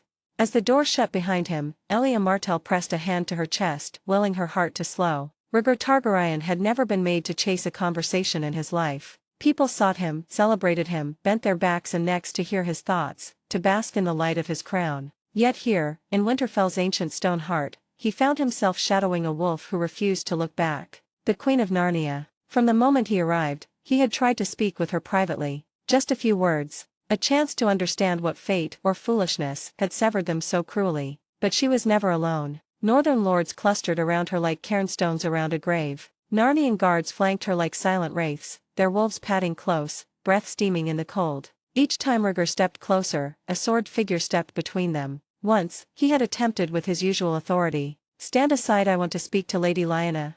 He asked one of the foreign soldiers, a massive man with a bare sigil burned into his leather armor. The warrior turned his cold eyes on Rhaegar, a king, and replied, fuck off. Arthur Dayne's hand had gone instantly to Dawn. Gerald Hightower stiffened like a crossbow string ready to snap. The Narnian merely stared back, utterly unafraid. Rhaegar had never known fear until that moment. He tried again later, when Lyanna rode out of the castle gates on her dire wolf. Rhaegar followed on horseback, thinking the beast would be alone. But another dire wolf, even larger, crashing from the pines, teeth bared, stalking inches from his mount's flank, made his stallion rear in terror. Rhaegar retreated before the beast could decide king's flesh might taste good. Behind him, Lyanna didn't so much as glance back. Inside the heat of Winterfell's great hall, banners shifting overhead, Rhaegar approached Lord Manderley, one of the few northern lords who spoke frequently with the Narnian queen. I would request, Rhaegar said carefully, that you arrange a private audience with Queen Lyanna. Manderley's eyes narrowed over his tankard. When he answered, his voice held no deference. Your Grace, a word of caution. He leaned in, breath smelling of spiced wine. This is the north. Rhaegar stiffened. And what of it? Manderley's tone dropped lower, sharper. You have no dragons at your back. Your banners mean little here. Winter eats kings for supper. His gaze slid toward Lyanna across the hall, laughing warmly with her people. And the north remembers who protected us when famine came. Not King's Landing, Narnia. The words struck like cold steel. If you try to force the queen, Manderley continued, you may find your power melts quicker than snow near a forge. Rhaegar's jaw clenched. You would dare threaten a Targaryen king? Not a threat, Manderley replied, placing his mug down hard. A warning. He stepped aside, dismissing the conversation with a curt nod. Best to tread lightly. Rhaegar stood frozen, not by the cold, but by the revelation pressing down on him. He was not the strongest man in this castle. Not the most respected. Not the most feared. They have a queen with northern blood, and they would burn the world before letting anything harm her. Join me on Patreon if you want to request a novel, link in the description. 69, Chapter 69, Wolves Under a Foreign Sun. When the truth spread through Winterfell's great hall, it did not arrive as a proclamation or a trumpet call, but in a whisper, carried from servant to knight, from squire to lord, until every cup paused halfway to every mouth. The boy from Wintertown, the one who had stared down princes, snatched a ball from Sir Arthur Dayne's hand, and walked away as if kings were no more than farmers. Was Sirius Greyfindor, the crown prince of Narnia, son of Queen Lyanna of the North and her fabled husband, King Greyfindor. A stunned hush fell across the great table. Viserys Targaryen was the first to speak, voice barely above a whisper. That boy? The one who refused to kneel? Loras Tyrell swallowed hard, remembering the moment vividly, the child's fearless green eyes, the careless defiance that had made even the king's guard bristle. If we'd laid a finger on him. His voice trailed away, pale as the snow outside. The north would have drowned us in ice. Across the table, Oberyn Martell chuckled low, his amusement edged with something darker. Well, now we know where the lad gets his temper, he said. From his mother. The wolf's cub has fangs. Elia Martell said nothing. She sat stiffly beside her husband, her eyes fixed on Lyanna across the hall, the northern queen radiant in her fur-lined mantle, her son seated proudly beside her. Sirius's smile was open, kind, and without guile. When servants came to pour his cup or clear his plate, he thanked them by name. When he spoke to Robb Stark, his young cousin, he used the same warm tone he gave the maids who served him. Even the coldest hearts at the table felt a flicker of something unfamiliar, admiration. Prince Aegon Targaryen leaned closer to his father. He's riding a dire wolf, father, he whispered, awestruck. A real one, the size of a horse. Queen Lyanna's dire wolf lay at her feet, head resting on its paws, yellow eyes gleaming beneath the firelight. Another one sat beside the boy, sleek, gray, and massive. The beast stirred restlessly whenever strangers drew near, yet they obeyed Sirius's hand like hounds trained since birth. Viserys stared at the wolves with a mixture of terror and envy. We were meant to ride dragons, he muttered bitterly, and they ride wolves. Rhaenys giggled, trying to lighten the tension. Perhaps their dragons turned furry. Daenerys, perched on Elia's lap, squealed in delight when one of the dire wolves turned its enormous head toward her. The child's laughter rang through the hall, the first pure sound to break the heaviness that hung there. But for the adults, it was no laughing matter. At the high table, Lord Tyrell dabbed his lips with a shaking handkerchief. 7 hells, he breathed. We could have struck a prince, a foreign prince. Wyman Manderley's booming voice cut across the murmur. Aye, and the north would have risen before sunrise. Narnia would not even need to march, the sea would have turned red before dawn. Lord Tarley, grim as always, nodded once. Their wolves alone could have devoured half the hall. Ser Gerald Hightower's gauntlet hands tightened around his cup. This Narnia, their warriors frighten me more than dragons. No songs, no boasts, only quiet eyes that measure every soul in the room. Arthur Dane glanced toward Sirius, who was helping a servant pick up a dropped platter. The boy smiled, gentle and unhurried, before returning to his seat. He is courteous, Arthur said quietly. Too courteous for a prince that age. That is what makes him dangerous, Hightower replied. Kindness in one so young hides something deeper. The boy is already learning how to rule. At the center of the hall, Lyanna leaned down to whisper to her son, and Sirius's laughter carried faintly across the tables. Yes, you may ride after supper, she told him, but not beyond the forest line. Yes, mother, he said, eyes shining. Robb wants to race the wolves again. The two children slipped out moments later, their dire wolves trotting beside them, tails sweeping the floor like banners of living fur. The heavy doors boomed shut behind them, and the hall seemed emptier for it. Elia Martell watched them go, her heart tightening. Even their beasts obey them, she murmured. Oberyn swirled his wine lazily. Be glad they do. If those wolves turned against us, none of your precious guards would live to tell the tale. Elia shivered, and Rhaegar looked toward the door where Lyanna's son had vanished. His voice was low, distant, filled with something that was neither sorrow nor pride, but the hollow ache of recognition. The dragon's heir has no dragon, he said softly, but the wolf's son has found his pack.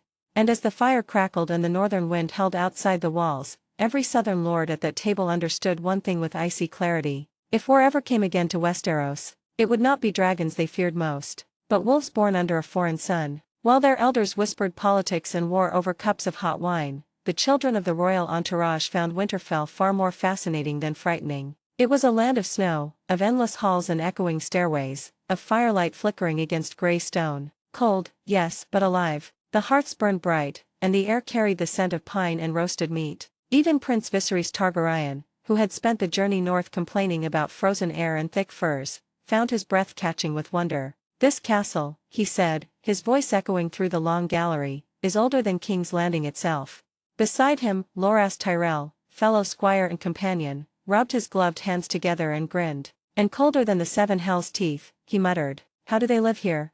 Viserys smiled proudly, as though the chill itself were a test of bloodline. The Starks are born with ice in their veins. But a Targaryen, he drew himself taller, a Targaryen's fire burns through anything. From behind them, Prince Aegon, a boy of 7, hugged himself against the cold. I'd rather have a blanket, he said softly. My fire feels very small. Your fire will grow, Viserys said in what he believed was a regal tone, and Loras barely suppressed a snort. You sound just like our king. Good, Viserys replied. One day I'll wear his crown. They wandered deeper into Winterfell, accompanied by a handful of guards who trailed at a polite distance. The corridors twisted like a labyrinth, with sudden turns and hidden doors that seemed to breathe secrets. Even the walls themselves murmured faintly with the hum of hot water running through the pipes beneath Winterfell's ancient, mysterious warmth. Princess Rhaenys Targaryen skipped ahead, her black hair bouncing, Daenerys toddling beside her hand in hand. "Do you hear that?" Rhaenys whispered. "It's like the castle is sighing." "That's the heat from the springs," said a northern guard patiently. "The castle's built on them." Viserys' eyes gleamed. "Hot water running beneath the ground, dragons sleep under fire too." Loras raised an eyebrow. "Are you saying there's a dragon under Winterfell?" Viserys turned to him, lips curving into a conspiratorial grin. "Perhaps. My mother told me once that long ago, during Aegon's reign, one of our dragons flew north and never returned. She said it was wounded, that it landed near Winterfell and laid an egg." Aegon's eyes went wide. "An egg? Here?" "That's just a story," Loras said, though a spark of curiosity flickered in his own eyes. "Your mother probably made it up to make you feel brave." Viserys ignored him. "If a dragon's egg truly lies hidden here, imagine what it would mean. I could hatch it, tame it, a dragon of my own. Then everyone would have to kneel when I speak." They explored the courtyard first, then the armory, then the empty kennels where old wolf bones hung as trophies. Winterfell's vastness seemed endless, its towers, its cellars, the silent godswood where red leaves shivered in the wind. When they came across a narrow stairway spiraling down into the dark, Viserys halted. "What's down there?" he asked the nearest guard. "The crypts," came the quiet reply. "Only Starks are permitted." Viserys' grin turned sly. "Then we'll go quietly." Loras hesitated. "We'll be in trouble if we're caught." "Then don't get caught," Viserys said, already descending. His golden hair glimmered faintly in the torchlight as he led the way down. Aegon followed reluctantly, clutching his cloak. The air grew colder, older, heavier. The flickering torches revealed statues of men and women in stone, their faces solemn, direwolves carved at their feet. Shadows pooled between them like breathless ghosts. Daenerys whimpered softly. "I don't like it." "It's just statues," Rhaenys said, though her voice shook. "They can't hurt us." Loras muttered, "I'd rather fight a real knight than walk here alone." Then, from the far end of the corridor, came a deep rumble, soft, but unmistakable. All the children froze. "What was that?" Aegon whispered. Viserys' heart pounded, not with fear but delight. "You heard it, didn't you? A dragon's breath." Viserys, "No," Loras hissed. "We should go." But the prince was already striding toward the sound, torch held high, his breath forming white mist. "It's down here. It must be." They followed him unwillingly, step by step, until they reached the last alcove where an ancient king of winter lay carved in stone. Beyond him was only a blank wall, and yet the air was warmer. Viserys pressed his hand to the stone. It was hot. Aegon gasped. How can that be?" The wall gave a faint crack, as if something beneath it exhaled. For a long heartbeat, none of them spoke. Then Viserys' voice trembled in awe. "It's true." When they finally climbed back up, pale and shivering, their guards scolded them soundly and marched them toward the main keep. But Viserys hardly heard a word. His mind was ablaze with one thought. He had touched fire beneath Winterfell, a dragon's secret waiting for him to claim. And in the grey light of dusk, as snow fell gently over the courtyard, Prince Viserys Targaryen whispered to himself, "I will find it, and when I do, I will be the one who wakes the dragon." Winterfell's training yard had never seen such a sight in living memory. Snow flurried in thin veils through the cold air, and every strike of steel against steel rang like thunder beneath the walls. The southern knights, wrapped in layers of wool and pride, gathered near the edge of the yard to watch. At the center stood Ser Arthur Dayne, Sword of the Morning, his blade dawn glimmering pale as sunrise. And facing him, on the frozen ground, stood one of the Narnian skin changers. The man's eyes were amber, his breath steaming, a wolf's pelt thrown carelessly over his shoulders. His weapon was no forged knight's sword but two curved Narnian blades, black as obsidian and humming faintly with some power Arthur could not name. Arthur raised dawn in salute. "Begin," he said. The man smiled, sharp and wild. "As you wish, Southern Knight." The clash was swift, blindingly swift. Arthur had fought princes, knights, even the Mountain himself in years past, but never had he met such speed. The skin changer's twin blades blurred like liquid shadow, and Arthur found himself forced back, parrying blow after blow, his breath frosting in the air. When he countered, it was like striking wind, every movement answered, every angle mirrored. He landed one clean strike, the flat of dawn against the man's chest, but before he could step back, the skin changer grinned and whispered a word that made the very snow tremble. Arthur froze. Something pressed against him, not steel, not hand, but a presence, a voice in his mind. "I could be inside your head before your next breath, Knight." Arthur staggered back, breaking the contact, heart pounding. The man only laughed and bowed. "You're fast," he said, "but your mind is still loud." Over the next 3 days, Arthur sparred with 10 skin changers. He bested 4 by grit, skill, and the perfect clarity of dawn, but the other 6 humiliated him. One fought blindfolded and still knocked him down with a sweep of his leg. Another disarmed him without touching him, his twin blades shimmered faintly behind his shoulders. A woman, one of Lyanna's personal guards, fought him with twin knives and whispered runes that made her body blur with speed. He never even saw her final strike before he found himself on his knees, the edge of her blade resting against his throat. "You are worthy," she told him softly, "but you do not yet understand the sword." When they finally sheathed their weapons, Arthur was drenched in sweat despite the snow. He had not been humbled like this since he first held a blade. One of the skin changers, a tall man with hawk-like eyes, offered him a hand. "You are skilled, Knight of the South," he said in a deep, even voice. "But skill is only one part of strength." Arthur wiped his brow. "Then what is the rest?" The man tilted his head, almost pitying him. "Bond, spirit, soul. Your blade is alive, yet you treat it as a tool." Arthur frowned. "Dawn was forged from a fallen star. It is pure." "It is not alive," the man finished. "Not to you." Arthur's temper flared. "What would you know of my sword?" The skin changer smiled faintly. "I know that all things that breathe, beast or steel, can remember." He crouched, tracing a symbol in the snow, 3 interlocking circles that pulsed faintly with blue light. Arthur stared. "That is sorcery."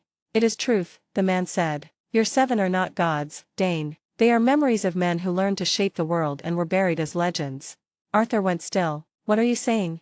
The skin changer met his eyes. "That magic, real magic, is not gone from the world. It was never gone. Your order killed it, your faith burned it, your kings buried it under stone. But it breathes still, in the blood of the old, and in the lands your maesters call myth." He leaned close, his voice a whisper of wind and snow. "In Narnia, it thrives." Join me on Patreon if you want to request a novel, link in the description. 70, Chapter 70, A Promise in Winter. The godswood of Winterfell had never looked so alive. Snow had fallen the night before, soft and clean, blanketing every branch and stone in pale white. Now, in the early light of morning, the weirwood tree stood like a god of winter itself, its white bark glistening, its red leaves whispering in the cold wind. Blood-red tears ran down its carved face, vivid against the snow, as if even the old gods were awake to witness the joining of 2 great houses. Every corner of the grove was alive with breath and quiet awe. The lords and ladies of the north stood in silence, their furs heavy and their voices hushed. Lords of the Riverlands and even the royal retinue from King's Landing stood close to the edge, breath misting, uncertain of how to act in a ceremony that belonged to no sept, no faith, and no crown. At the heart of it all stood Benyon Stark, youngest son of Lord Rickard, his dark hair dusted with snowflakes, his grey cloak clasped with the dire wolf of his house. Across from him, fierce and radiant, stood Daisy Mormont, daughter of Lady Maedge, wearing a cloak of brown bear fur over deep green wool, her hair braided with silver wire and pine needles. The faintest smile touched her lips, pride, love, and a spark of challenge that matched the cold gleam in Benyon's eyes. There were no priests, no crowns, no music. Only the wind, the snow, and the whispering leaves. Lord Rickard Stark stepped forward, holding a small bronze goblet carved with runes older than his house. "Before the eyes of gods and men," he said, his voice deep and steady, "we gather to witness the joining of Benyon of House Stark and Daisy of House Mormont." The crowd shifted. The southern lords looked uncomfortable. There were no silks, no jewels, no septons chanting prayers. Only solemnity and stillness. Rickard continued, "In the north, we do not speak words we do not mean. Here, a man and a woman pledge their lives before the gods who see through all lies." Benyon reached into the snow and drew his dagger. He turned the blade to his palm and cut a thin line across it. Blood welled, red against white. Without hesitation, Daisy mirrored him, pressing her palm to his, blood mingling, smoke rising faintly in the freezing air. Together, they knelt before the weirwood. "I am yours," Daisy said, her voice unwavering. "I am your shield in your storm." "And I am yours," Benyon answered. "I am your sword in your silence." The old gods heard. When they rose, Lord Rickard clasped their joined hands and draped Benyon's grey cloak around Daisy's shoulders. The dire wolf of House Stark now hung over the bear of House Mormont. "From this day until your last day," he said, "she is of your pack." The northern lords murmured approval. Maedge Mormont wiped a tear before hiding it behind a sniff. "My girl is a Stark now," she said, half in pride, half in disbelief. At the edge of the gathering, Lyanna watched with quiet joy, Sirius leaning against her leg, his eyes wide at the beauty of it all. Even the dire wolves lay still beside the heart tree, as if they too felt the holiness of the moment. Prince Rhaegar Targaryen stood apart, his expression unreadable. "This is their faith," he murmured to Arthur Dane. "Raw, without scepter or crown." Arthur nodded. perhaps purer for it. Elia Martell held her children close. Daenerys watched the red leaves falling and whispered, "The tree is crying." Elia smiled faintly. "They say the old gods cry only for joy or vengeance. Today, let it be joy." Oberyn laughed softly beside her. "Strange wedding, but I like it. No pomp, no lies, a man, a woman, and their blood." When the vows ended, the people returned to Winterfell's great hall. Fire blazed in every hearth, and the walls echoed with laughter and song. Narnian fire whiskey flowed beside northern ale, and platters of roast elk, bear, and spiced bread filled the tables. The southerners, pale from cold, thawed at last beneath the warmth. Benyon and Dacey sat at the high table, Hen still joined, their cheeks flushed from wine and heat. The room roared with toasts, to the wolf and the bear, to the blood of the north, to the new pack. Sirius and Robb darted between the tables, chased by their dire wolves to the delight, and mild terror, of the guests. The royal children watched from afar, laughing, even as Aegon clutched his cup tightly when a wolf padded too close. Rhaegar raised his goblet, voice calm and clear. "To House Stark," he said, "may their bonds grow strong as steel." Rickard Stark met his gaze across the hall, his reply carrying the faintest edge. "And may all kings remember, even steel bends to winter." Laughter rippled through the northerners. The southerners only smiled uncertainly. As night deepened, music filled the hall, flutes and drums, and then, curiously, a strange Narnian harp whose sound shimmered like moonlight on frost. Queen Lyanna sang a soft song in a language few understood, her voice carrying the ache and beauty of distant lands. Even Rhaegar, who once thought himself the world's only true bard, found himself listening, humbled. The celebration lasted until dawn. Snow fell again by morning, silent and pure, as if to bless what had been joined beneath the eyes of gods and men. The morning after the wedding dawned grey and cold, as if Winterfell itself was weary from too much laughter. Smoke curled from the towers, and frost glimmered across the courtyard like silver dust. The echoes of song and feast had long since faded, only the sound of hooves, wagons, and the clatter of departing men filled the air. The great houses of the north were taking their leave. Lord Cerwyn clasped Benyon's arm and bowed to Dacey Mormont. "A fine match, my lord," he said. "May your sons be born with the courage of the bear and the heart of the wolf." Lord Glover followed, his men already mounted. "You've bound two proud houses together," he said to Lord Rickard. "The old gods will smile on this union." Rickard Stark only nodded. His eyes were distant, already turning to matters beyond celebration, harvests, fortifications, and now the promise that hung in the air like a northern wind, Moat Cailin. By noon, the banners of the departing lords flapped against the sky, Manderley's Merman, Tallheart's Pines, Umber's roaring giant, each disappearing one by one through the gates of Winterfell. The river lords too began their long journey home, grumbling quietly about frozen roads and bitter winds. They had lingered far longer than intended, waiting first for the royal procession and then for the ceremony itself. Duty called them south again. Only the royal party remained, their carriages gleaming darkly against the snow, guarded by the silver armor of the Kingsguard and the ruby cloaks of Dorne. Inside the great hall, the fire still burned low from the night before. Benyon and Dacey stood before it, still wearing faint smiles, hands lightly entwined. Lyanna watched them from across the chamber, her heart full, the kind of pride only a sister could know. When the hall cleared, she stepped forward and drew Benyon aside. "I made you a promise," she said softly, "one I intend to keep." Benyon frowned. "What promise?" She smiled faintly. "To rebuild Moat Cailin." For a moment, the young Stark lord could only stare. "That fortress has been in ruin for centuries. The marshes have swallowed half the walls. It would take a lifetime to rebuild." Lyanna reached into her cloak and withdrew a rolled parchment, stamped with a wax seal of the Narnian crest, a dragon. "Not a lifetime," she said. "A season or two, perhaps. My husband commands craftsmen who can raise castles from stone and magic both. You shall have funds, masons, and Narnian steel. The old capital of the north will stand again." Benyon took the scroll, his hands trembling slightly. "Sister, this is too much." "Nonsense," she said. "The north needs its pride. And Moat Cailin was always meant to guard our realm. You'll make it more than a fortress, you'll make it a city." At her words, Lord Wyman Manderley, who stood close enough to overhear, let out a great booming laugh. "By the Seven, my lady, if the Queen of Narnia means to rebuild Moat Cailin, the south will shake in its boots." Rickard Stark turned from the fire at that. "Enough, Wyman," he said. "No need to spread fear where there is none." But the seed was already planted. Word spread quickly among the royal guests. To the north, Lyanna's promise was a blessing, a return to their roots, a symbol of strength and independence. To the south, it was something else entirely. Lord Randall Tarley, ever the soldier, whispered to Prince Rhaegar that evening as they dined in quiet company. Your Grace, he said lowly, Moat Cailin controls the only pass into the north. If they rebuild it, if they fortify it with foreign gold, no army south of the Neck will ever take Winterfell again. Rhaegar set his goblet down, thoughtful. Perhaps it was never meant to be taken, he said. Tarly's jaw tightened. Then it will mean the north stands apart, not just in blood, but in walls. Elia Martell glanced between them, her face pale in the firelight. You think north means to defy the crown? I think, Tarly said grimly, Queen Lyanna means to protect her family, and that is dangerous enough. Oberyn Martell laughed softly. Perhaps we should be grateful. A fortress like that could hold back any rebellion that comes from beyond your icy borders.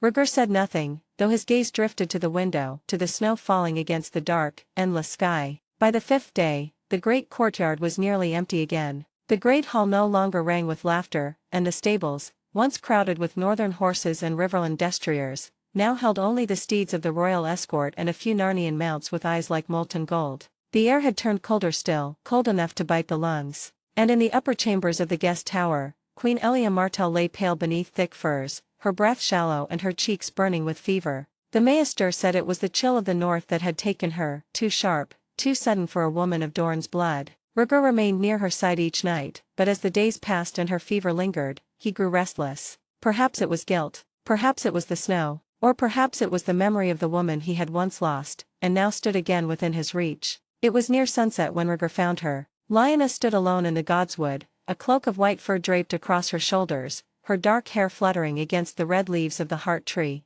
The air was filled with the faint scent of pine and snow, and the stream beside the tree murmured softly beneath a thin crust of ice. Rhaegar hesitated at the edge of the clearing. Lyanna, he said at last. She turned. Her expression was calm, distant, even, and her eyes, grey and clear as winter sky, fixed on him without warmth. Your Grace, she said simply, you should be with your wife.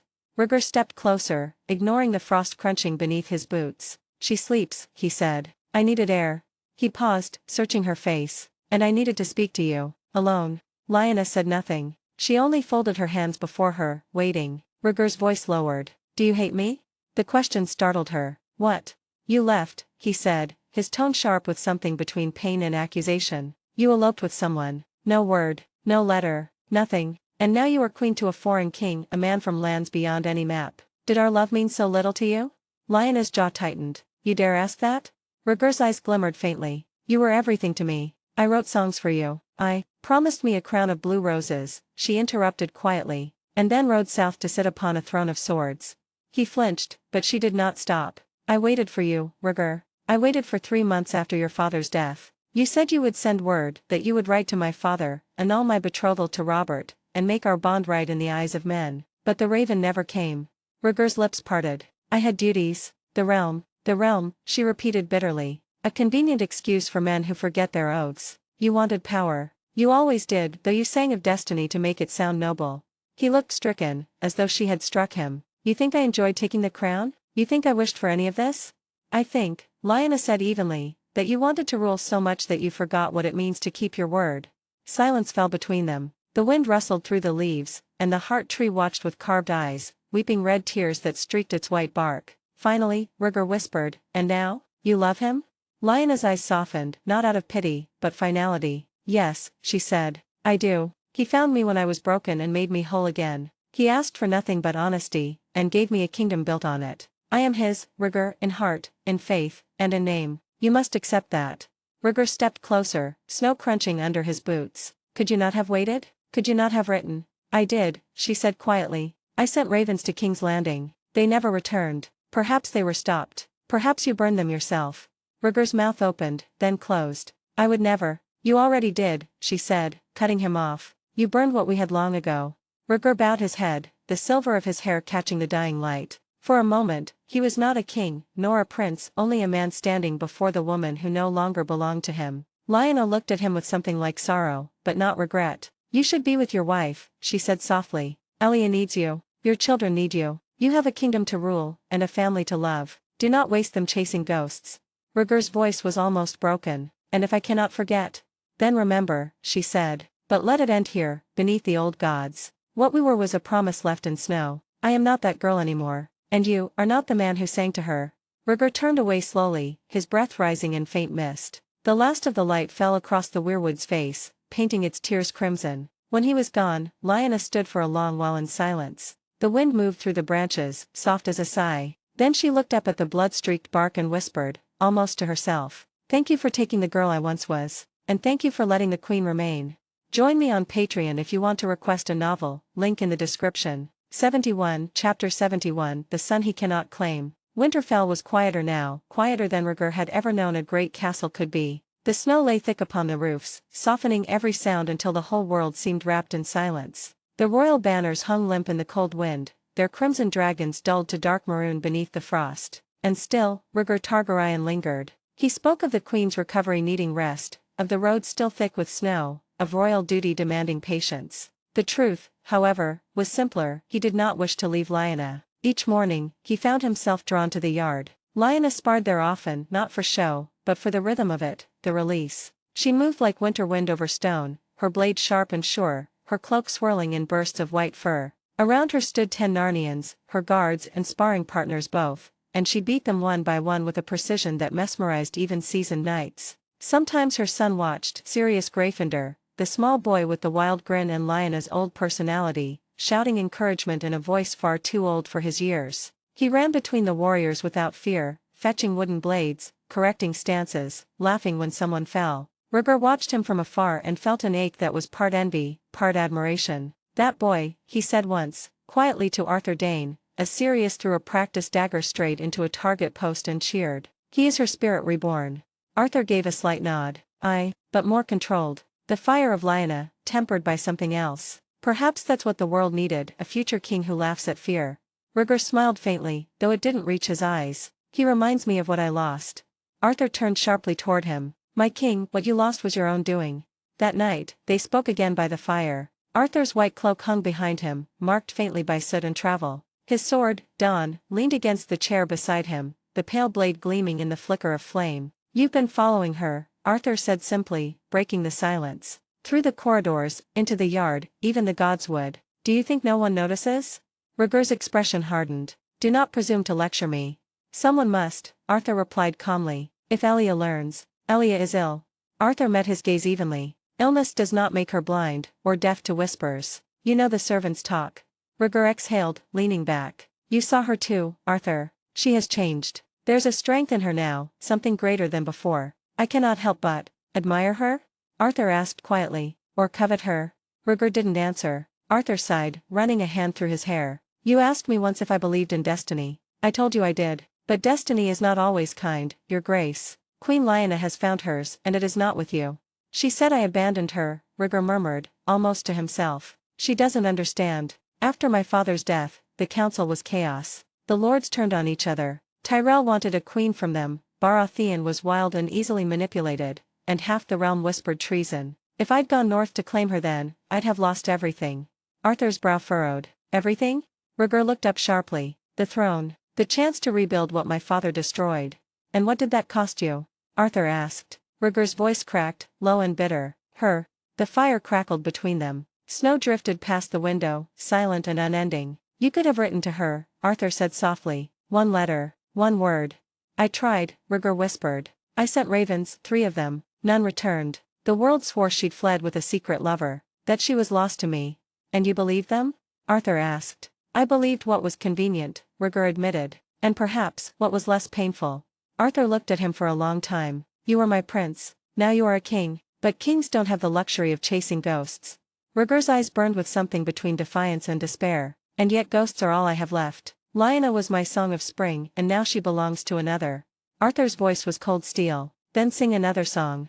The next morning, Rhaegar saw her again. Lyanna was walking along the ramparts, her white furs gleaming against the grey stone, Sirius trotting beside her. The boy was telling some animated story about dragons and direwolves joining forces, waving his hands in excitement. Lyanna smiled, that same fierce, bright smile he remembered from the tourney at Harrenhal. The sight of it twisted something deep in Rhaegar's chest. He stepped back into the shadow of the tower before she could see him. His heart pounded like a drum. Arthur's voice echoed in his mind, "Kings don't chase ghosts." But Rhaegar couldn't help himself. He watched her walk away, her laughter mingling with her son's, the sound fading into the wind until all that was left was silence and the slow, heavy ache of regret. The frost had thickened across the courtyard of Winterfell, covering the cobblestones in a thin glassy sheen that cracked beneath the hooves of restless horses. Smoke curled from every chimney, and the sound of soldiers tightening saddle straps echoed through the walls. The king's council was in turmoil. For days they had gathered in the solar of Lord Stark, parchment and wax strewn across the tables, their tempers flaring like torches.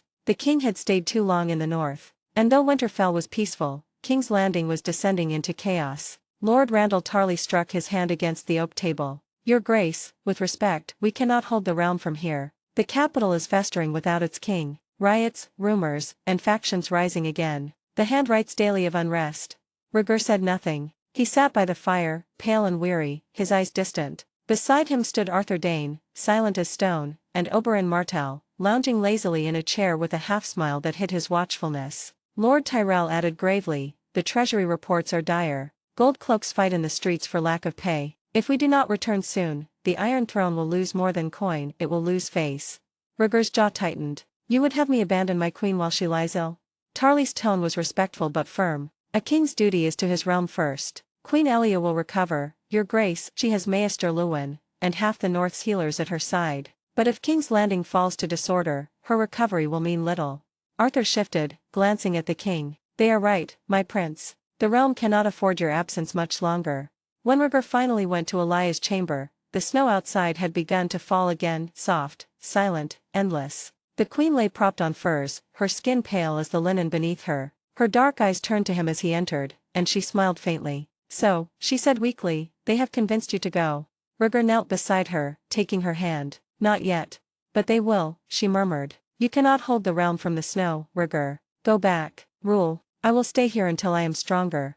"You cannot remain," he said quietly. "The journey back will be hard enough. The Maesters say I may not survive it," she finished softly. "You know that. The fever has worsened, and the chill remains in my body. The North's cold is in my bones now." He looked down, his hand tightening around hers. "Then I will stay." Her laughter was a fragile thing, almost a sigh. "You are a king, not a nursemaid. Besides, I will not be alone." Oberyn entered then, his cloak of crimson and black trailing behind him. "My dear sister speaks the truth," he said lightly. "I shall remain with her, and Uncle Luwin, too. If the North wishes to test its honor, they will find 2 Martells ready to return it tenfold." Rhaegar stood slowly. "I should not leave you here." "Nor should you stay," Elia replied gently. "The realm needs its king. I only need time and warmth." She smiled faintly. "Winterfell has both, in its way." By the week's end, the royal party was ready. The banners of the dragon drooped under snow, and the courtyard filled again with the noise of departure, of stamping, men shouting, and servants running to and fro. Queen Elia stood wrapped in white furs, Oberyn and their Uncle Luwin at her side. Her cheeks were still pale, but her eyes burned with pride as Rhaegar approached. "I will send ravens," he said. "I will burn them if they carry talk of duty," she teased faintly, then softened. "Go, Rhaegar, rule well." He kissed her brow, lingering longer than he meant to. "I will return. Only when the snow melts," she whispered. "Until then, let Winterfell keep me." Behind her stood Daenerys Targaryen, her silver hair braided neatly, her violet eyes bright with the joy only children knew. She had refused to leave, clinging to Elia's bedside and now to her skirts. But everyone in the castle knew her true reason. For Daenerys, Winterfell meant Sirius, the boy who could make her laugh until she forgot her etiquettes, who taught her strange games and stranger words, who treated her not as a princess, but as a friend. Rhaegar knelt before his little sister. "You wish to stay?" Daenerys nodded eagerly. "Sirius promised he'd show me the caves under the castle, and he said there's a secret garden where dire wolves sleep." Arthur Dayne, standing beside the king, smiled faintly. "A dangerous friend, that boy." Rhaegar's gaze flicked toward the keep where Lyanna was watching from a balcony, Sirius perched beside her like a smaller shadow. For a heartbeat, their eyes met. Then she turned away. The king mounted his horse. "Very well," he said. "Stay for a time. Guard her well, Ser Luwin. And Oberyn." "We'll keep her warm," Oberyn said with a lazy grin. "Fear not, Your Grace. The vipers of Dorne thrive even in the snow." The morning of departure was thick with frost. The royal banners, heavy with ice, drooped over the courtyard. The sound of harnessed horses and creaking wheels echoed through Winterfell's walls. The king's carriage waited near the gates, its black lacquer dulled by snow. Inside sat Rhaegar Targaryen, silent, watching his breath cloud against the window pane. It had happened the night before, a fleeting moment that refused to leave his mind. Rhaegar had walked the lower courtyard alone, lost in thought, when he heard voices from behind the stables. 2 of the strange Narnian skin-changers, warriors from Lyanna's retinue, were speaking in their rough, foreign-accented common tongue. We must be back before the next moon, one said. Prince Sirius's birthday is near. The king will want the feast ready in Narnia. 6 years old already, the other laughed softly. Feels like yesterday we all celebrated his 5th birthday. Their words struck him like a blade through ice. 6 years old. Rhaegar froze where he stood, half-shadowed by the lantern glow. The year counted back too neatly, too precisely. Lyanna had vanished from Westeros 5.5 years ago. His breath came shallow, his fingers gripping the edge of his cloak. He didn't move until the men walked away, their laughter fading into the cold night. Now, hours later, the royal carriage rattled down the snowy road toward White Harbor, and Rhaegar still hadn't spoken a word. His thoughts were a storm, whirling and unending. Arthur Dane, riding beside him within the carriage, finally spoke. "My king, you've not touched your wine nor your bread. You look as though you've seen a ghost." Rhaegar's voice was distant. "Perhaps I have." Arthur frowned. "What troubles you?" Rhaegar leaned forward, his tone low, almost conspiratorial. "Arthur, tell me, how old do you believe Lyanna's boy is?" Arthur blinked. 6, I think. "Why?" "The child, Sirius." Rhaegar's eyes gleamed with a strange, fevered light. "He's 6 years old." 6, Arthur. "Do you understand what that means?" Arthur's brow furrowed. "I understand it's his age, but what are you implying?" Rhaegar inhaled sharply. "Lyanna left the north nearly 6 years ago. She was with child when she fled, and she would never, never, have taken another man so soon. You knew her honor, her fire, her pride. Sirius," he paused, almost trembling, "Sirius must be mine." Arthur stared, lips parted in disbelief. "Your Grace, that's... Think, Arthur. The timing fits too perfectly." Rhaegar pressed, his voice rising. "The height, his mind, even his way of speaking." Lyanna said the boy was born with old wisdom in his eyes. "Gods, Arthur, that's my blood." Arthur hesitated. "But he doesn't look like you. The hair, the eyes." "He has her coloring," Rhaegar said quickly. "And her grace. The rest, perhaps some trick of ancestry, or the gods mocking me. But in my heart, I know, he is mine." Arthur looked away, his jaw tight. "And what then? Will you claim him? Declare to the world that your mistress bore your bastard while your queen still lives?" Rhaegar stiffened, eyes darkening. "Do not call her that." Arthur's voice hardened. "Forgive me, your grace, but it is truth. And truth is what you need to hear." The carriage wheels hit a rut, jolting both men. For a long time, only the sound of snow crunching under the horses filled the silence. Arthur spoke again, his tone quieter now. "Even if he is your son, what good would it do to reveal it? You would undo both kingdoms. He would lose everything, his place in Narnia, his peace, his safety." Rhaegar's jaw clenched. He should not grow up thinking another man is his father. Arthur met his gaze. "Better that, than to grow up hunted by half the realm. You already have heirs, Aegon, Rhaenys. The lords would never accept another, and Narnia would never forgive the scandal." Rhaegar's expression faltered. "You think I should do nothing?" "I think," Arthur said softly, "you should love him enough to leave him be." The words lingered long after. Rhaegar turned his gaze to the snowy horizon, where the north faded into mist. His heart was a battlefield, honor against longing, duty against desire. He could still see the boy's face in his mind, the bright green eyes, the fearless smile, the way he spoke without hesitation, bold, free, as Lyanna once had. He had her fire, and perhaps his soul. But Arthur's words were true. If he claimed Sirius, he would bring ruin upon them all. That night, as the royal caravan camped along the frozen road, Rhaegar stood alone outside his tent, watching the northern stars. His breath rose white against the dark. In his heart, he whispered into the cold air, "Forgive me, my son. The world I built cannot hold you."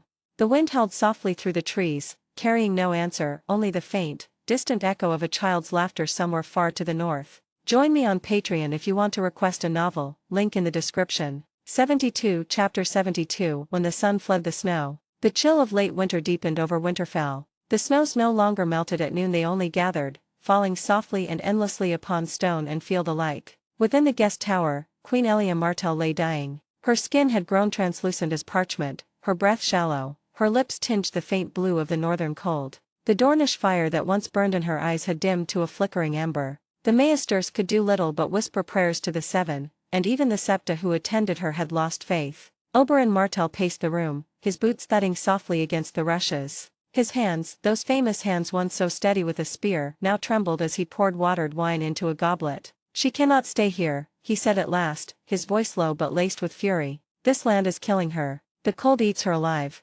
Maester Lewin hesitated. "Your Grace, the journey to Dorne would be long and perilous. She would not survive the sea winds." "Better to die in the arms of her own son," Oberyn said, slamming the goblet down. "Better in the warmth of her home than to freeze in this cursed keep." Lewin Martell, standing beside the bed, flinched slightly at his words but said nothing. Elia stirred faintly, her eyes opening. Oberyn, he whispered. Do not shout. The cold already does enough. He knelt beside her. We will take you home, sweet sister. She smiled faintly, turning her gaze toward Lyanna. The North does not forgive easily, does it? Lewin shook her head, her voice soft. We don't know, my dear. When Maester Lewin approached Lyanna later that evening, his expression was grave. My queen, he began carefully, please help her. Lyanna looked up from the fire. Speak, Maester. The Narnian medicines you brought, I've seen what they can do. Their touch heals wounds that should not close. The herbs restore breath to those who cannot draw it. Perhaps, you want us to heal your queen? She asked. He nodded slowly. I have read many accounts, but none of such arts. They say your king, your husband, is a healer greater than any maester. Perhaps his people can help. Lyanna thought for a moment. They are skilled, yes, but not miracle workers. Still, Lewin said softly, what better miracle to attempt than to save a dying woman?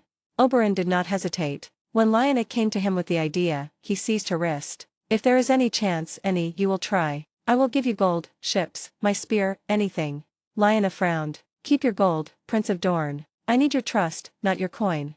That night, the chamber filled with strange scents, sharp herbs and incense that burned like honeyed smoke. 2 Narnians entered, both cloaked in deep green furs, their eyes pale as the moon. They placed smooth stones upon Elia's chest, murmuring words in a language no one in the room understood. They made her drink strange concoctions. Oberyn watched every motion, his knuckles white around his sword hilt. Elia's breathing steadied, just a little. Color returned faintly to her cheeks. But by dawn, it was clear she was not healed, only slowed in her dying. She will live, one of the Narnians said, but not for long in this condition. The cold rejects her. We must take her to Narnia fast.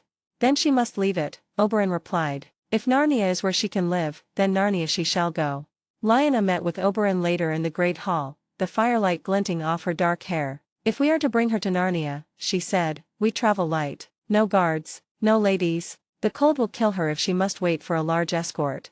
Oberyn nodded. Then I will come with her, and my uncle, Ser Lewin. He will not let me go without him. And the girl? Lyanna asked, glancing toward Daenerys, who sat nearby plaiting Sirius's hair into a dozen crooked braids. She stays, Oberyn said. Daenerys looked up immediately. No, I'm coming. I want to see Narnia. Lyanna raised a brow. You wish to see a world of snow when you've barely survived this one? Daenerys grinned. Sirius said it's not all snow. He said there's a castle with dragons carved in gold and trees that glow. Lyanna smiled faintly at the thought of her son's wild imagination. Very well, but you'll obey every word I say. The little princess nodded eagerly. By the next morning, the preparations were complete. A single covered wagon was fitted with layers of fur and lined with enchanted warming stones brought by the Narnians. Horses were yoked, guards posted at the gate, and word was sent to White Harbor for a waiting ship. Elia was lifted gently into the wagon, pale but conscious, her dark eyes meeting Lyanna's. I never thought, she murmured, that the woman I once hated would be my salvation. Lyanna adjusted the blanket around her shoulders. The gods have strange humor, my queen. Oberyn climbed onto his horse, his face hard but his voice steady. We ride for White Harbor, and from there, to your land of wonders. Narnia, Lyanna said quietly, is a land of secrets and you will be forced to keep it that way. Snow began to fall again, soft, endless, merciless, as the small company left the gates of Winterfell. The snows had not stopped for 3 days. They fell in soft sheets that blurred the horizon into a gray-white dream, and every hoofbeat sank deep into the frozen earth. The wagon creaked and groaned as it dragged its way south toward White Harbor, wheels half buried in slush and ice. The journey to Narnia had begun. At the head of the convoy rode Lyanna Stark, her furs dusted with frost, her eyes narrowed against the wind. Beside her, on a wolf large as a destrier, rode her son Sirius, his dark hair whipping wildly in the gale. Beneath him moved Godric, the dire wolf, massive, silent, and sure-footed on the ice. Lyanna's own wolf, Helga, loped alongside, her pale coat almost invisible against the snow. Between them ran 2 mounted Narnians, guiding the covered wagon that carried Queen Elia Martell and Princess Daenerys. From within the wagon came Daenerys' muffled voice. Why can't I ride the wolf too? It's not fair. Lyanna smiled faintly without turning. Because your hands are too small to hold on when Godric runs. Sirius laughed from his saddle. She's right, Dany. Godric only lets me ride him because he knows I'm the bravest in all the north. Then I'll be the bravest in all the south. Daenerys declared stubbornly, crossing her arms. When I'm queen, I'll have a dragon, and I'll ride higher than your wolf ever could. Oberyn Martell, riding near the wagon, muttered to himself, 7 save me, 2 of them and the castle will collapse before sunrise. Oberyn had not taken his eyes off the wolves since the journey began. Every time one padded too close to his horse, the Dornish prince stiffened and pulled at his reins. When Godric turned his golden eyes on him, Oberyn swore he saw intelligence there, cold and ancient. It unsettled him more than any foe on the battlefield. Your beasts make me uneasy, he confessed once to Lyanna, as they stopped to rest. In Dorne, creatures this size would be called demons. Lyanna chuckled softly. They are wolves, Prince Oberyn, children of the old gods, not of hell. You'd be surprised how gentle they are to those who do not fear them. I would rather they be gentle elsewhere, Oberyn replied dryly, dismounting. His horse, sweating despite the cold, tossed its head nervously each time Godric prowled near. The Narnians, meanwhile, tended to the wagon and horses with practiced ease. They spoke little, their pale eyes glinting in the dusk, their hands glowing faintly whenever they prepared Elaya's medicine. Inside the wagon, the queen's breath no longer came in ragged gasps. The medicine, a strange amber tonic mixed by the skin changers, gave her color again. She could even speak now without trembling. Lyanna climbed in during one halt and touched Elaya's hand. You're stronger today. Elaya's lips curved faintly. If by stronger you mean I can sit up without seeing the world spin, then yes. Daenerys beamed beside her, clutching Elaya's fingers. When we reach Narnia, you'll get better. Sirius said his father can fix anyone. Elia smiled at the girl, then looked at Lyanna. Tell me the truth, can he? Lyanna hesitated, then nodded slowly. If anyone can, it's Harry. I've seen him heal wounds that would make even Maester weep. He draws from something purer than fire or faith, a magic that listens. Elaya's voice softened. Then I will put my life in his hands. Oberyn, standing by the wagon, overheard and muttered under his breath, he had better have steady hands then. The path to White Harbor wound like a white ribbon through the hills. Each night they camped by half-frozen streams, the Narnians setting up enchanted lanterns that glowed with steady warmth. Lyanna's dire wolves hunted for the company, returning each morning with fresh deer or hare. Daenerys found it marvelous, they hunt like dragons. While Oberyn called it a nightly reminder that the gods of the north have sharp teeth. On the 5th day, the snow lessened, revealing the faint blue shimmer of the river that led to the sea. White Harbor was near. Lyanna rode ahead with Sirius, her eyes fixed on the gray horizon where water met sky. Soon, she said softly. Just a little longer. Oberyn followed behind, his cloak flaring crimson in the wind. He looked toward the wagon where his sister rested and whispered to himself, if this king of yours can save her, then all Dorne will owe him a debt no blood could repay. By evening, the harbor lights shimmered in the distance. Ships swayed gently against the wharf, their sails dusted white. The Narnians quickened their pace, urging the horses forward. Lyanna looked back once, her eyes meeting Oberyn's. From here, it will be easier. The sea will carry her faster than any road. Oberyn exhaled in relief. Then let us pray your sea is kinder than your snow. Daenerys peeked from the wagon flap, grinning at the sight of ships. Is that Narnia? Sirius laughed, guiding Godric alongside. Not yet, Dany. This is just White Harbor. The dire wolves held as if in agreement, their voices echoing across the frozen water. The sea was gray and wide, the horizon blurring into mist where sky and water met. The biting northern wind rolled across the harbor, snapping banners and chilling every bone to its marrow. Yet for Lord Wyman Manderley, such cold was nothing compared to the thrill of seeing Narnian sails in his port again. 3 great ships waited at the docks, their hulls of polished blackwood and gold-lined rails gleaming beneath the pale sun. Their figureheads were unlike any Westerosi craft, dragons carved in living enchantment, their jeweled eyes gleaming faintly as if watching. When the small convoy from Winterfell arrived, the harbor erupted into motion. Guards saluted, harbor masters bowed. The townsfolk whispered in awe. Lord Manderley approached the group, his great belly wrapped in thick furs, his smile broad despite the wind biting his cheeks. Your Grace, he said, bowing deeply to Lyanna Stark, White Harbor welcomes you once again. Word travels faster than gulls. Lyanna cut him off with a gentle but firm voice. Another time, my lord. I must take to the sea. The queen's condition worsens by the hour. Manderley's face fell. I understand. The gods watch over her. Still, the people will curse me for not hosting a feast. They will forgive you, Lyanna said, already turning toward the ships. Tell them their queen carries hope for another's life. That will be feast enough. The lord bowed again, his voice heavy with respect. As you command, my queen. The Narnians were already at work. Tall, fur-clad sailors with braided hair and glinting steel ornaments hauled ropes and unfurled sails that shimmered faintly with runes. Elia Martell, frail but conscious, was carried aboard by 2 skin changers, their arms strong and steady. Oberyn and Ser Lewin Martell followed, their faces tense. The moment Oberyn stepped into the ship's interior, his eyes widened. "By all the gods," he murmured. "I expected a prison of wood and pitch, not a palace on the water." Indeed, the ship's interior defied reason. The corridors were carved beautifully, the walls lined with deep red wood and polished brass. Chandeliers floated midair, casting golden light. In the queen's cabin, the bed was draped with silk that shimmered like the desert sands of Dorne. Oberyn brushed his fingers along the carved doorframe. "Even our greatest Dornish ships would look like fishing boats beside this." Lioness smiled faintly. "Narnian ships do not merely sail, they glide upon wards of wind and will." It did not take Oberyn long to recover his swagger. His shock turned to delight as he discovered the Narnian crew, men and women alike, were strikingly beautiful, their eyes bright with strange colors, their manner calm yet confident. He began his usual games, a word here, a smile there, offering his title and his charm as freely as breath. "Prince Oberyn Martell of Dorne," he announced to a particularly stoic archer who was tightening a rope. "Poet, warrior, and lover extraordinaire. Allow me to ease the loneliness of this cold voyage."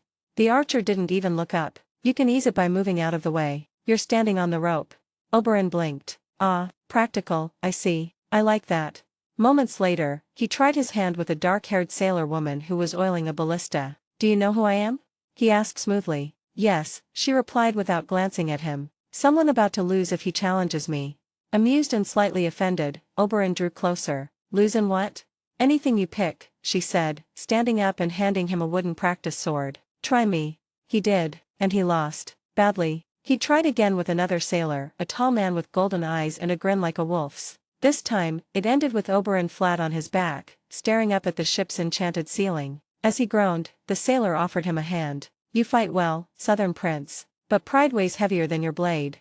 Oberyn took the hand, still smirking despite his bruises. "Perhaps, but I'll win next time." "You won't," the sailor said simply, and walked away. For the first time in his life, Oberyn Martell found himself surrounded by people entirely immune to his charm, and it stung. As the sails caught the wind, White Harbor faded into the mist behind them. The Narnians stood tall upon the decks, chanting words that bent the air itself. The sea turned calm, the waves flattening in a corridor of still water that seemed to glow faintly beneath the ship's hull. At first, Oberyn assumed they were sailing east, toward Bravos, toward warmth. But after a day, he noticed the sun setting differently. The wind grew sharper, colder. The sky deepened to gray. He frowned. "We are going north," he said aloud, gripping the railing. "Why in the seven hells are we going north?" "North is death."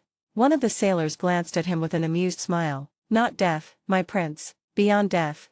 He blinked. "What does that even mean?"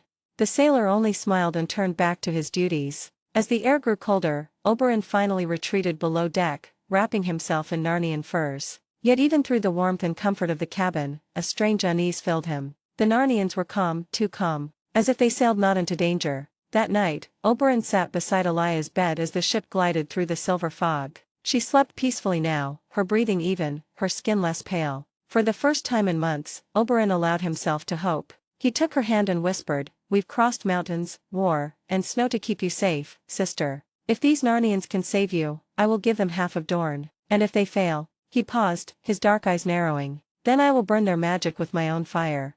Join me on Patreon if you want to request a novel, link in the description. 73 Chapter 73 The Sea That Obeyed. Prince Oberyn Martell had long since lost count of the days. The horizon never changed, pale mist by morning, silver-gray sea by noon, and the endless whisper of waves against the hull by night. Yet this voyage was unlike any he had known. The ship barely moved, or rather, it glided, as if the sea itself bent to its will. On the second day, Oberyn placed his half-finished goblet of Dornish red upon the table in his cabin. Hours passed. He walked, read, dozed, even sparred briefly with one of the skin-changers. When he returned, the goblet still stood where he had left it, not a drop spilled, not a tremor disturbed the surface of the wine. He stared at it, brow furrowed, then laughed softly. "Either your sailors are gods," he murmured to himself, "or your ship floats upon the breath of one."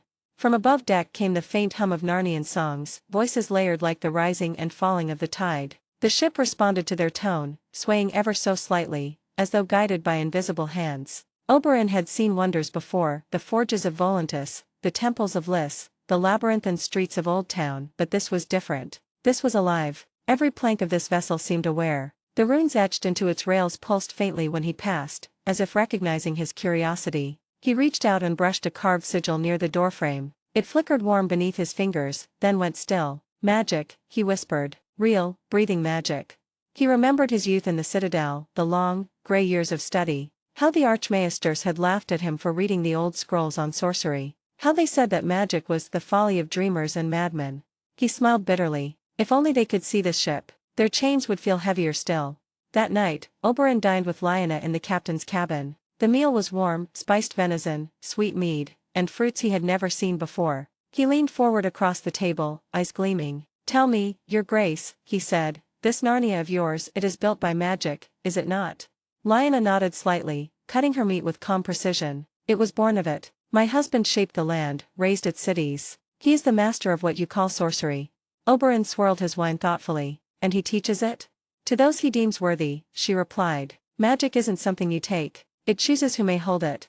He laughed softly. "Then I will make it choose me. I spent my youth learning what could not be learned. I forged links for knowledge that men fear. But now," he gestured to the glowing walls, the unmoving sea, "now I know how blind we all are." Lyanna regarded him quietly. "Be careful, Prince of Dorne. Curiosity can burn brighter than any flame and sometimes, it devours." Oberyn smiled. "Then let it devour me. I would rather be consumed by wonder than live chained to ignorance." Days blended into nights. The sky changed color, but the sea stayed calm, unnaturally calm. Sometimes, Oberyn thought he saw shapes gliding beneath the water, great silver fins, glowing faintly in the deep. Other times, he heard distant laughter carried on the wind, like voices that belonged to no mortal throat. He asked a Narnian sailor about it once. "What lies beneath us?" he demanded. The man smiled. "Old friends, guardians of the deep. They carry us safely when the world sleeps." Oberyn nodded slowly, his scholar's mind racing with questions he could not yet ask. That night, as the ship sailed north into the pale dawn, Oberyn stood at the prow, his cloak whipping in the wind. The stars above seemed closer now, the constellations brighter, stranger. He felt something stirring in his chest, not fear, but anticipation. For the first time in years, Prince Oberyn Martell did not crave battle or women. He craved knowledge. And as the ship sailed toward the unseen realm of Narnia, he whispered into the cold. "Show me your secrets, Narnia. Show me what the Maesters could not." The sea mist parted like silk as the Narnian ship glided into harbor under a moonlit sky. The air was crisp, scented faintly with salt and meat, but not cruelly cold as in the north. Here, the chills softened into comfort, the kind that whispered of magic woven into the very wind. It was midnight when they arrived at the harbor of Telmar, the golden heart of Narnia. Even at this late hour, Telmar shone like a dream upon the sea. Glass lanterns lit all over the city on iron poles, casting shimmering hues of emerald and gold across streets. From the docks, they could see the winding terraces that rose toward the city center, homes of crystal glass and black stone, their windows glowing softly from within. Distantly, music drifted from the taverns where laughter mingled with the hum of flutes. And yet, for all its life, there was peace. The city slept, but it did not slumber in darkness, it breathed in quiet light. Prince Oberyn Martell, who had seen every city from Sunspear to Old Volantis, could only stare. "By the Mother's mercy," he whispered. This is beautiful." Lyanna smiled faintly beside him. "You stand in Telmar, the city built to last. The capital of Narnia." As the ship anchored, a soft chime echoed, not the creak of ropes or clang of chains, but a musical resonance, as if the sea itself had sung a note of welcome. On the docks, Narnian sentinels waited, their armor of silver and white steel glinting under the moonlight. Each bore a sigil of a lion with wings, and their eyes shone faintly, like stars reflected in water. "Welcome home, my queen," said their captain, bowing as Lyanna stepped down from the ramp. "The harbor's wards have recognized your presence. We are honored." Lyanna nodded graciously. "Has everything been prepared?" "Yes, your grace. The wagons await."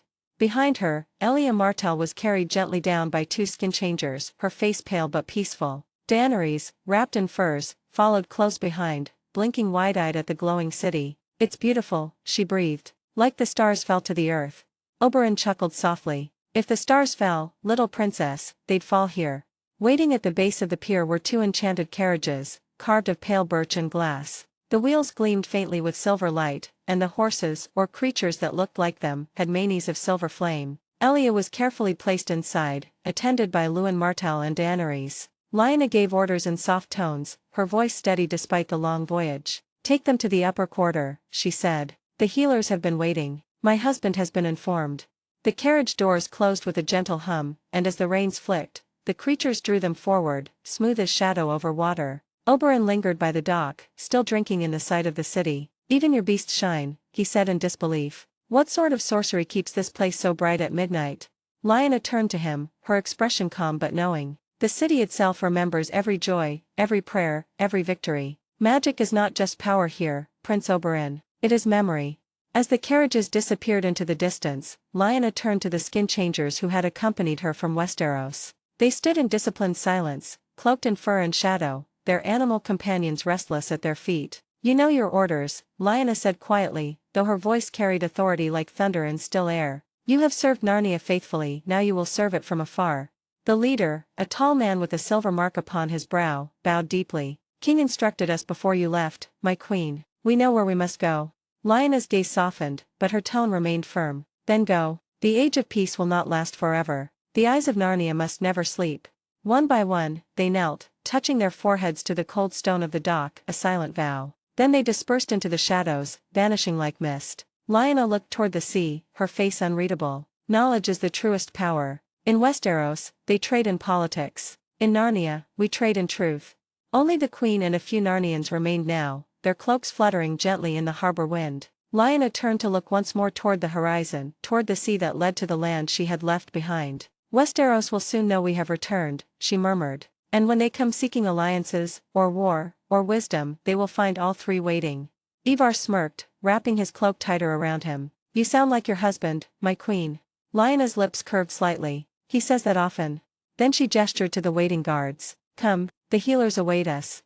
The final carriage door closed, and the sound of the wheels echoed against the moonlit cobblestones as they departed from the harbor. Behind them, the sea shimmered gold beneath the glass lamps, and the city of Telmar, eternal, radiant, watched in silence. Prince Oberyn Martell woke to warmth and silence, a silence so soft it seemed enchanted. He blinked into the golden light spilling through the tall windows of his chamber. The air itself smelled faintly of lilac and fresh parchment, and the bed beneath him, gods, it was softer than any he'd ever known. The sheets were silk woven with silver threads that caught the light, and the pillow seemed to cradle his every thought. For the first time in his life, the restless Prince of Dorne felt a pull not toward adventure, nor lust, nor danger, but to stay right where he was. Still, one thought broke through his haze of comfort. Elia. He threw off the sheets and stood. The floor was warm beneath his bare feet, smooth marble etched with gold veins. He stretched, his joints popping softly, and looked around. The chamber was vast, its ceiling painted with constellations that seemed to move when he blinked. He had only hazy memories of arriving last night, faint impressions of glass walls, luminous halls, and a great castle that shimmered like the surface of a dream. Now, in daylight, it was real and more magnificent than the Red Keep itself. As he stepped into the corridor, sunlight poured through crystal panes, casting rainbows across the floor. The walls were alive with moving carvings, not mere paintings, but shifting illusions etched into gold and stone. He saw Lyanna, crowned and smiling beside a young boy with untamable black hair and bright green eyes, Prince Sirius. Then, another figure appeared in the wall story, taller, broad-shouldered, with the same green eyes that seemed to burn through the marble itself. His expression was calm, yet fierce. His hands gripped twin blades that glowed faintly with inner fire. The inscription beneath the image read in runes, "Harry Gryffindor, King of Narnia, the Dragon of the North." Oberyn traced the engraved letters, all flickering through him. "So this is the sorcerer who built an empire out of air," he murmured. A voice spoke behind him, calm, deep, and touched with humor. "You're not the first to underestimate him, but most who didn't live long enough to regret it." Oberyn turned. Ser Lewin Martell, his uncle, stood near the balustrade overlooking the courtyard below. His white Kingsguard cloak was gone, replaced with a Narnian tunic of silver and black, but his bearing was the same, proud, composed, vigilant. "Come," Lewin said quietly, "you'll want to see this." Oberyn joined him, peering over the balcony. What he saw stole the breath from his lungs. Below, in a vast courtyard paved with ivory stone, 20 men surrounded a single warrior. That man, bare-chested, his muscles coiled with power, moved like a storm-made flesh. In his hands gleamed 2 swords, one of pure silver, the other wreathed faintly in blue flame. His strikes were precise, beautiful, merciless. Every blow landed like lightning. The 20 assailants were not weaklings, they were armored Narnian warriors, each strong and seasoned. Yet they could barely touch him. One by one, they fell, disarmed, flung back, or swept aside, and each time one dropped, another rushed in to take his place. "He's been fighting since dawn," said Lewin, his voice almost reverent. "And not one has drawn his blood." Oberyn's eyes narrowed. "That man, those eyes?" "Yes." Lewin nodded faintly. "That is the King of Narnia." Join me on Patreon if you want to request a novel, link in the description. 74, Chapter 74, A Kingdom Unlike Any Other. Morning sunlight streamed through the vast crystal windows of Gryffindor Castle, spilling gold and warmth across the marble floors. The air was alive with quiet laughter, the clatter of silverware, and the mingling sense of fruit, bread, and something sweetly spiced that Oberyn Martell could not name. From the upper balcony, Queen Lyanna stood watching the training courtyard below. Her husband was still sparring, a whirlwind of motion and light, and beside her, Oberyn and Ser Luwin Martell were leaning forward, their eyes fixed on the same sight. Harry was fighting 20 men at once now. Sweat glistened across his bare shoulders as his twin swords danced through the air. The blows that came against him were parried with impossible precision, a sweep here, a twist there, a strike so fast it left streaks of white in the air. Luwin muttered lowly, "He's still at it. Since dawn. I thought kings slept past sunrise." Lyanna's lips curved slightly. "My husband doesn't rest while the sun does. He trains until he finds silence in his body." Oberyn gave a low whistle. "Then the gods help his enemies, your grace. I've never seen a man move like that, and I've fought in every pit and palace this side of Essos." Lyanna turned toward him with a gentle smile. "He was never meant to be ordinary, Prince of Dorne. Come, leave the battlefield to him for now. You and your uncle must be starving." Oberyn's stomach betrayed him with a growl, and Lyanna laughed softly. "See? Even your body agrees with me." Luwin nodded politely. "We would be honored, your grace."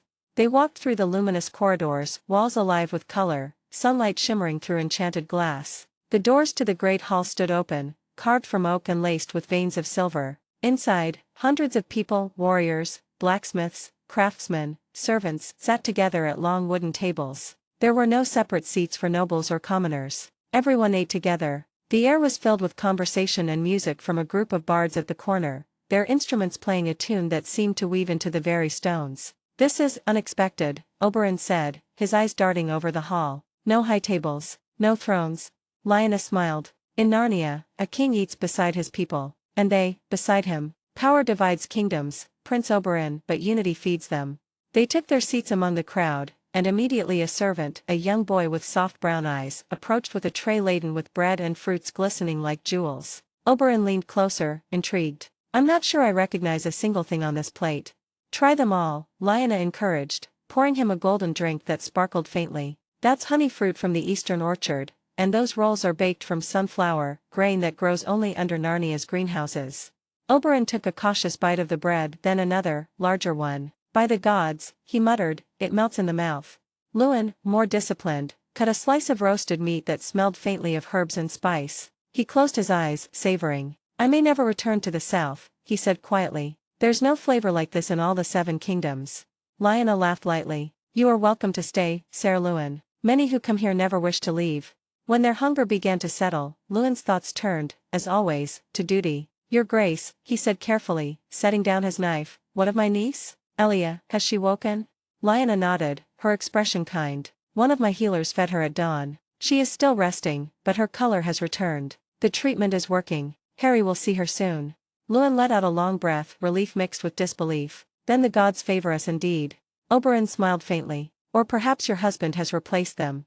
Lyanna tilted her head. "He would not like you saying that, Prince Oberyn. In Narnia, magic serves the people, not the divine. But yes, he is remarkable." Oberyn chuckled. "That's one word for it."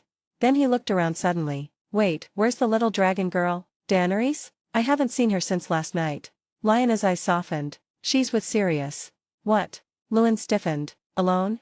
Lyanna took a sip of her drink, utterly calm. "They went to explore the city together. Sirius wanted to introduce her to his friends, the children of the craftsmen, the shipbuilders, and the students of the tower. He's quite proud of them." Luwin looked alarmed. "Your grace, she's a princess of the realm. She should not walk the streets without guards." "Guards?" Lyanna arched a brow, amused. "Here, Ser Luwin, in this city, every man, woman, and child would defend them if harm came near. Sirius knows every alley of Telmar. Even if they wandered off, Narnia would watch over them." Oberyn smirked, half teasing, half amazed. "You say that like the whole kingdom's a living creature." Lyanna's smile didn't fade. "Perhaps it is." For a while, the conversation drifted to lighter things, the food, the city, the strange creatures of Narnia. Oberyn tried roasted serpent vine, a delicacy that sizzled like fire on the tongue, and declared it worth an army's ransom. Luwin was more restrained, but his eyes softened as he watched his nephew eat and laugh with genuine wonder for the first time in years. When Lyanna finally rose from her seat, the hall quieted slightly, out of respect, not command. She turned to the 2 Dornishmen, her eyes kind but steady. Prince Oberyn, Ser Lewin, my husband will meet you soon. Until then, explore, eat, rest, learn. You are safe here."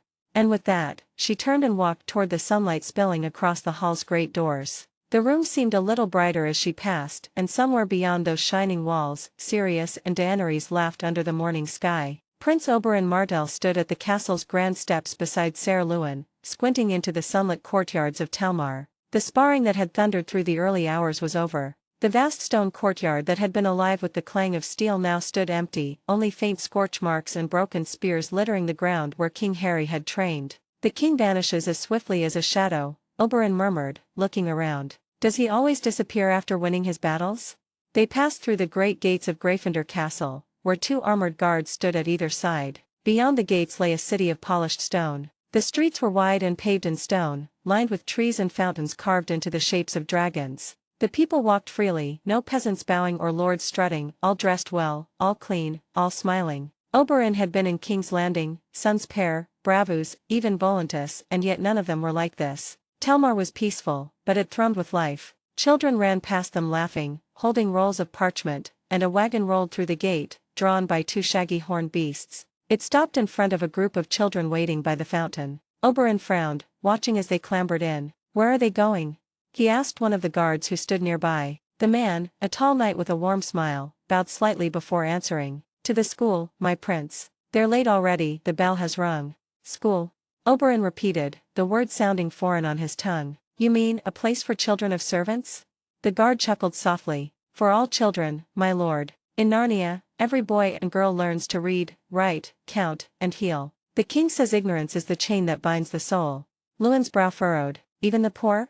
"Especially the poor," the guard replied. "They are fed and taught until they come of age. No child here goes hungry or unlearned." Oberyn stood silent for a long moment, watching the wagon trundle away down the marble road. "In Dorne," he said finally, "we teach swordplay before we teach words. And in the rest of Westeros, only the Lord's children ever learn to read at all." The guard's voice was calm, almost wistful. "That is why our king built the schools first, before the temples, before the armories, before even the palace. He said a kingdom without wisdom is only a well-dressed beast." Oberyn gave a low laugh. "Your king sounds like a philosopher with a sword." Lewin crossed his arms, watching the street. "Feeding and teaching every child, that must cost a fortune. How does your king sustain it?" "Trade," he answered simply, "and magic. The land gives more than it takes, when ruled with fairness." As they walked, the Dornishmen saw more wonders. The houses were carved as if from single pieces of stone, polished to mirror sheen. Markets bustled with merchants selling fruit that shimmered faintly, tools that shaped themselves to the craftsman's hand, cloth that made for comfort. A one-armed man worked a forge with his left hand while his right, a glowing metal construct, held the hammer and struck perfectly in rhythm. "Valeria," Oberyn whispered, "must have looked like this once, before the doom." Children darted through the streets, their laughter echoing. Cats with jeweled collars dozed in the sun. Oberyn ran a hand through his hair, overwhelmed. "And all this, carved out of wilderness?" "Ice and snow," the North said. "I expected frostbitten huts, not marble and magic." As they continued their walk, Oberyn quickly saw how strange and beautiful Narnia truly was. The people they passed could not be defined by one face or one bloodline. Some had the pale skin and gray eyes of northerners, others were as dark as the summer isles, or as copper-skinned as the desert folk of Dorne. Some were mixtures of all, hair streaked gold and black, eyes bright with every shade of the sea. There was no separation among them, no sneers, no whispers. They greeted the Martells with smiles, and when they recognized them as guests of the queen, they bowed slightly and offered gifts, small loaves of sweet bread, cups of cider, pieces of fruit dusted with sugar. A baker pressed a warm roll into Oberyn's hand before he could refuse. "Welcome, travelers. First taste is for free. All friends of our king eat well in Telmar." Oberyn bit into it, humming with delight. "Gods, they'll make me fat before I finish my tour." Lewin smiled faintly. "They show more courtesy here than in half the courts of Westeros." Their wandering brought them before a building that dominated the horizon, a temple of shining stone, its high columns carved with runes that glowed faintly blue. At its gate stood statues of wolves and ravens, each taller than a man. Inside, the air was heavy with incense. A ring of fire burned at the center, and before it a shaman stood speaking to a gathered crowd. His voice rolled like thunder yet carried warmth. "Long before man learned to wield steel," the shaman intoned, "the Allfather Odin hung upon the world tree for 9 days and nights. He gave his eye to see the truth of magic, and from that sacrifice came wisdom that shaped the 9 realms. In his wisdom, he taught, knowledge must always serve life, not rule it. Oberyn found himself drawn closer, listening as the man told stories of Thor, Frigga, and the wolves Jerry and Freki who guarded the gates of Valhalla. When the sermon ended, the shaman approached them, smiling. "You are strangers from the south. Do you seek the Father's blessing?" Oberyn inclined his head. "Perhaps I seek understanding. Your faith, it sounds less like worship and more like philosophy." The shaman nodded. "Because it is both. Here in Narnia, the gods walk in wisdom, not fear. The All-Father asks only knowledge." Oberyn smiled to himself as they left the temple. A religion that doesn't demand obedience? No wonder this land feels free. Luwin chuckled softly. "Careful, nephew. If the High Septon heard that, he'd have your head." By dusk, the sky burned crimson over the towers of Gryffindor Castle. The two men returned through the gates, tired from walking but strangely exhilarated. They found the courtyard alive with music again, torches flickering in their silver holders. As they stepped into the great hall, King Harry Gryffindor awaited them. He stood at the center of the hall, tall and broad-shouldered, wearing simple dark robes embroidered with faint runes of gold. His eyes, bright green, full of calm and purpose, met theirs with the ease of a man who carried no fear in his heart. "Prince Oberyn, Ser Luwin," he greeted warmly, his voice rich and steady. "Welcome back to my hall. I trust Narnia has been kind to you." Luwin bowed deeply. "Kinder than any land we have seen, your majesty." Oberyn inclined his head with a grin. "I've been fed, guided, and blessed by your priests. If this is royal hospitality, your grace, I might never leave." Harry smiled faintly. "You would be welcome to stay, if not for what we must speak of." His tone shifted, calm but grave. "Your sister, Queen Elia Martell, suffers from a disease of the lungs. My healers have confirmed it. It is old, deep-rooted, but it can be cured." Oberyn stepped forward sharply. "You can cure it? Not ease it, not delay it, cure it." "I can," said Harry, "completely. In 2 weeks' time she will breathe as freely as a child, and she will never again know sickness. But," he paused, his eyes flickering with quiet power, "to do this, I must reveal the inner arts of Narnia, the ancient magic that sustains our kingdom. It cannot be spoken of beyond these shores." Luwin straightened. "You mean secrecy?" Harry nodded. "Yes, a vow of silence, bound by magic. What you witness here, what you learn, what you see, must never pass your lips in Westeros. Not to kings, not to priests, not even to your kin."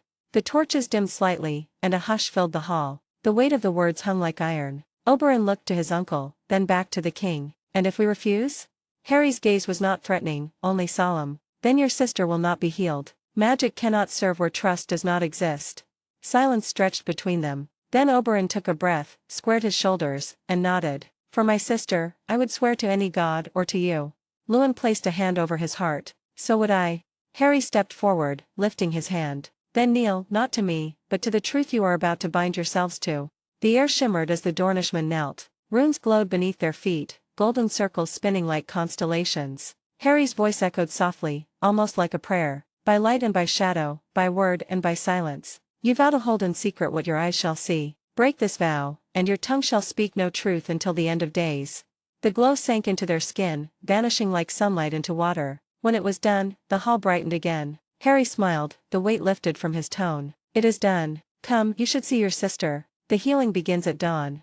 Oberyn rose slowly, awe flickering in his eyes. "I don't know whether to call you sorcerer or saint, your grace." Harry chuckled softly. "Neither. Just a man who accidentally became a king." Join me on Patreon if you want to request a novel, link in the description. 75, Chapter 75, The Miracle at Frigga's Altar. The morning sun rise over Gryffindor Castle, spilling pale gold through the high glass windows, when Harry Gryffindor stepped into the chamber where Queen Elia Martell lay. The room smelled faintly of herbal steam. The Narnians' lesser healing drafts had eased her fever through the night, but the illness still clung to her like a shadow. Elia lay propped on soft pillows, her face thin, her breath shallow but steady. Oberyn Martell sat beside her bed with a hand over hers, pacing in thought every few minutes. Ser Luwin stood by the window, stern and worried. When Harry entered, they straightened immediately. Elia whispered, her voice weak but clear, "Thank you for seeing me at once, your grace." Harry gave her the small smile that made him look unexpectedly gentle for a man who could fight 20 armed warriors at dawn. "You need no thanks, my lady, your life matters. To your children and to the world that loves you." Oberyn exhaled shakily, as if those simple words eased 1,000 unspoken burdens. Harry moved to the bedside, pulling off his outer cloak and rolling up his sleeves. "First, I must understand the nature of your illness completely. I will use diagnostic spells, don't be alarmed." Elia nodded. Luwin stepped closer, watching cautiously. Harry lifted his wand. Revelio Vitalis. A soft, emerald light spread across Elia's chest, forming a shimmering outline of her lungs, tiny, delicate, underdeveloped. The green glow flickered faintly around the damaged tissues. Oberyn inhaled sharply. He murmured, "She was born weak." Harry nodded solemnly. "Yes, the Maesters did their best, but this is a congenital issue. The lung tissue never matured. Every illness you suffered, every fever, every cold, damaged what little strength your lungs had." Elia closed her eyes. "I always knew something was wrong, since childhood," Harry continued softly, "but it can be healed." Lewin's head snapped toward him. "Truly?" "Yes," Harry said, "but not with medicines. I do not have the ingredients here. I will need to perform a ritual, an ancient one, from the Black family grimoires." Oberyn frowned slightly. "Black?" Harry nodded. "They were wizards once, true sorcerers. Their rituals are complicated, but I spent years studying them." Oberyn chuckled dryly. "I have 1,000 questions to ask you after you heal my sister." Harry smiled for a moment, then turned serious again. Harry summoned a book from across the room with a flick of his wrist. Another and another lifted themselves from the shelves lining the walls. Old, leather-bound grimoires drifted and stacked themselves on the table like obedient birds. Oberyn blinked. Gods, the stories about Narnian magic were not exaggerated. Lewin whispered, "Odd. This is beyond anything the Citadel ever dreamed." Harry ignored the compliments. He was already absorbed in the texts, flipping through pages filled with ancient runes, diagrams of lungs, human silhouettes marked with energy pathways. Lyanna entered quietly, Sirius peeking around her leg. They said nothing, just watched Harry work, his brow furrowed, lips silently mouthing old words. At last, he found what he needed. His finger traced a symbol of 3 intersecting spirals. Here, the ritual of renewed breath. It was used to rebuild damaged organs. Mostly for battlefield injuries, but it works for congenital deformities too. Elia murmured, "Is it dangerous?" Harry shook his head. "Not dangerous, but painful, and exhausting, for both of us." Sirius frowned in worry. "Father, will it hurt you?" Harry ruffled his son's hair. "I'll be fine, pup, but it will take time." Lyanna stepped forward, placing a hand on Elia's shoulder. "We are ready whenever you are." Elia swallowed, eyes brimming. If this succeeds, I will owe you more than life." Harry shook his head gently. "You owe me nothing. Healing is not a debt, it is a gift, and gifts are given freely." Oberyn whispered under his breath, "Seven save me. I am beginning to see why the people of this land follows him like a god." Harry stood and called out, "Branwen, Maros, fetch warm water, towels, and the silver bowl from the shrine room, and bring the stabilizing runes from the healer's vault." The 2 Narnians bowed and rushed off. He turned back to the Martells. "I will begin at sunset. The ritual's power is strongest when night and day meet. Until then, Elia should rest. You may stay with her." Oberyn bowed deeply. "We will, and, your grace." Harry looked at him. "If you succeed, House Martell owes Narnia a debt beyond measure." Harry raised a brow. "Then repay it by ensuring peace. That is all I ask." Lewin inclined his head. "You may have just gained Doran's eternal loyalty." Harry only smiled and said, "Let's focus on saving Queen Elia first." Lyanna watched him from the doorway. "Are you sure you can handle it alone?" Harry smiled gently. "I've handled worse." She stepped forward, placing her hand on his cheek. "You always do." He kissed her palm softly. "Stay with Elia. She'll need comfort before the ritual begins." Lyanna nodded and left. Sirius stayed behind a moment longer, eyes wide and worried. "Father, will the ritual make you tired?" "A little," Harry admitted. "Then I'll stay awake tonight," Sirius declared bravely. "I'll watch over you." Harry laughed softly, pulling him into a hug. "You are just like your mother, too brave for your own good." Sirius grinned. "And too stubborn." "That too." The Temple of Frigga had never been so full. By midday, word had spread across Telmar and the surrounding lands. The Queen of Westeros was dying, and the goddess Frigga would heal her with divine power. Every street leading to the temple was clogged with Narnians, shamans wrapped in furs and runic beads, townsfolk carrying offerings, nobles eager to witness a wonder, mothers holding children in their arms. The temple itself, vast, built with white stone carved as if by giants, glowed with soft golden fire from hundreds of glass lamps. Harry watched all of this from the temple's rear antechamber. He could have done the ritual in the sealed purity of the Gryffindor Castle's ritual hall, but this spectacle was deliberate. "Let them see wonders," Harry had told Lyanna. "Let them believe their gods are watching. People who believe are easier to guide and easier to unite." He stepped forward into the temple, and silence rolled outward like a wave. The altar of Frigga was a raised dais of pale marble veined with gold, the oldest stone in Telmar, blessed by shamans of the wild lands and keepers of the old runes. Harry had already prepared it personally. A circle of runes, far older than Narnia, far older than the first men, glowed faintly on the altar floor. 9 rings of symbols intertwined and overlapped, each painted with mixtures of crushed gemstones and his own blood. The entire ritual space pulsed with a low hum, like a living heartbeat. A white mare, calm and beautiful, was tethered near the outer ring. Animal sacrifice was rare in Narnia, but when divine rituals required a life to empower healing, the people accepted it as holy duty. Beyond the circle, Frigga's great statue, tall as a small tower, watched over them all with serene carved eyes. Her hands were raised in eternal blessing. This was the perfect stage. When the temple bell chimed, Oberyn Martell entered carrying his sister in his arms. Elia looked frail, paler than moonlight, but her eyes were awake, filled with a mixture of fear and desperate hope. Behind him strode Ser Luwin Martell, rigid and protective, his gaze scanning the temple full of strangers. The crowd parted in reverent silence. Harry guided Oberyn with a nod. Place her in the center of the circle, carefully. Oberyn lowered her gently onto the altar, whispering in High Valyrian, "My sister, be strong. I am here." Elia looked up at Harry. "Will it hurt?" Harry did not lie. "Yes." She swallowed. "Then I am ready." Harry stepped into the first ring of runes. Immediately the circles flared alive, lines of light racing around the altar like veins filling with fire. A shiver of awe filtered through the crowd. The head shaman raised his voice. "Frigga, All-Mother, hear the plea of your children."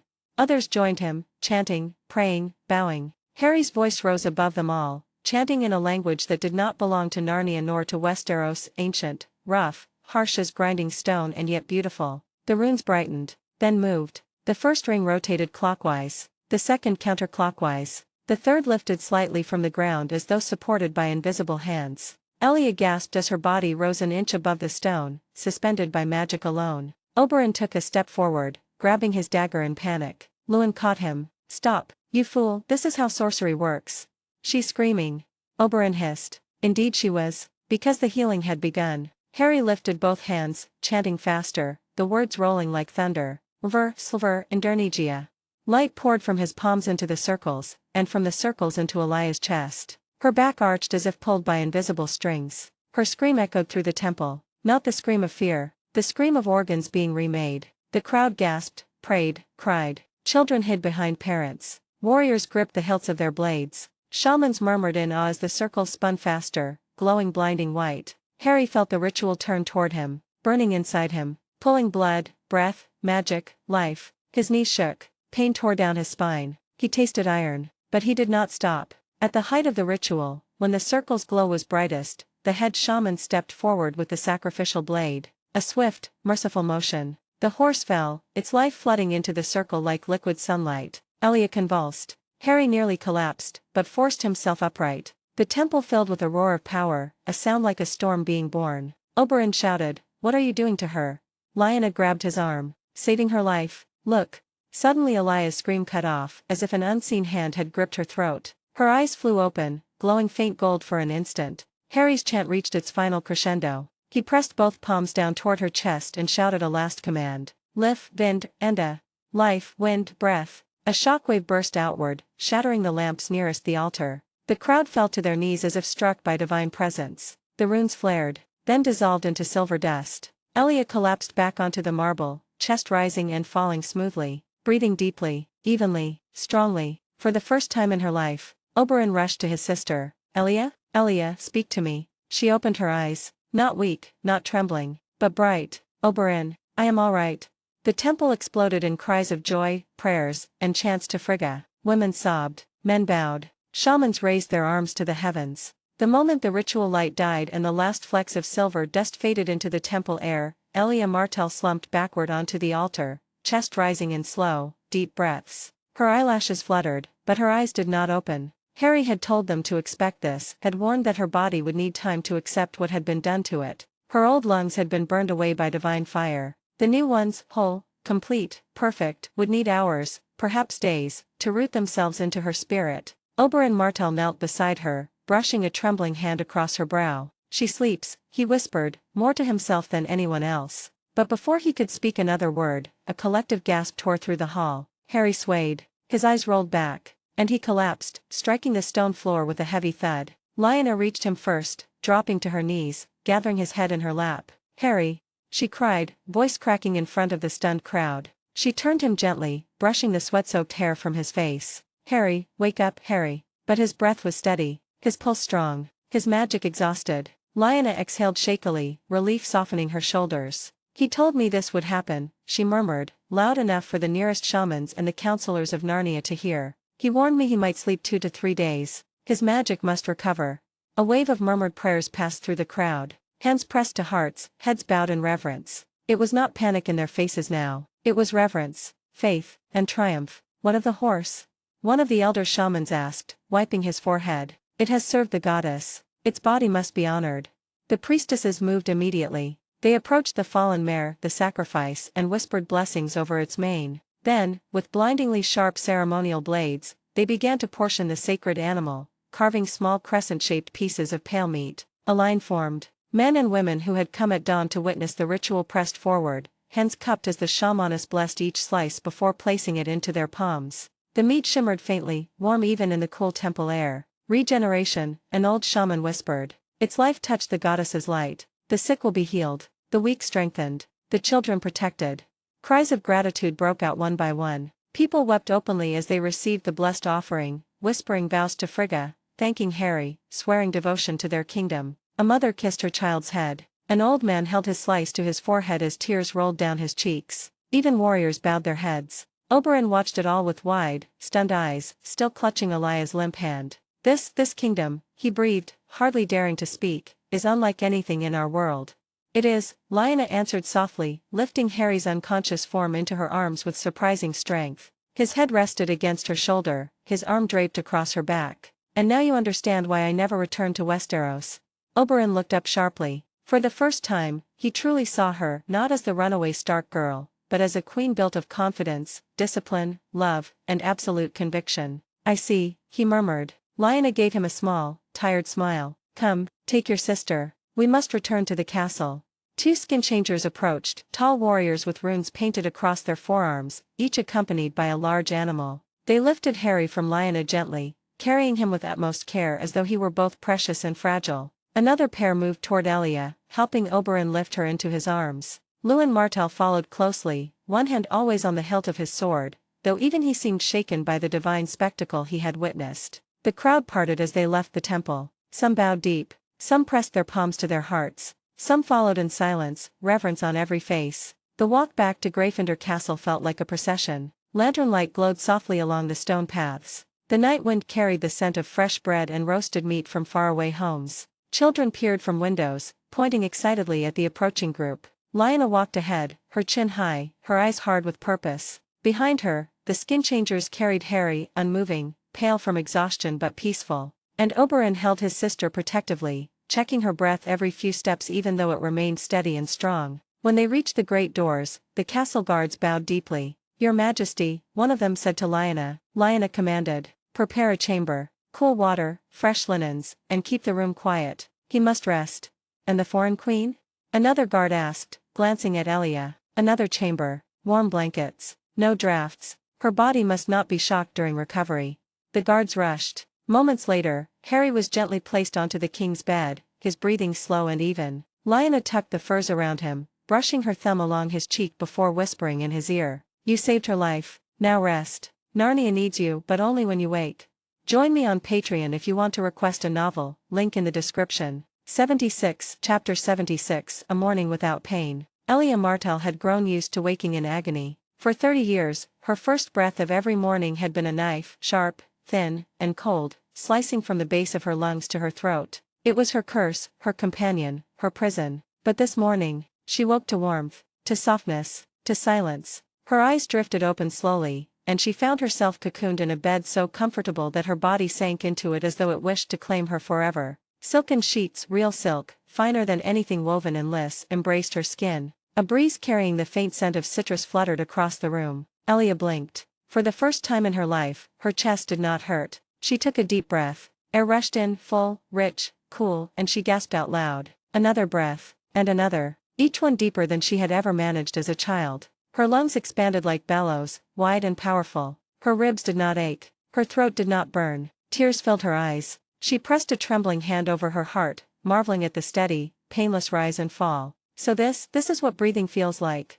She laughed, actually laughed, and the sound was clear, strong, nothing like the breathless wheeze she had known all her life. Slowly, reluctantly, she swung her legs from the bed. Her feet sank into a fur rug so soft she wondered if it had come from a creature that only existed in myths. The room around her glowed with gentle morning light, carved wooden beams polished to reflect warm amber hues, stained glass windows depicting runes she did not understand, and a polished stone floor inlaid with golden patterns. This was not Westeros. This was Narnia. And she was alive. Her gaze fell upon a crystal pitcher and glass on a side table. The liquid inside was golden, glimmering like the sun trapped in water. She lifted it carefully, sniffed, and froze. Mango? The scent was unmistakable. But mangoes were a rarity even in the free cities, and she hadn't tasted one since she was a girl in Sun's Pear. She poured a glass and took a sip. Sweet, cold, fragrant. Her eyes fluttered closed as the flavor flooded her senses. For a moment she forgot sickness, politics, fear, everything but the taste. A single tear slid down her cheek. So this is life, she whispered. Real life, after so long. Gathering courage, she walked toward the chamber door, barefoot and lighter than she had ever felt. She hesitated a moment, hand resting on the carved handle. Then she opened the door. Waiting just outside was Ser Lewin Martell, her uncle, her sworn shield, leaning against the wall with his spear planted beside him. He looked exhausted, his hair tousled, his armor loosened, a man who had slept only in snatches. The moment he saw her standing upright and breathing easily, his eyes widened. His spear slipped from his grasp and clattered against the floor. "Elia?" he breathed. She smiled, bright and full. "Good morning, uncle." He stared as though looking at a ghost. "Your color," he murmured. "Your posture, God's child, you are standing without any tiredness, without pain, without." His voice cracked, something she had never heard from him. He stepped forward, hands trembling slightly, not daring to touch her until she nodded permission. He placed his palms on her shoulders, feeling her strength. "Elia," he swallowed. "You are healed." She nodded gently. "Yes, completely." "I watched you choke on your own breath as a babe," Lewin whispered. "I feared you would die within the week. And yet, here you stand, stronger than you ever were." She took his hand, squeezing firmly. "I feel as though the world is new, uncle." Lewin exhaled as though releasing decades of fear. "Elia. I7 save me, I nearly lost myself when King Harry began that ritual. I thought it was killing you." She laughed softly. "I thought so too. And your color is returned," he said, studying her in disbelief. "Your eyes are bright, your cheeks full, and your breath." He stopped, voice thick with emotion. "Never have I seen you breathe easily." Elia squeezed his hand again. "Where is Oberyn?" "He must be told at once." Already awake and half mad with worry, Lewin said. "He has not left the hallway since yesterday. The healer said you might sleep for days." "I slept enough," Elia said lightly. "I wish to see my family." Lewin bowed slightly and moved aside. "He will be overjoyed." And then, "Your Grace, we must thank the King of Narnia." Elia's gaze softened. "Yes," she murmured. "Harry Gryffindor, the sorcerer who gave me back my life." Elia had forgotten what hunger felt like. Real hunger, not the weak, trembling ache of a failing body, but a healthy, eager emptiness that demanded to be filled. As she and Ser Lewin stepped through the polished corridors of Gryffindor Castle, she felt it for the first time in years. Her stomach growled loudly enough that her uncle gave her a small, amused smile. "That," Lewin murmured, "is the most beautiful sound I have heard since your first breath this morning." Elia laughed softly. Even her laugh felt different, fuller, brighter. They reached the great hall, if it could be called a hall. It was more of a living feast, a place where food was always warm, always waiting, and always replenished by kitchen servants who worked with frightening efficiency. Long tables of polished wood stretched across the room, each laden with dishes from every part of Narnia. The air was rich with the scents of roasted meat, spiced bread, honeyed fruit, and something sweetly foreign that reminded Elia faintly of the summer isles. She inhaled deeply, eyes closing in bliss. "I could live in this room," she whispered. Lewin chuckled. "I suspect Oberyn already plans to." But before they could take 3 steps inside, someone shouted, "Elia." Elia turned just in time for a small body to crash into her legs. Daenerys Targaryen, silver-haired, bright-eyed, threw her arms around Elia's waist with such force that Elia staggered for a moment before catching her balance. "You're awake." Dany beamed. "And you're not coughing, and you're not pale. I told Sirius you'd be better, but he said you might sleep for more days, but look, you're walking." Elia bent down and cupped the girl's face with warm hands. "Yes, sweetling, I'm awake." And then she saw him, seated cross-legged on the floor beside a low table, green eyes bright, hair messy as ever, Sirius Gryffindor, the Prince of Narnia, King Harry's son. He raised a hand in greeting, a shy but mischievous smile tugging at his lips. "Hello, Queen Elia." She blinked. "Queen Elia?" That's what Mama said I should call you, Sirius replied with a shrug. You're royalty and deserve respect, but I still don't understand why someone get respect because of their name, not of their actions. Daenerys nodded enthusiastically. He called me Dany, she added. Elia nearly laughed aloud. I see. But her attention was quickly pulled to the game sprawled across the table in front of them. A board painted in bright colors, lined with tiny numbered squares, filled with snakes whose tails curled across the board and ladders made of polished wood. What is this? She asked, lowering herself onto a cushion. Snake and ladder, Sirius replied, handing her a tiny carved figurine. It's simple. If you climb a ladder, you go up fast. If a snake bites your piece, you slide all the way down. Which is unfair, Daenerys muttered, moving her figurine back 3 squares with a scowl. I was almost at the top. You stepped in his mouth, Sirius laughed. Snakes get angry. Elia hesitated for only a breath before picking up a small bowl of fruit and bread from the table. She took a bite, savoring the warmth and sweetness, then set her figurine on the board. Show me, she said. Teach me how to play. Sirius' eyes went wide. Really? Really? He demonstrated the dice throw with the confidence of a tiny general instructing his army. Elia watched intently, her hunger eased by the food, her heart eased by the children's laughter. Soon the game began. Daenerys rolled first, shouting with delight when she landed on a ladder and climbed half the board. Sirius rolled next, groaning dramatically when he landed on a snake. That's rigged, he informed the board sternly. You like Dany more than me. You escaped 2 snakes, Daenerys pointed out. It's fair. Elia rolled last and shrieked with surprise when she hit the top of the board's longest ladder. A ladder. Sirius hooped. And Elia's going to win. Elia laughed so hard her sides ached. She had not laughed like this in years, not without coughing, not without being uncomfortable. Dany gasped dramatically, clapping her hands. You're not sick at all. No, Elia murmured, brushing a strand of silver hair from the girl's forehead. I'm not. The moment softened into something tender. Daenerys leaned into her, and Sirius scooted closer, placing his small hand on her knee. Queen Elia, Sirius asked softly, does it hurt anywhere? No, little one. Elia stroked his hair. It doesn't hurt at all. He nodded. Good. Father said the ritual would work. He always keeps his promises. Elia's smile faltered, just slightly. Your father, he is still resting. Sirius nodded. He used lots of magic. Mama said he will wake in 1 or 2 days. He always sleeps when he does a big spell. But he is safe? She asked, her voice flickering with concern. Very safe, Sirius assured her. He's just tired. Mama's with him. Elia let out a slow breath, not because her lungs were weak, but because emotion tightened her throat. She had been saved by a man she had never met. Saved from a life where every step was pain. Saved from an early grave. And his child sat beside her, laughing, rolling dice, trusting her completely. Will I be allowed to thank him?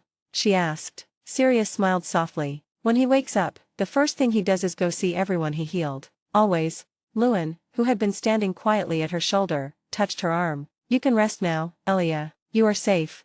Elia looked between the children, between Sirius' mischievous green eyes and Daenerys' beaming joy, and she felt tears she did not expect gather in her lashes. For the first time in her life she felt healthy, alive. Home, come on. Sirius exclaimed, shoving the dice toward her. Your turn. I bet you'll land on the biggest snake. Dany always does. No, she won't. Daenerys protested. Elia laughed, wiped her eyes, and rolled the dice. Elia had barely finished laughing over Sirius' latest roll. He had landed on the longest snake again, when a soft rustle of fabric and the echo of firm footsteps drew her attention toward the hall's entrance. Lyanna Stark, no, Lyanna Gryffindor, Queen of Narnia, stood in the archway, her posture regal and certain. Light from the high windows fell across her dark hair, and her expression was both weary and relieved. Beside her stood her brother, Prince Oberyn Martell, who took one look at Elia and froze as though lightning had struck him. Elia, he whispered. Then he moved. The Red Viper, feared warrior of Dorne, crossed the hall in a blur, falling to his knees in front of her. He cupped her face, his hands trembling violently. Are you all right, my sweet sister? His voice cracked, raw with fear and love. Elia placed her hands over his, smiling wider than she had in her entire life. Oberyn, she whispered. I am more than all right. He pulled her into an embrace so fierce it nearly knocked her from the cushion, but she only laughed, a full, rich sound that filled the hall. Daenerys clapped her hands in delight. Sirius grinned, proud of her recovery, proud of his father's magic. You look. Oberyn stepped back, eyes scanning her face, her posture, her breath. You look alive, Elia. I feel alive, she answered softly. For the first time since I was a child. Lyanna stepped closer, her smile warm but edged with exhaustion. Both of you, she said gently, come with me. There is something you must do. Elia rose smoothly, so smoothly that Oberyn stared in disbelief all over again and followed Lyanna through the airy corridors of Gryffindor Castle. Sunlight filtered through enchantment-lit windows, casting runes in gold against the floor. Sirius and Daenerys immediately went back to their game, still arguing over who cheated last. Elia chuckled as their voices faded behind her. Lyanna led the Martells up a curved stairway of pale stone, their footsteps echoing into the heights of the castle. The tower spiraled upward until they reached a door carved with ornate feathers and swirling patterns. Lyanna pushed it open. The room beyond was vast and circular, lined with towering perches, each holding a magnificent owl. Snowy owls, golden owls, dark-feathered owls with ember eyes, hundreds of them. The air was filled with the soft sound of wings and quiet hoots. "The Olori," Lyanna said, "are messengers." Oberyn stepped forward slowly, all widening his eyes. They are trained?" "More than trained," Lyanna replied. "They know every capital, every port, every lord's seat, every name, every hand." Elia stared at a great silver owl perched nearby, the creature watching her with sharp, intelligent eyes. "You mean we can send letters home from here?" Lyanna nodded. "To anywhere in the world. Every letter arrives safely, even across seas." Elia placed a trembling hand against her chest. "Queen Mother must be beside herself. Rhaenys likely thinks I have vanished into the wind. And Rhaegar." She hesitated. "He should know I yet live." Oberyn scowled at the mention of the king, but said nothing. Lyanna gestured toward a stone table near the center of the room. Upon it lay stacks of parchment, thick, soft, high-quality sheets unlike anything used in Westeros, alongside inkpots of deep blue and shimmering black, and quills fashioned from the feathers of Narnian owls. "Right," Lyanna said. "Both of you." She placed a gentle hand on Elia's shoulder. "Tell Sunspear you live. Tell King's Landing you breathe." Elia felt her throat tighten. She touched the parchment reverently, almost afraid to crease it. Lyanna continued softly, "And take your time. The owls will wait. They always wait." Oberyn pulled out a chair for his sister, and Elia sat slowly, fingers trembling as she picked up the quill. Luwin stood quietly behind them, his posture straight and protective. Lyanna stepped back toward the door. "When you finish," she said, "give the letter to the owls, they will deliver it fast." She paused, her gaze softening. "And Elia, the world thinks you are dying, so tell them you are not dying anytime soon." Elia looked up, tears shining in her eyes. "Thank you," she whispered, "for everything." Lyanna offered a small, tired, yet radiant smile. "We are Narnians," she said. "This is what we do."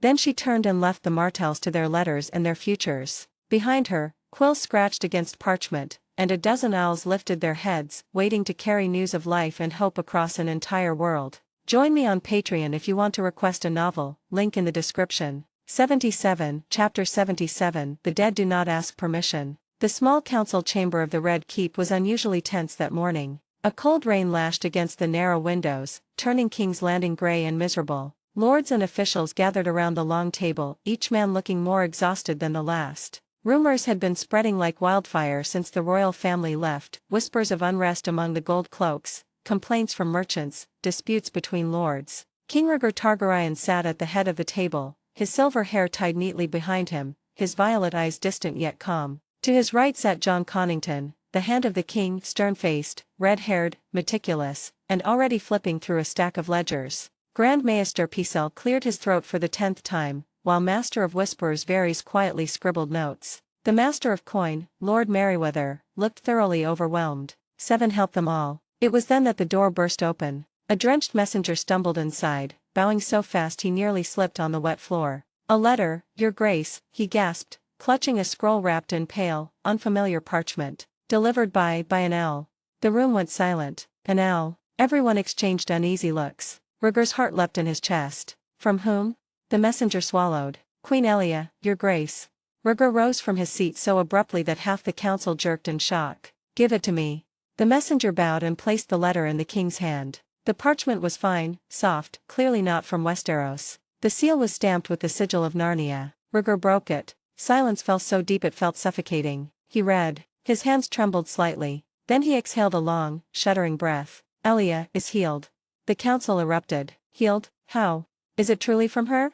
"Your Grace, surely this is a ruse. Magic." Pycelle sputtered. "Foreign sorcery. This cannot be trusted." Rhaegar silenced them with a look sharper than any sword. "She writes clearly." His voice shook with emotion. "She breathes easily. She is walking without pain. She says Queen Lyanna of Narnia and her husband have healed her." Jon Connington rubbed his temples. "This complicates everything." "How?" Rhaegar snapped. My wife lives. There is no complication greater than that. But the hand shook his head grimly. Your wife is no longer in Westeros, your grace. She is in a foreign kingdom, a kingdom we know nothing about. Grand Maester Pycelle croaked. Your grace, healing a lifetime disease? Such things only happen through dark means. Sorcery, old magic, perhaps blood magic. Rhaegar's glare stopped him mid-sentence. My wife is cured, the king repeated. That is all that matters. But who cured her? Pycelle whispered. And at what cost? Lord Merryweather nodded nervously. Magic is outlawed in every realm. If they can perform such feats, what else can they do? Enslave minds? Turn armies? Spread plague? And they have Princess Daenerys, Qyburn added quietly. The room froze. Yes, Daenerys was there. In Narnia, a foreign land of sorcery. Connington leaned forward urgently. Your grace, we must write back. Immediately, politely, but firmly. To say what? Rhaegar asked. That the Queen and Princess Daenerys must return to King's Landing as soon as possible, Connington said. The realm cannot be at ease while two royals remain under the influence of foreign magic. Pycelle clutched his chain. Send guards. Send a fleet. Fetch them. No, Connington said sharply. A fleet? Against a nation that healed the Queen? We cannot afford to provoke whatever Narnia is. Rhaegar read Elia's letter again, eyes softening at her graceful handwriting. She writes, he murmured, that the people are kind, that the city is safe, that she has never felt more alive. Pycelle scowled. Witchcraft often feels pleasant before it ensnares, your grace. Enough. Rhaegar's voice cut through the chamber like a blade. Elia is not a fool. She would not lie. John Connington exhaled slowly. No one is calling her a liar, your grace. But magic is unpredictable, dangerous. Then he leaned forward. Write a letter, your grace. Kindly request that she return. The sooner she leaves Narnia, the better, for the safety of the realm, and for her own. Rhaegar closed his eyes for a long moment. He did not want Elia far from him again, not after so many months apart. And a selfish part of him wanted Daenerys nowhere near the Narnian Prince Sirius, the boy who drew the king's own blood to a halt when he realized the truth. Finally, he nodded. Prepare a response, he said quietly. Inform her that the council is concerned for her safety, and that Dany's presence is required at court. Connington bowed. At once, your grace. Pycelle muttered in approval. It is a wise decision. The sooner she returns from that land of witchcraft, the better. Rhaegar tightened his grip on Elia's letter. His voice was soft, but filled with iron. Send the letter, he said. But know this, magic or no magic, Narnia saved my wife's life. And for that, they have my gratitude. He sat slowly, eyes still on the parchment. But I will not risk losing her again. The morning sunlight streamed gently through the great hall's tall windows, spilling warm gold across the long tables where Narnians and their guests ate freely. Platters of bread, roasted meats, milk, and steaming porridges cluttered the tables. Lyanna sat with Elia, Oberyn, and Ser Luwin Martell, eating quietly, her mind finally light after days of worry, until the owl came. A great white owl swooped through one of the open glass arches, its wings beating so silently that many did not notice it until it landed directly in front of Lyanna. On her plate, Oberyn blinked. They truly have no manners. Lyanna ignored him. Her face tightened the moment she saw the seal, black wax pressed with the mark of the Frostfang village. Ser Luwin leaned closer. A reply from King's Landing? So soon? Lyanna shook her head. No, this is for me. She broke the seal. Her eyes moved rapidly across the page. Her breath caught. Her hand trembled. Sirius, who had been chasing Daenerys around the table, stopped mid-laugh. Mother? What's wrong? Lyanna did not answer. She kept reading, her face slowly draining of color. Oberyn's eyebrows drew together. Your grace, what news? Finally, she whispered. The Cold Ones attacked. Everything went still. Sirius froze, understanding instantly. He had heard the stories since his childhood. Lyanna exhaled shakily and began reading aloud, her voice barely above a whisper. My queen, our settlement was struck without warning. The Cold Ones came at night, in great number, and with them came whites, men we once knew, now risen in frost and shadow. They fell upon us like a storm. Many died. If not for the wards King Harry wove around the mines in the outer village, we would all be dead. The wards flared blue light, driving back the Cold Ones whenever they neared, but even so, they broke through in places. We have retreated into the mines. Many are wounded. Many are still trapped in the collapsed homes. We beg for aid. Aldgrim of Frostfang Mines. When she finished, she lowered the parchment with trembling fingers. A silence heavier than steel spread across the hall. Elia swallowed. Cold Ones? You mean, the same creatures the Northerners speak of in old tales? Lyanna nodded wordlessly. Oberyn frowned. What are these Cold Ones? Some kind of northern monster? Sirius answered before Lyanna could. They are called White Walkers, he said quietly. They're corpses who walk in ice, and the cold ones command the dead. Daenerys' face paled. Like whites in the old stories?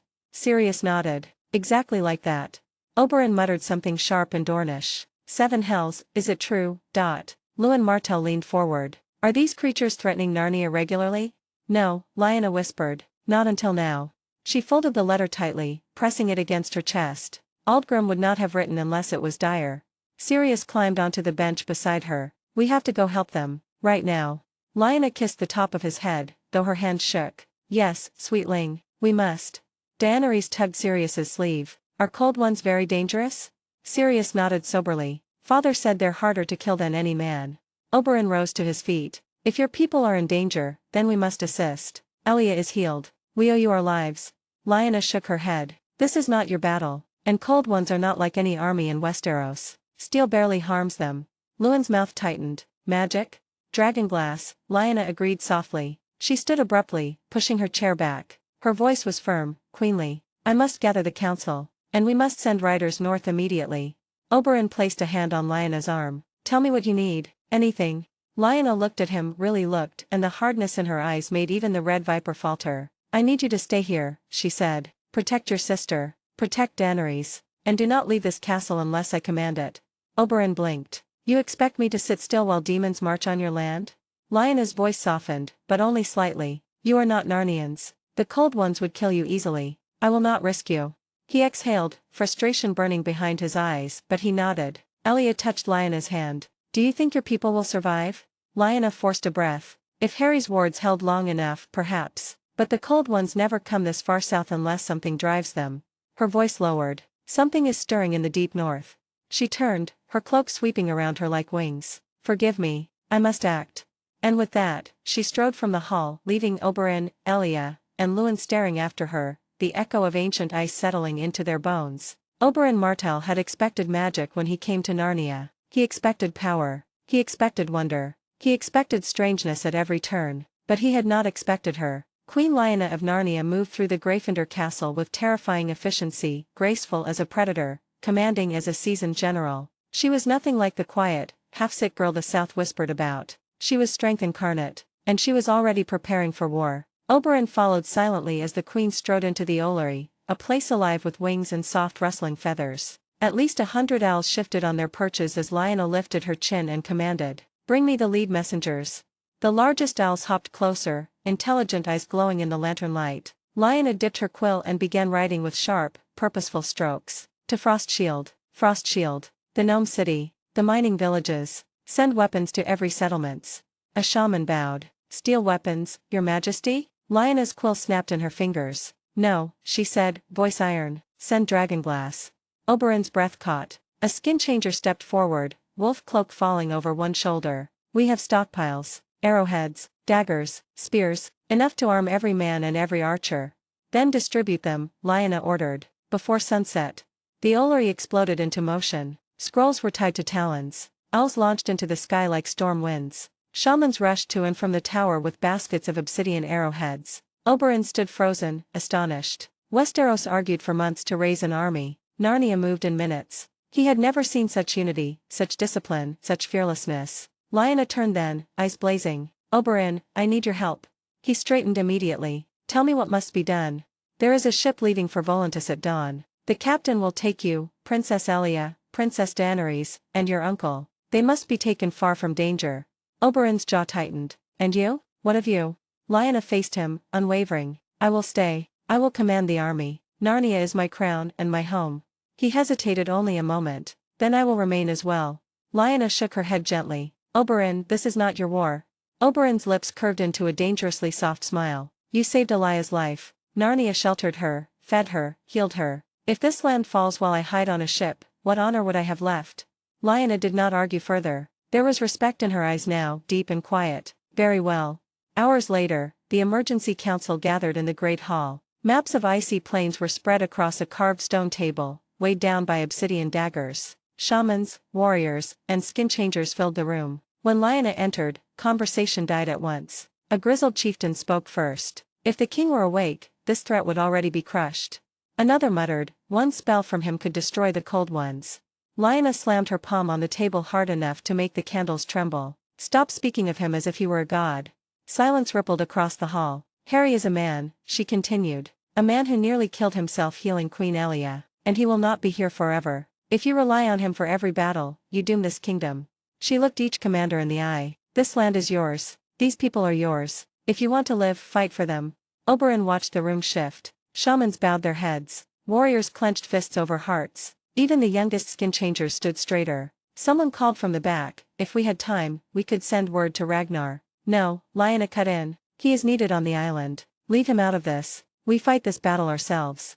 Oberyn saw it clearly now. This was not the wild girl everyone wrote stories about. This was a queen forged in a foreign land, hardened by war, crowned by her people's trust and her husband's legacy. A woman of ice and fire and iron. A queen capable of holding a kingdom together. And Oberyn Martell, Dorne's deadliest spear, felt a rare thing stir inside him. Respect. Deep and absolute. Join me on Patreon if you want to request a novel, link in the description. 78 Chapter 78 When winter marched south. The harbor of Telmar had never been so alive. Wagons loaded with crates of dragonglass rattled across the stone piers. Black shards glinted under the winter sun as if the night itself had been broken and forged into weapons. Enchanted cranes lifted barrels of obsidian arrowheads onto shallow draft riverboats. Runners shouted orders. Skin changers rode past on their war animals, wolves, bears, great elk, heading northward toward the Frostfang settlements. And through it all, the river flowed freely. Its surface rippled with clear, cold water despite the thick ice sheets only a mile beyond the harbor walls.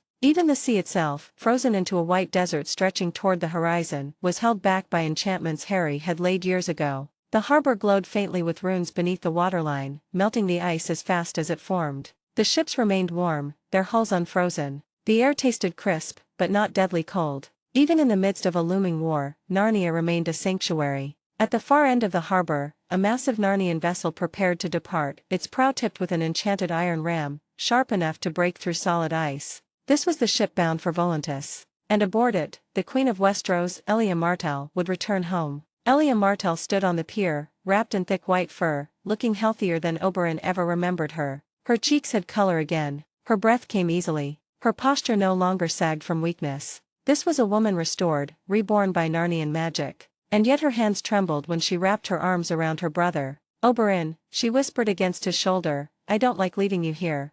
He chuckled softly. Narnia may be cold, little sister. He glanced at the harbor, at the enchanted waters glowing beneath the sunlight. But it burns with more life than the 7 kingdoms combined.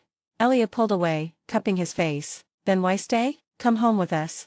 Oberyn shook his head. If this land falls while I fled on a ship, how could I face myself? You owe them your life, Elia. And I owe them my honor.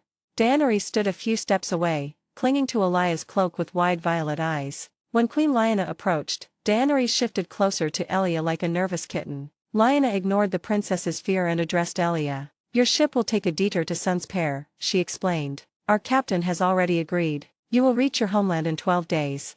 Elia nodded, grateful. And serious? She asked gently. Truly, Lyanna, are you certain he should remain?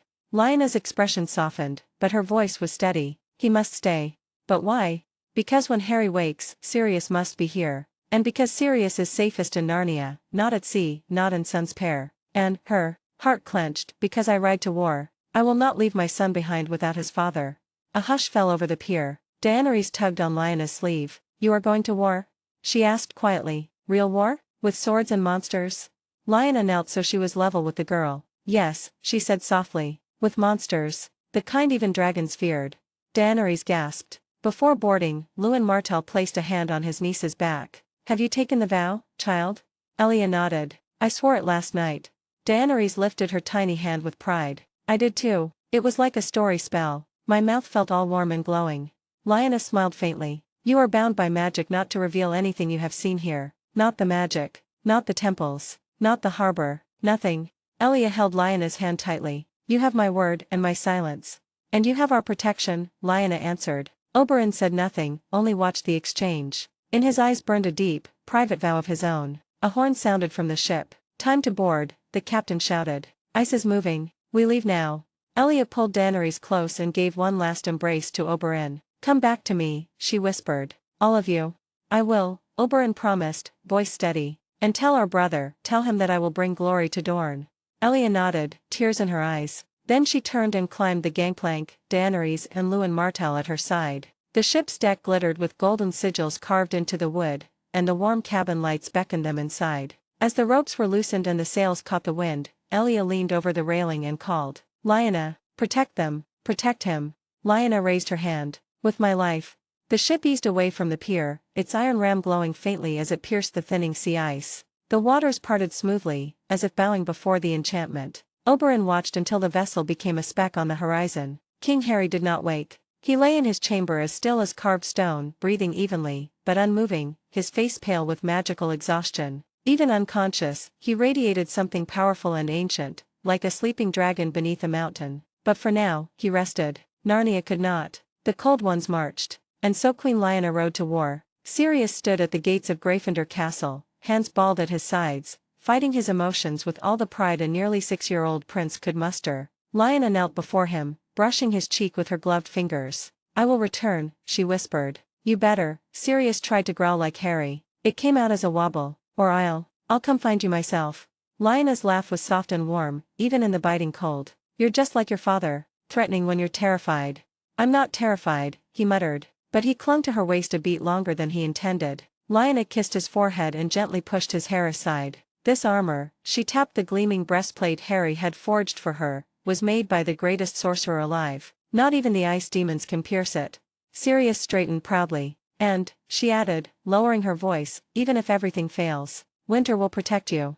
Sirius nodded immediately. But Oberyn Martell, who stood nearby with crossed arms, frowned. He leaned toward a skin changer and whispered, "What does a season protect? Is that some Narnian proverb?" He shrugged stiffly. "You don't want to know what winter can do."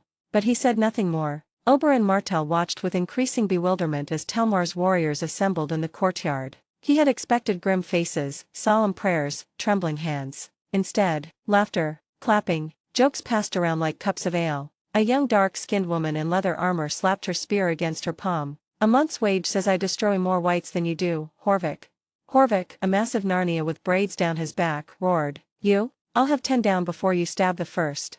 Nearby, 2 older men argued cheerfully about who would get the honor of dying first for Queen Lyanna. Oberyn's jaw went slack. "Why?" he asked the nearest soldier, "are all of you eager to go?" The soldier blinked at him. His nose was crooked from old breaks. His eyes sparkled. "Because we finally get to fight." Oberyn opened his mouth. "But these monsters. We've been preparing for this for years," the man said proudly. "Dragonglass arrows, enchanted wards, skin-changer scouts. Our queen leads us. What better day to be alive?" A cheer echoed through the courtyard at Lyanna's appearance. Oberyn stared. In Dorne, men fought because they must. In King's Landing, men fought because the crown commanded it. But here, they fought because they wanted to. Lyanna mounted her direwolf Helga, whose huge body was built like a monster. The wolf's muscles rippled beneath its fur, and its eyes glowed a soft, eerie blue. Her armor, silver-white with runes carved along the breastplate, shone like cold moonlight. Even Oberyn felt his breath catch. "There she is," someone whispered reverently. "Our wolf queen." Helga growled deeply, and the army quieted instantly. Lyanna raised her spear. Her voice carried across the courtyard. "People of Narnia." A ripple of excitement pulsed through the ranks. "The Cold Ones strike at our homes. They strike at our children. They think we will flee." A unified hiss of insults and curses filled the air. "But they forget one thing," Lyanna continued. "We are Narnians." Cheers erupted. "We do not bow to fear. We do not kneel to death. And tonight," she pointed north, "we hunt the hunters." A roar thundered through the courtyard. Even Oberyn shivered, not from cold, but from a thrill he did not expect. This queen, she was evening he wanted his sister be. As the army formed into their loose lines and began marching out of Telmar's gates, Oberyn rode his horse close to Lyanna's dire wolf. "You lead from the front?" he asked. Lyanna nodded without looking at him. "A queen of Narnia does not hide behind her people. You could die." She laughed harshly. "Death will have to find me first." Oberyn swallowed. There was no fear in her. Not even a shadow of hesitation. The massive gates opened with a grinding of ancient gears enchanted by Harry long ago. Cold wind swept inside, making banners whip like living fire. Oberyn inhaled sharply. The world outside Telmar was white, endless, unforgiving. A wall of winter. But Lyanna rode winter through it without pause. The army followed. Drums began to beat, spears clattered, voices rose in chants. "Narnia, Narnia, Narnia." Sirius, watching from the walls, felt pride burn in his chest like a small sun. Sirius lifted his chin. "You will come back, soon." Oberyn looked back one last time at Gryffindor Castle, where King Harry slept, unaware that his queen now led thousands into the frozen unknown. Then he turned his horse to follow her into the white. Snow crunched beneath the hooves of Oberyn Martell's horse as the Narnian host marched steadily northward. The world beyond Telmar was a wide expanse of white and wind, so cold the breath froze in the air, so silent it felt like the sky itself held its tongue. Yet despite the brutal cold, Oberyn's blood burned with excitement. Most people knew Oberyn Martell as the Red Viper, the charismatic seducer, the lethal spearmaster, the man who could strike like lightning and kiss like poetry. Few remembered he had once spent years in the Citadel, forging links with as much passion as he had swung a spear. It all returned to him now, every scrap of lore, every map, every whispered rumor. For hours he walked and rode beside the Narnian Council, invited again and again into strategy meetings because Lyanna Gryffindor trusted him. It was during one such meeting, around a campfire whose flames cracked like bones snapping, when Oberyn leaned forward. Lyanna pointed at the map drawn on a hide stretched between two stakes. Frostfang reports the largest losses, she was saying. Dragonglass will be delivered there first. Frostshield will gather reinforcements from Frostfang.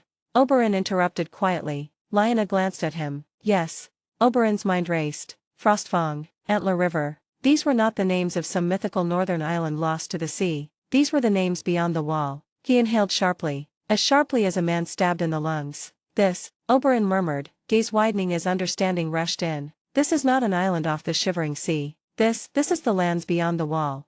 Lyanna raised an eyebrow, unsurprised. The others around the fire didn't look shocked either. But the skin changer beside her, a man with a great awl perched on his shoulder, snorted with amusement. Finally understood, Kneeler? Oberyn stared at him. Then all of you. He didn't finish. A warrior woman with a shaved head and scars on her cheeks stepped closer, grinning wide. We are what you call your worst nightmare, she said proudly. Raiders, burners, thieves. Her smile sharpened, like a blade turned on its side. But we don't call ourselves that anymore. Oberyn swallowed. Then what do you call yourselves? She leaned down from her horse, eyes glittering. Narnians. Another man beside her cracked his knuckles. And you'd best learn it, Kneeler. Oberyn bristled at the insult, but before he could respond, the woman continued cheerfully. Call us wildlings, and I'll knock every last tooth out of that pretty Dornish mouth. The Narnian warriors around her laughed, loudly, not cruelly, just blunt and proud. Oberyn blinked. They weren't joking. As the host marched onward, Oberyn saw things he had never expected in a land once filled with terror tales. Men in thick furs speaking of books they'd read, women with braids discussing siege tactics, teenagers marching with wooden bows, practicing formation drills Harry had apparently taught them. Wildlings, educated, armored, organized, not a chaotic horde, but a kingdom, a functioning, disciplined kingdom. And Lyanna Gryffindor had been the beating heart of its transformation. Oberyn slowed his horse and turned to her as snowflakes drifted down like ghostly petals. You built this, he said quietly. Lyanna glanced at him, brow furrowing slightly. I helped. Harry built most of it. You took a people the whole world feared. Oberyn shook his head in disbelief, and turned them into citizens. Into a kingdom. Lyanna said nothing, but her silence spoke louder than pride. Oberyn swallowed, his voice rough. No wonder no one ever found you. You weren't hiding in anywhere in Essos. He looked around at the disciplined ranks marching through the frozen wilds. You were rebuilding a world no one dared to step foot in.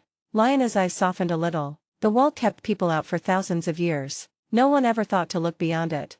And here you became queen. Respect, raw and overwhelming, filled him. As the campfires burned low and the march continued into the pale dawn, Oberyn looked at the Narnian host again. At the warriors marching without fear. At the children who would grow up knowing letters and numbers instead of starvation. At Lyanna Stark, riding ahead on her giant dire wolf, armor gleaming like winter steel. Oberyn whispered to himself, voice soft but certain. I would follow her. He straightened in his saddle. This is not a kingdom built by birthright, he murmured. This is a kingdom built by will.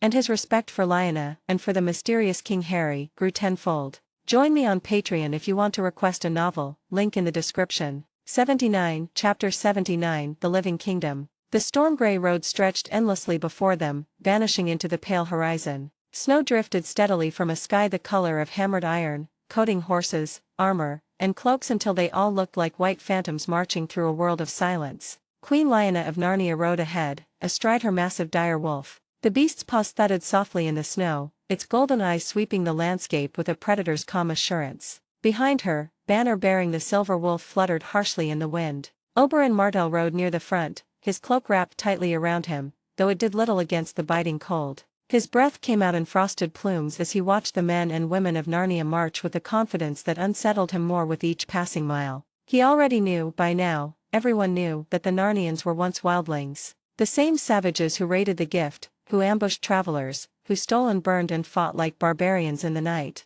But these people were not the chaotic raiders of legend. They marched in formation. They carried dragonglass blades and shields. They spoke to their king with unwavering loyalty, not the selfish pride of free folk. They had been reforged. And that frightened Oberyn more than the knowledge of monsters lying ahead. Oberyn had lived many years. Warrior, lover, wanderer, young scholar in the citadel, forging chains because he hungered for knowledge the way others hungered for wine. But nothing in all his studies, not even the tales of Valeria, prepared him for what he saw now. A kingdom carved from the frozen wilderness, ruled by a magician king and a wolf-blooded queen, populated by people who once defied 7,000 years of kings. If they decided to march south, the wall would not hold. The Night's Watch would crumble, the north would burn, and then the south. King's Landing, his sister, little Aegon, his heart clenched painfully. The next king of Westeros would be his nephew, a boy with a bright smile, eager eyes, and dreams of dragons. How would that boy survive a war against this? Oberyn swallowed hard, his throat dry despite the cold.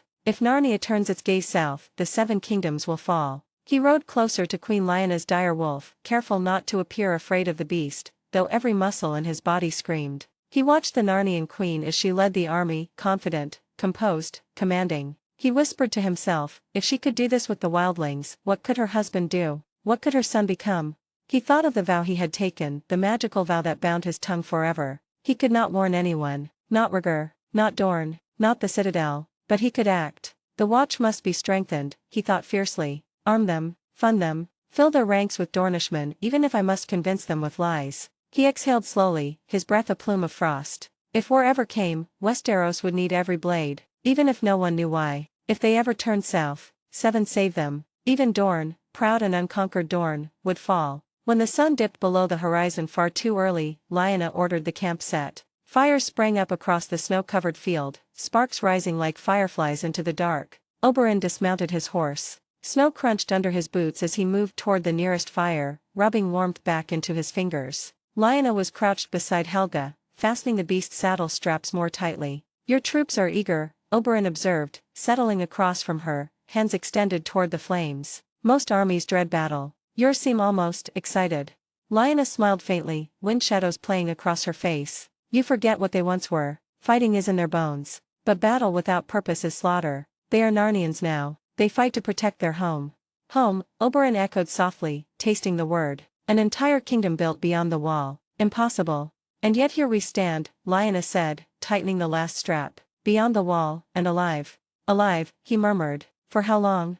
Lyanna's eyes flicked up, sharp, knowing. You fear us? He stiffened. I fear what any kingdom might become with power unchecked. Lyanna's smile faded. We did not make ourselves your enemy, Prince Oberyn. And we did not ask to fight this war. The dead forced our hand. Oberyn exhaled slowly. He did not disagree. But he could not silence the fear gnawing in his chest. Later, after supper had been eaten and the cold reinforced its grip, Oberyn found himself walking beside Lyanna again, their breath turning to mist under the moonlight. Your people, he began carefully, if they wished it, they could march south. Nothing would stop them. Lyanna looked ahead, toward the distant Frostfang peaks. Why would they? Narnia is enough. I hope it remains so, Oberyn whispered. She stopped, turning to face him fully. You fear what we may do. I fear what we must do. The Cold Ones have already slaughtered hundreds. If we fail, it won't matter whether we march south. There will be no realm left to conquer, only corpses. Her words chilled him more deeply than the winter wind. Prince Oberyn, she added softly, I do not want this war, but I will fight it, and I will win it. For my people, for my son, for all the living. Helga growled softly beside her, steam rising from its jaws. Oberyn swallowed a hard lump in his throat. And your king, if he wakes? Lyanna's eyes softened. Then the dead should fear him far more than you fear us.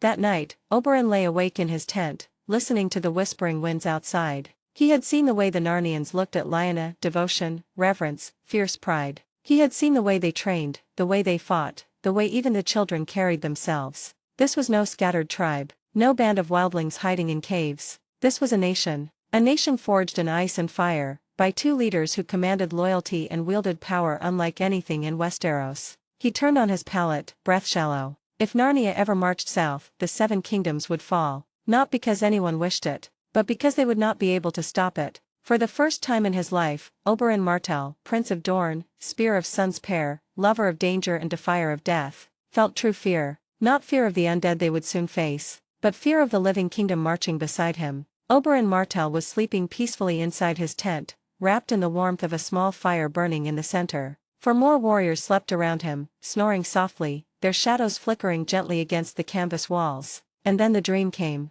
A nightmare so vivid he could feel the breath of the enraged husband on his neck as the brute grabbed him by the hair, smashing his face into the packed earth again and again. Oberyn could hear his own bones cracking, could taste blood in his mouth, could feel the world spinning. He woke with a violent gasp. For a moment he didn't know if he had escaped the dream at all. His heart was still pounding, his hands shaking, and the roar in his ears hadn't faded. Then he realized. The tent was shaking, not just swaying gently like it would in a storm. The entire tent was trembling, rattling like something massive had seized it and was shaking it apart. The earth beneath him rolled, lifting slightly, and one of the sleeping warriors fell out of his bedroll with a yelp. What in the?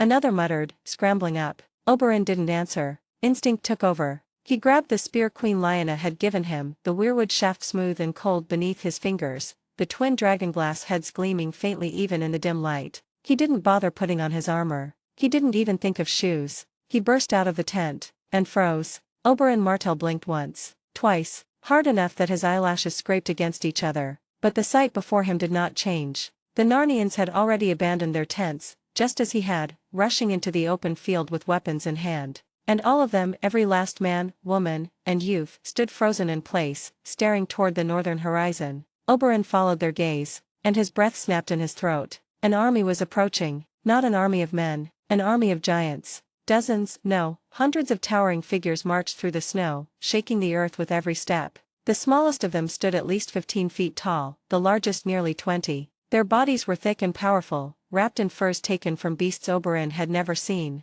Their weapons were as long as ship masts, made of steel, and beside them, mammoths, massive, tusked creatures the size of 2 houses, their fur shaking with frost, their breath steaming in clouds as they lumbered forward in perfect formation. Oberyn's knees nearly buckled. He had read of giants. He had studied their myths in the Citadel, but the books always said the same thing. They are gone, only stories remain. Yet here they were, an entire army, marching through the snow like a rolling avalanche of ancient legend. Oberyn whispered, voice hoarse, Mother above, this cannot be real. But it was. The Narnians reacted instantly, not with fear, not with panic, but with trained discipline. Warriors ran to their tents, pulling out cloaks, fastening straps, checking blades. Fires were stoked again, kettles set back onto the flames. Because Queen Lyanna had already stepped forward. She sat tall on her dire wolf, Helga, the beast's fur bristling in the cold dawn light. Her voice cut through the murmuring crowd like a horn blast. Make breakfast, eat well, arm yourselves. We march in an hour. There was no confusion, no hesitation. Her people obeyed. They had seen this before. Oberyn watched, stunned, as she kicked Helga into a steady trot toward the approaching colossus. A handful of skin changers followed, their animals pacing at their sides, wolves, lynxes, eagles circling overhead. And then Oberyn saw the giant leader break from the ranks to meet her. He towered over even the largest of the mammoths. His hair was a tangled mess of gray and white, his beard thick with frost. He carried a club the size of an entire Dornish fishing boat slung casually over one shoulder. When he spoke, his voice shook snow from the nearby trees. One, he rumbled, pounding his chest once. Lyanna smiled up at him despite the height difference, her face calm, almost fond. Welcome, one Wegwandar one, she replied. Your timing is good. The giant nodded once. A bow, Oberyn realized, a gesture of respect, ancient and powerful. The army of giants quieted as one spoke again, pointing toward the distant mountains. His words were too low and guttural for Oberyn to understand, but Lyanna did. Her face hardened. They are coming, she said quietly. The dead have begun their march.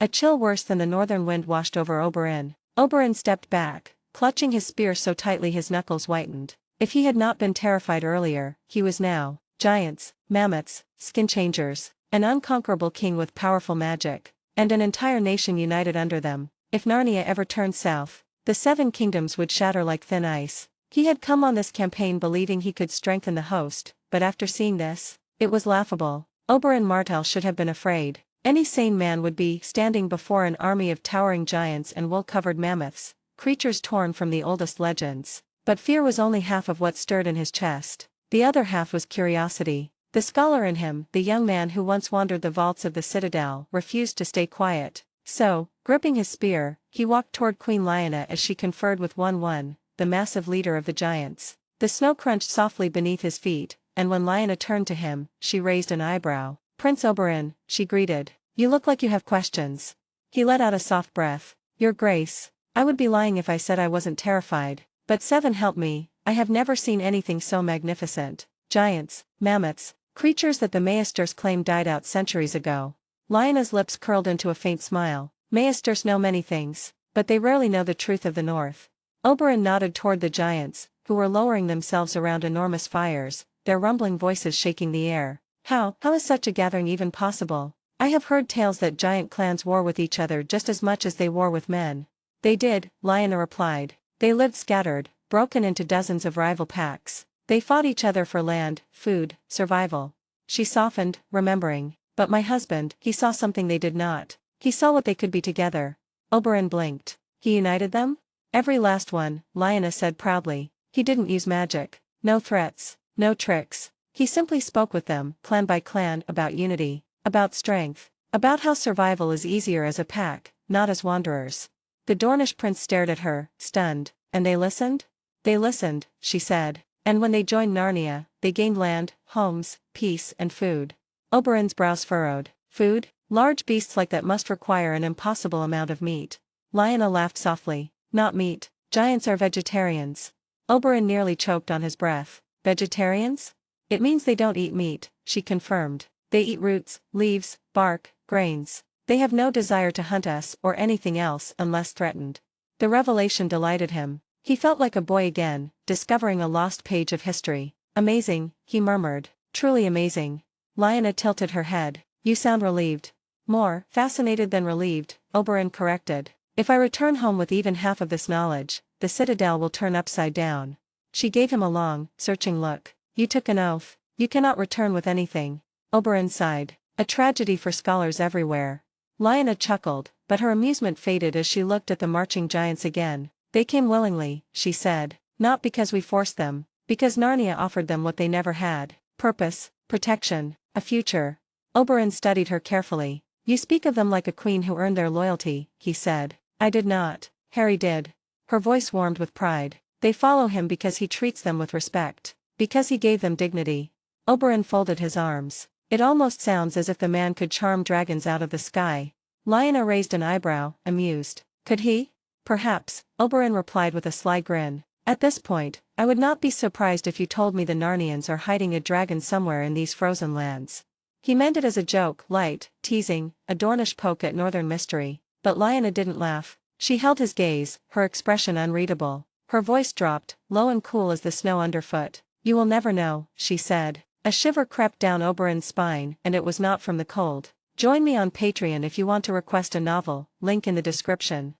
Chapter 80, From Curse to Current. The wind changed as they approached the colossal northern gate. Even among the Narnians, even among giants and mammoths, Frostshield stood like a fortress carved by ancient gods. Its walls rose higher than Winterfell's tallest towers, black stone fused with ice until the structure gleamed like a cold sunrise. The gates themselves, two slabs of blue-black granite, were thick enough to stop a dragon's fire. When the horns atop the battlements sounded, the gates groaned open, revealing a well-defended city beyond. Lyanna urged her direwolf forward, and the beast padded smoothly into the city. Oberyn Martell followed on horseback, his gaze sweeping over everything. He was humbled. He had never expected to see settlements beyond the wall. No one had, and certainly none imagined this. The inside of Frostshield was alive with movement. Houses of carved stone lined wide roads engineered with shocking precision. Smoke curled from chimneys. Men and women sharpened weapons, hauled carts, and trained in open courtyards. Children ran barefoot in the snow without fear. The Narnians cheered as Lyanna entered. Some beat their fists over their chests in salute, others raised spears glowing faintly with dragon glass tips. Oberyn felt as if he were riding beside some legendary warqueen of old. And then a man broke through the crowd, tall, broad, and with the unmistakable Stark features, long face, gray eyes, and a mane of shaggy brown hair. "Brandon Stark." "Lyanna." His voice echoed in the stone corridors of Frostshield. Lyanna slid down from her direwolf and laughed as Brandon rushed forward and seized her in a crushing embrace. "Bran," she breathed. "Are you all right?" "I am fine," he replied, holding her by the shoulders. I wasn't expecting you to join the war, command armies, bring giants behind you, gods, Lyanna, I barely recognize you. Lyanna smirked. I'm the same sister you tormented as a child. Brandon barked a laugh. You're a queen of a damn kingdom, that's what you are. Oberyn watched from a distance, awed. In Westeros, royalty never greeted family so casually. No bows, no kneeling, no stiff formality. Here, affection outweighed rank. A burly Narnian whispered beside Oberyn, amused, here, blood comes first, titles later. Better remember it. Oberyn hummed. Clearly. Brandon finally noticed Oberyn watching. The Stark Lord gave him a quick nod of recognition. I remember you, Brandon called out, approaching. Harrenhal melee, you nearly skewered that Stormlander brute with a broken spear. Oberyn grinned. And you nearly knocked me senseless when I wasn't looking. Brandon laughed. Good days. Lyanna rolled her eyes. Men, every conversation must turn into who hit who harder. But then her face hardened as she remembered why she was here. Bran, report. Brandon's smile faded. Inside the hall. He turned sharply, leading them deeper into Frostshield. We were attacked 3 nights ago, he began. Cold ones came out of nowhere, not in dozens, Lyanna. In hundreds. Oberyn's blood ran cold. Lyanna did not flinch. Casualties? Too many. Brandon's jaw tightened. We saved most of the civilians by getting them inside the walls. Harry's protective runes held, thank the gods, but the cold ones are gathering again. A silence fell heavy over the city. Oberyn swallowed. Your land is beyond my understanding. Giants, magic, undead monsters. How do you even prepare for such a war? Brandon smirked grimly. The same way we prepare for winter. Together. He clapped a hand on Lyanna's shoulder. And thank the gods you came, little sister. Your dragonglass saved us once, but we'll need strategy now. Lyanna nodded. Her voice was calm, steady, queenly. Every settlement should be sending reinforcements, she said. We'll consolidate here. Giant forces will join us. Then we march. Brandon exhaled in relief. Then the North truly stands united. Lyanna corrected him softly. Not the North, Bran. Narnia. Oberyn watched her, this woman whom Dornish tales once mocked as a wild wolf girl. Now she commanded armies, resolved crises, and stood as the backbone of a nation. And she did it all without dragons, without inherited power, simply with will. He understood now why her people adored her, and why Rhaegar Targaryen had never been able to forget her. As soldiers unloaded carts of provisions behind them, Oberyn leaned closer to Lyanna. Your brother loves you fiercely, he said. I envy that bond. And this city, Frostshield, it is more astonishing than any work in Westeros. Lyanna gave him a small smile. You will see more. Oberyn's eyes drifted to the giants preparing their weapons outside. I fear Westeros is not ready for the world you are building here, he murmured. Lyanna looked at him then, truly looked, her grey eyes sharp as winter steel. Then pray Westeros never crosses Narnia, she said quietly. Brandon led Lyanna through the inner corridors of Frostshield, past great stone pillars carved with runes and scenes of Narnian gods. Torches hissed along the walls, casting warm gold light across her snow-crested cloak. Behind them, Oberyn Martell followed quietly, his boots sinking slightly into the fur-lined carpet. He had seen war rooms before, in Sun's Pair, in King's Landing, even at the Citadel, but the weight in the air here felt different. Colder, more ancient than any council chamber in Westeros. Brandon pushed open the heavy oak door. The Council of Frostshield was already gathered. A long stone table dominated the center of the room, spread with maps inked in red and blue, the entire land beyond the wall laid flat before them. Pins marked settlements. Lines indicated planned marches. Darkened spots indicated villages already overrun. Around the table sat the leaders of Narnia's frontier. Jarl, tall, broad, with braided blonde hair and a heavy fur cloak. Jorand, older, sharp-eyed, a man whose every movement seemed carved from discipline. Lazar, wiry, clever, his fingers drumming across the table as if already calculating solutions. Rhaenyra, dark-skinned, statuesque, once a slave in Essos, now one of the most formidable commanders in Narnia. Thorin, massive, stoic, with shoulders wide enough to block a doorway, his voice a thunderous rumble. When Lyanna entered, every head lifted. Conversation ceased instantly. Even Oberyn felt the still lanes. Brandon bowed his head slightly. Queen Lyanna of Narnia has arrived. Oberyn blinked. No titles, no speeches, no trumpets. Just a simple acknowledgement, and yet the room seemed to shift, as though a tide of command had just walked in. She sank into the empty chair beside Jarl, and Brandon took a seat at her right. Oberyn sat near Lazar, trying to absorb everything without appearing overwhelmed. Joran leaned forward, voice low and heavy. Why now, Queen Lyanna? He asked. Why did the cold ones wake? What stirred them after all these years? The tension in the room tightened like drawn bowstring. Lyanna inhaled deeply. Because they think Harry is dead. Every man in the room stiffened. Lyanna continued, her voice calm but hardened by worry. He performed a ritual in Telmar, a powerful ritual, one that drained him more than expected. His magic flickered. The Cold Ones must have felt it. They have been under the hold of his runes and wards for years. Harry's presence is what drove them deep into the Winterlands. Jarl nodded grimly. He told me that he killed hundreds of them once. Drove their king back into the far north. No creature like that forgets fear. Exactly. Lyanna tapped the map. For the first time in years, they sensed weakness. So they tested our borders. And when they believed Harry no longer watches, they attacked. A heavy silence followed. Oberyn swallowed. In the Citadel he had read old fragments of tales about Cold Ones, frozen demons, walkers made of frost, but he had dismissed them as primitive superstition. Now he sat in a room where battle strategies against them were drawn in painstaking detail. Rhaenyra let out a slow breath. Do we know their numbers? Thorin answered. More than 6,000, and growing. The dead gather their own. Oberyn gripped the table edge. Gods, he whispered. Lyanna did not soften. Oberyn, this is the enemy we face here. Not raiders, not wild tribes, the dead, winter incarnate.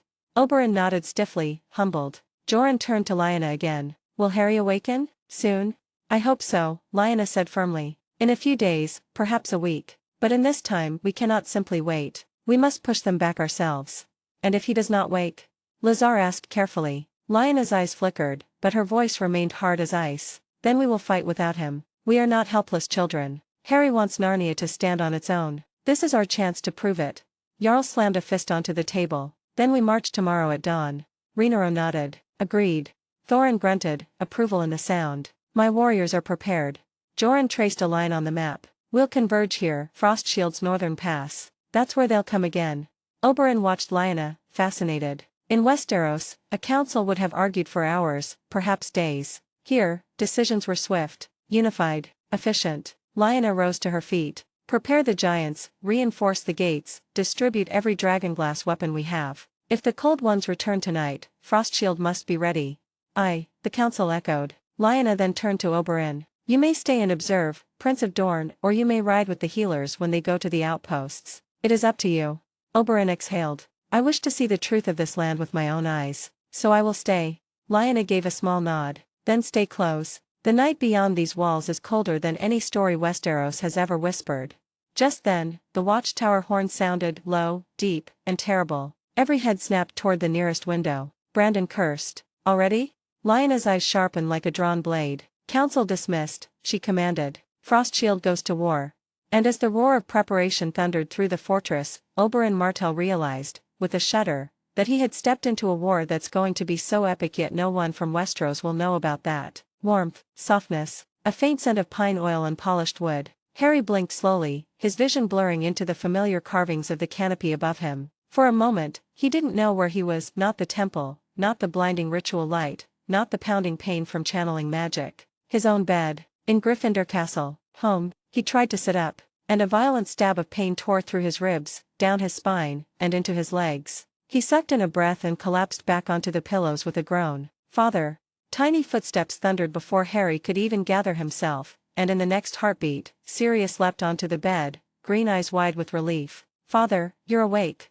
Harry lifted a trembling hand, brushing Sirius' dark hair aside. His voice was hoarse and cracked when he managed. Sirius, where's your mother? Sirius' smile faltered. The joy in his eyes dimmed with worry. She marched for war, Sirius said quietly, hands tightening on the blankets. The Cold Ones awoke. They attacked the Frostfang settlement. Mother took the army north, past Frostshield. Harry closed his eyes. A deep sigh escaped him, heavy with frustration and resignation. Of course they had attacked now. Of course they had come when his magic was at its weakest. He had stretched himself too thin in that ritual, more than he had ever done before, and the Cold Ones must have sensed the sudden drop in power. They always sensed weakness. Always. Sirius continued, his voice faster now, as if trying to reassure him. But Mother is fine. She wore the armor you made for her. She had Helga protecting her, and all the skin changers went with her. And, he swallowed, pride and fear mixed in his tone. Frostshield answered her call. Even the giants marched. Hundreds.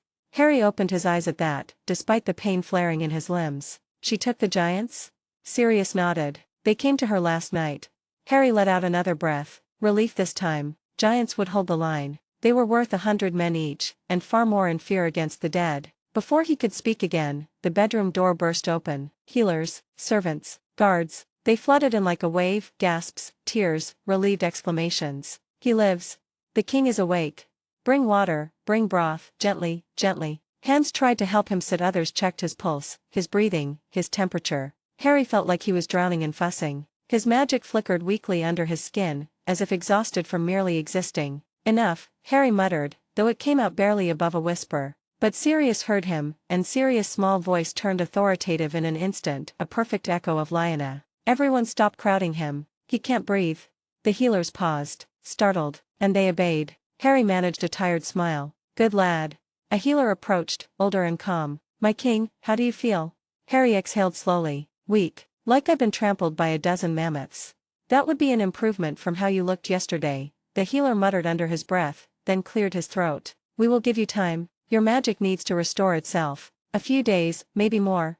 Harry already knew that. He could feel the hollowness inside him, the empty well where his power usually roared like a storm. He would not be marching anywhere, not today, not tomorrow, perhaps not at all during this battle. The realization twisted something in him, cold and sharp. Lyanna was out there, fighting winter itself, and he was here, barely able to lift his head. He forced another breath. She'll be fine, Harry said softly, almost to himself. She's strong, stronger than anyone gives her credit for. Sirius nodded with fierce confidence. She promised she'd come back, and Mother never breaks promises. Harry reached out, brushing Sirius' cheek with the back of his knuckles. I know. But inside, a knot of worry coiled tighter. He hoped Lyanna had enough strength. He hoped the cold ones did not sense just how weak he truly was. Sirius nestled close beside him, the warmth of the child easing the ache in Harry's heart. I'm glad you're awake, father, Sirius whispered. Harry, despite the pain, managed a small smile. I am too, my son. And outside the chamber doors, the healers whispered, guards hurried, and Telmar buzzed with the news. The king had awakened, but his power was not yet his to wield, and winter marched without waiting. Join me on Patreon if you want to request a novel, link in the description. Hello everyone, this is Shadow. Due to copyright restrictions on YouTube, I can't publish many of the audiobooks you love. That's why I've created a special paid service where you can enjoy over 300 high-quality audiobooks from platforms like Webnovel, Pocket FM, Audible, Wuxia, and more. Each novel comes as a one-time purchase, no subscriptions, no hidden fees. After payment, you'll receive full access via Telegram, along with all future updates for that novel. You'll find a wide selection of your favorite genres and titles, always in premium audio quality. Check the full list of available novels in the description. DM me now to get your favorite stories in audiobook form and start listening today. Also, you can request any novel so I can turn into audiobooks.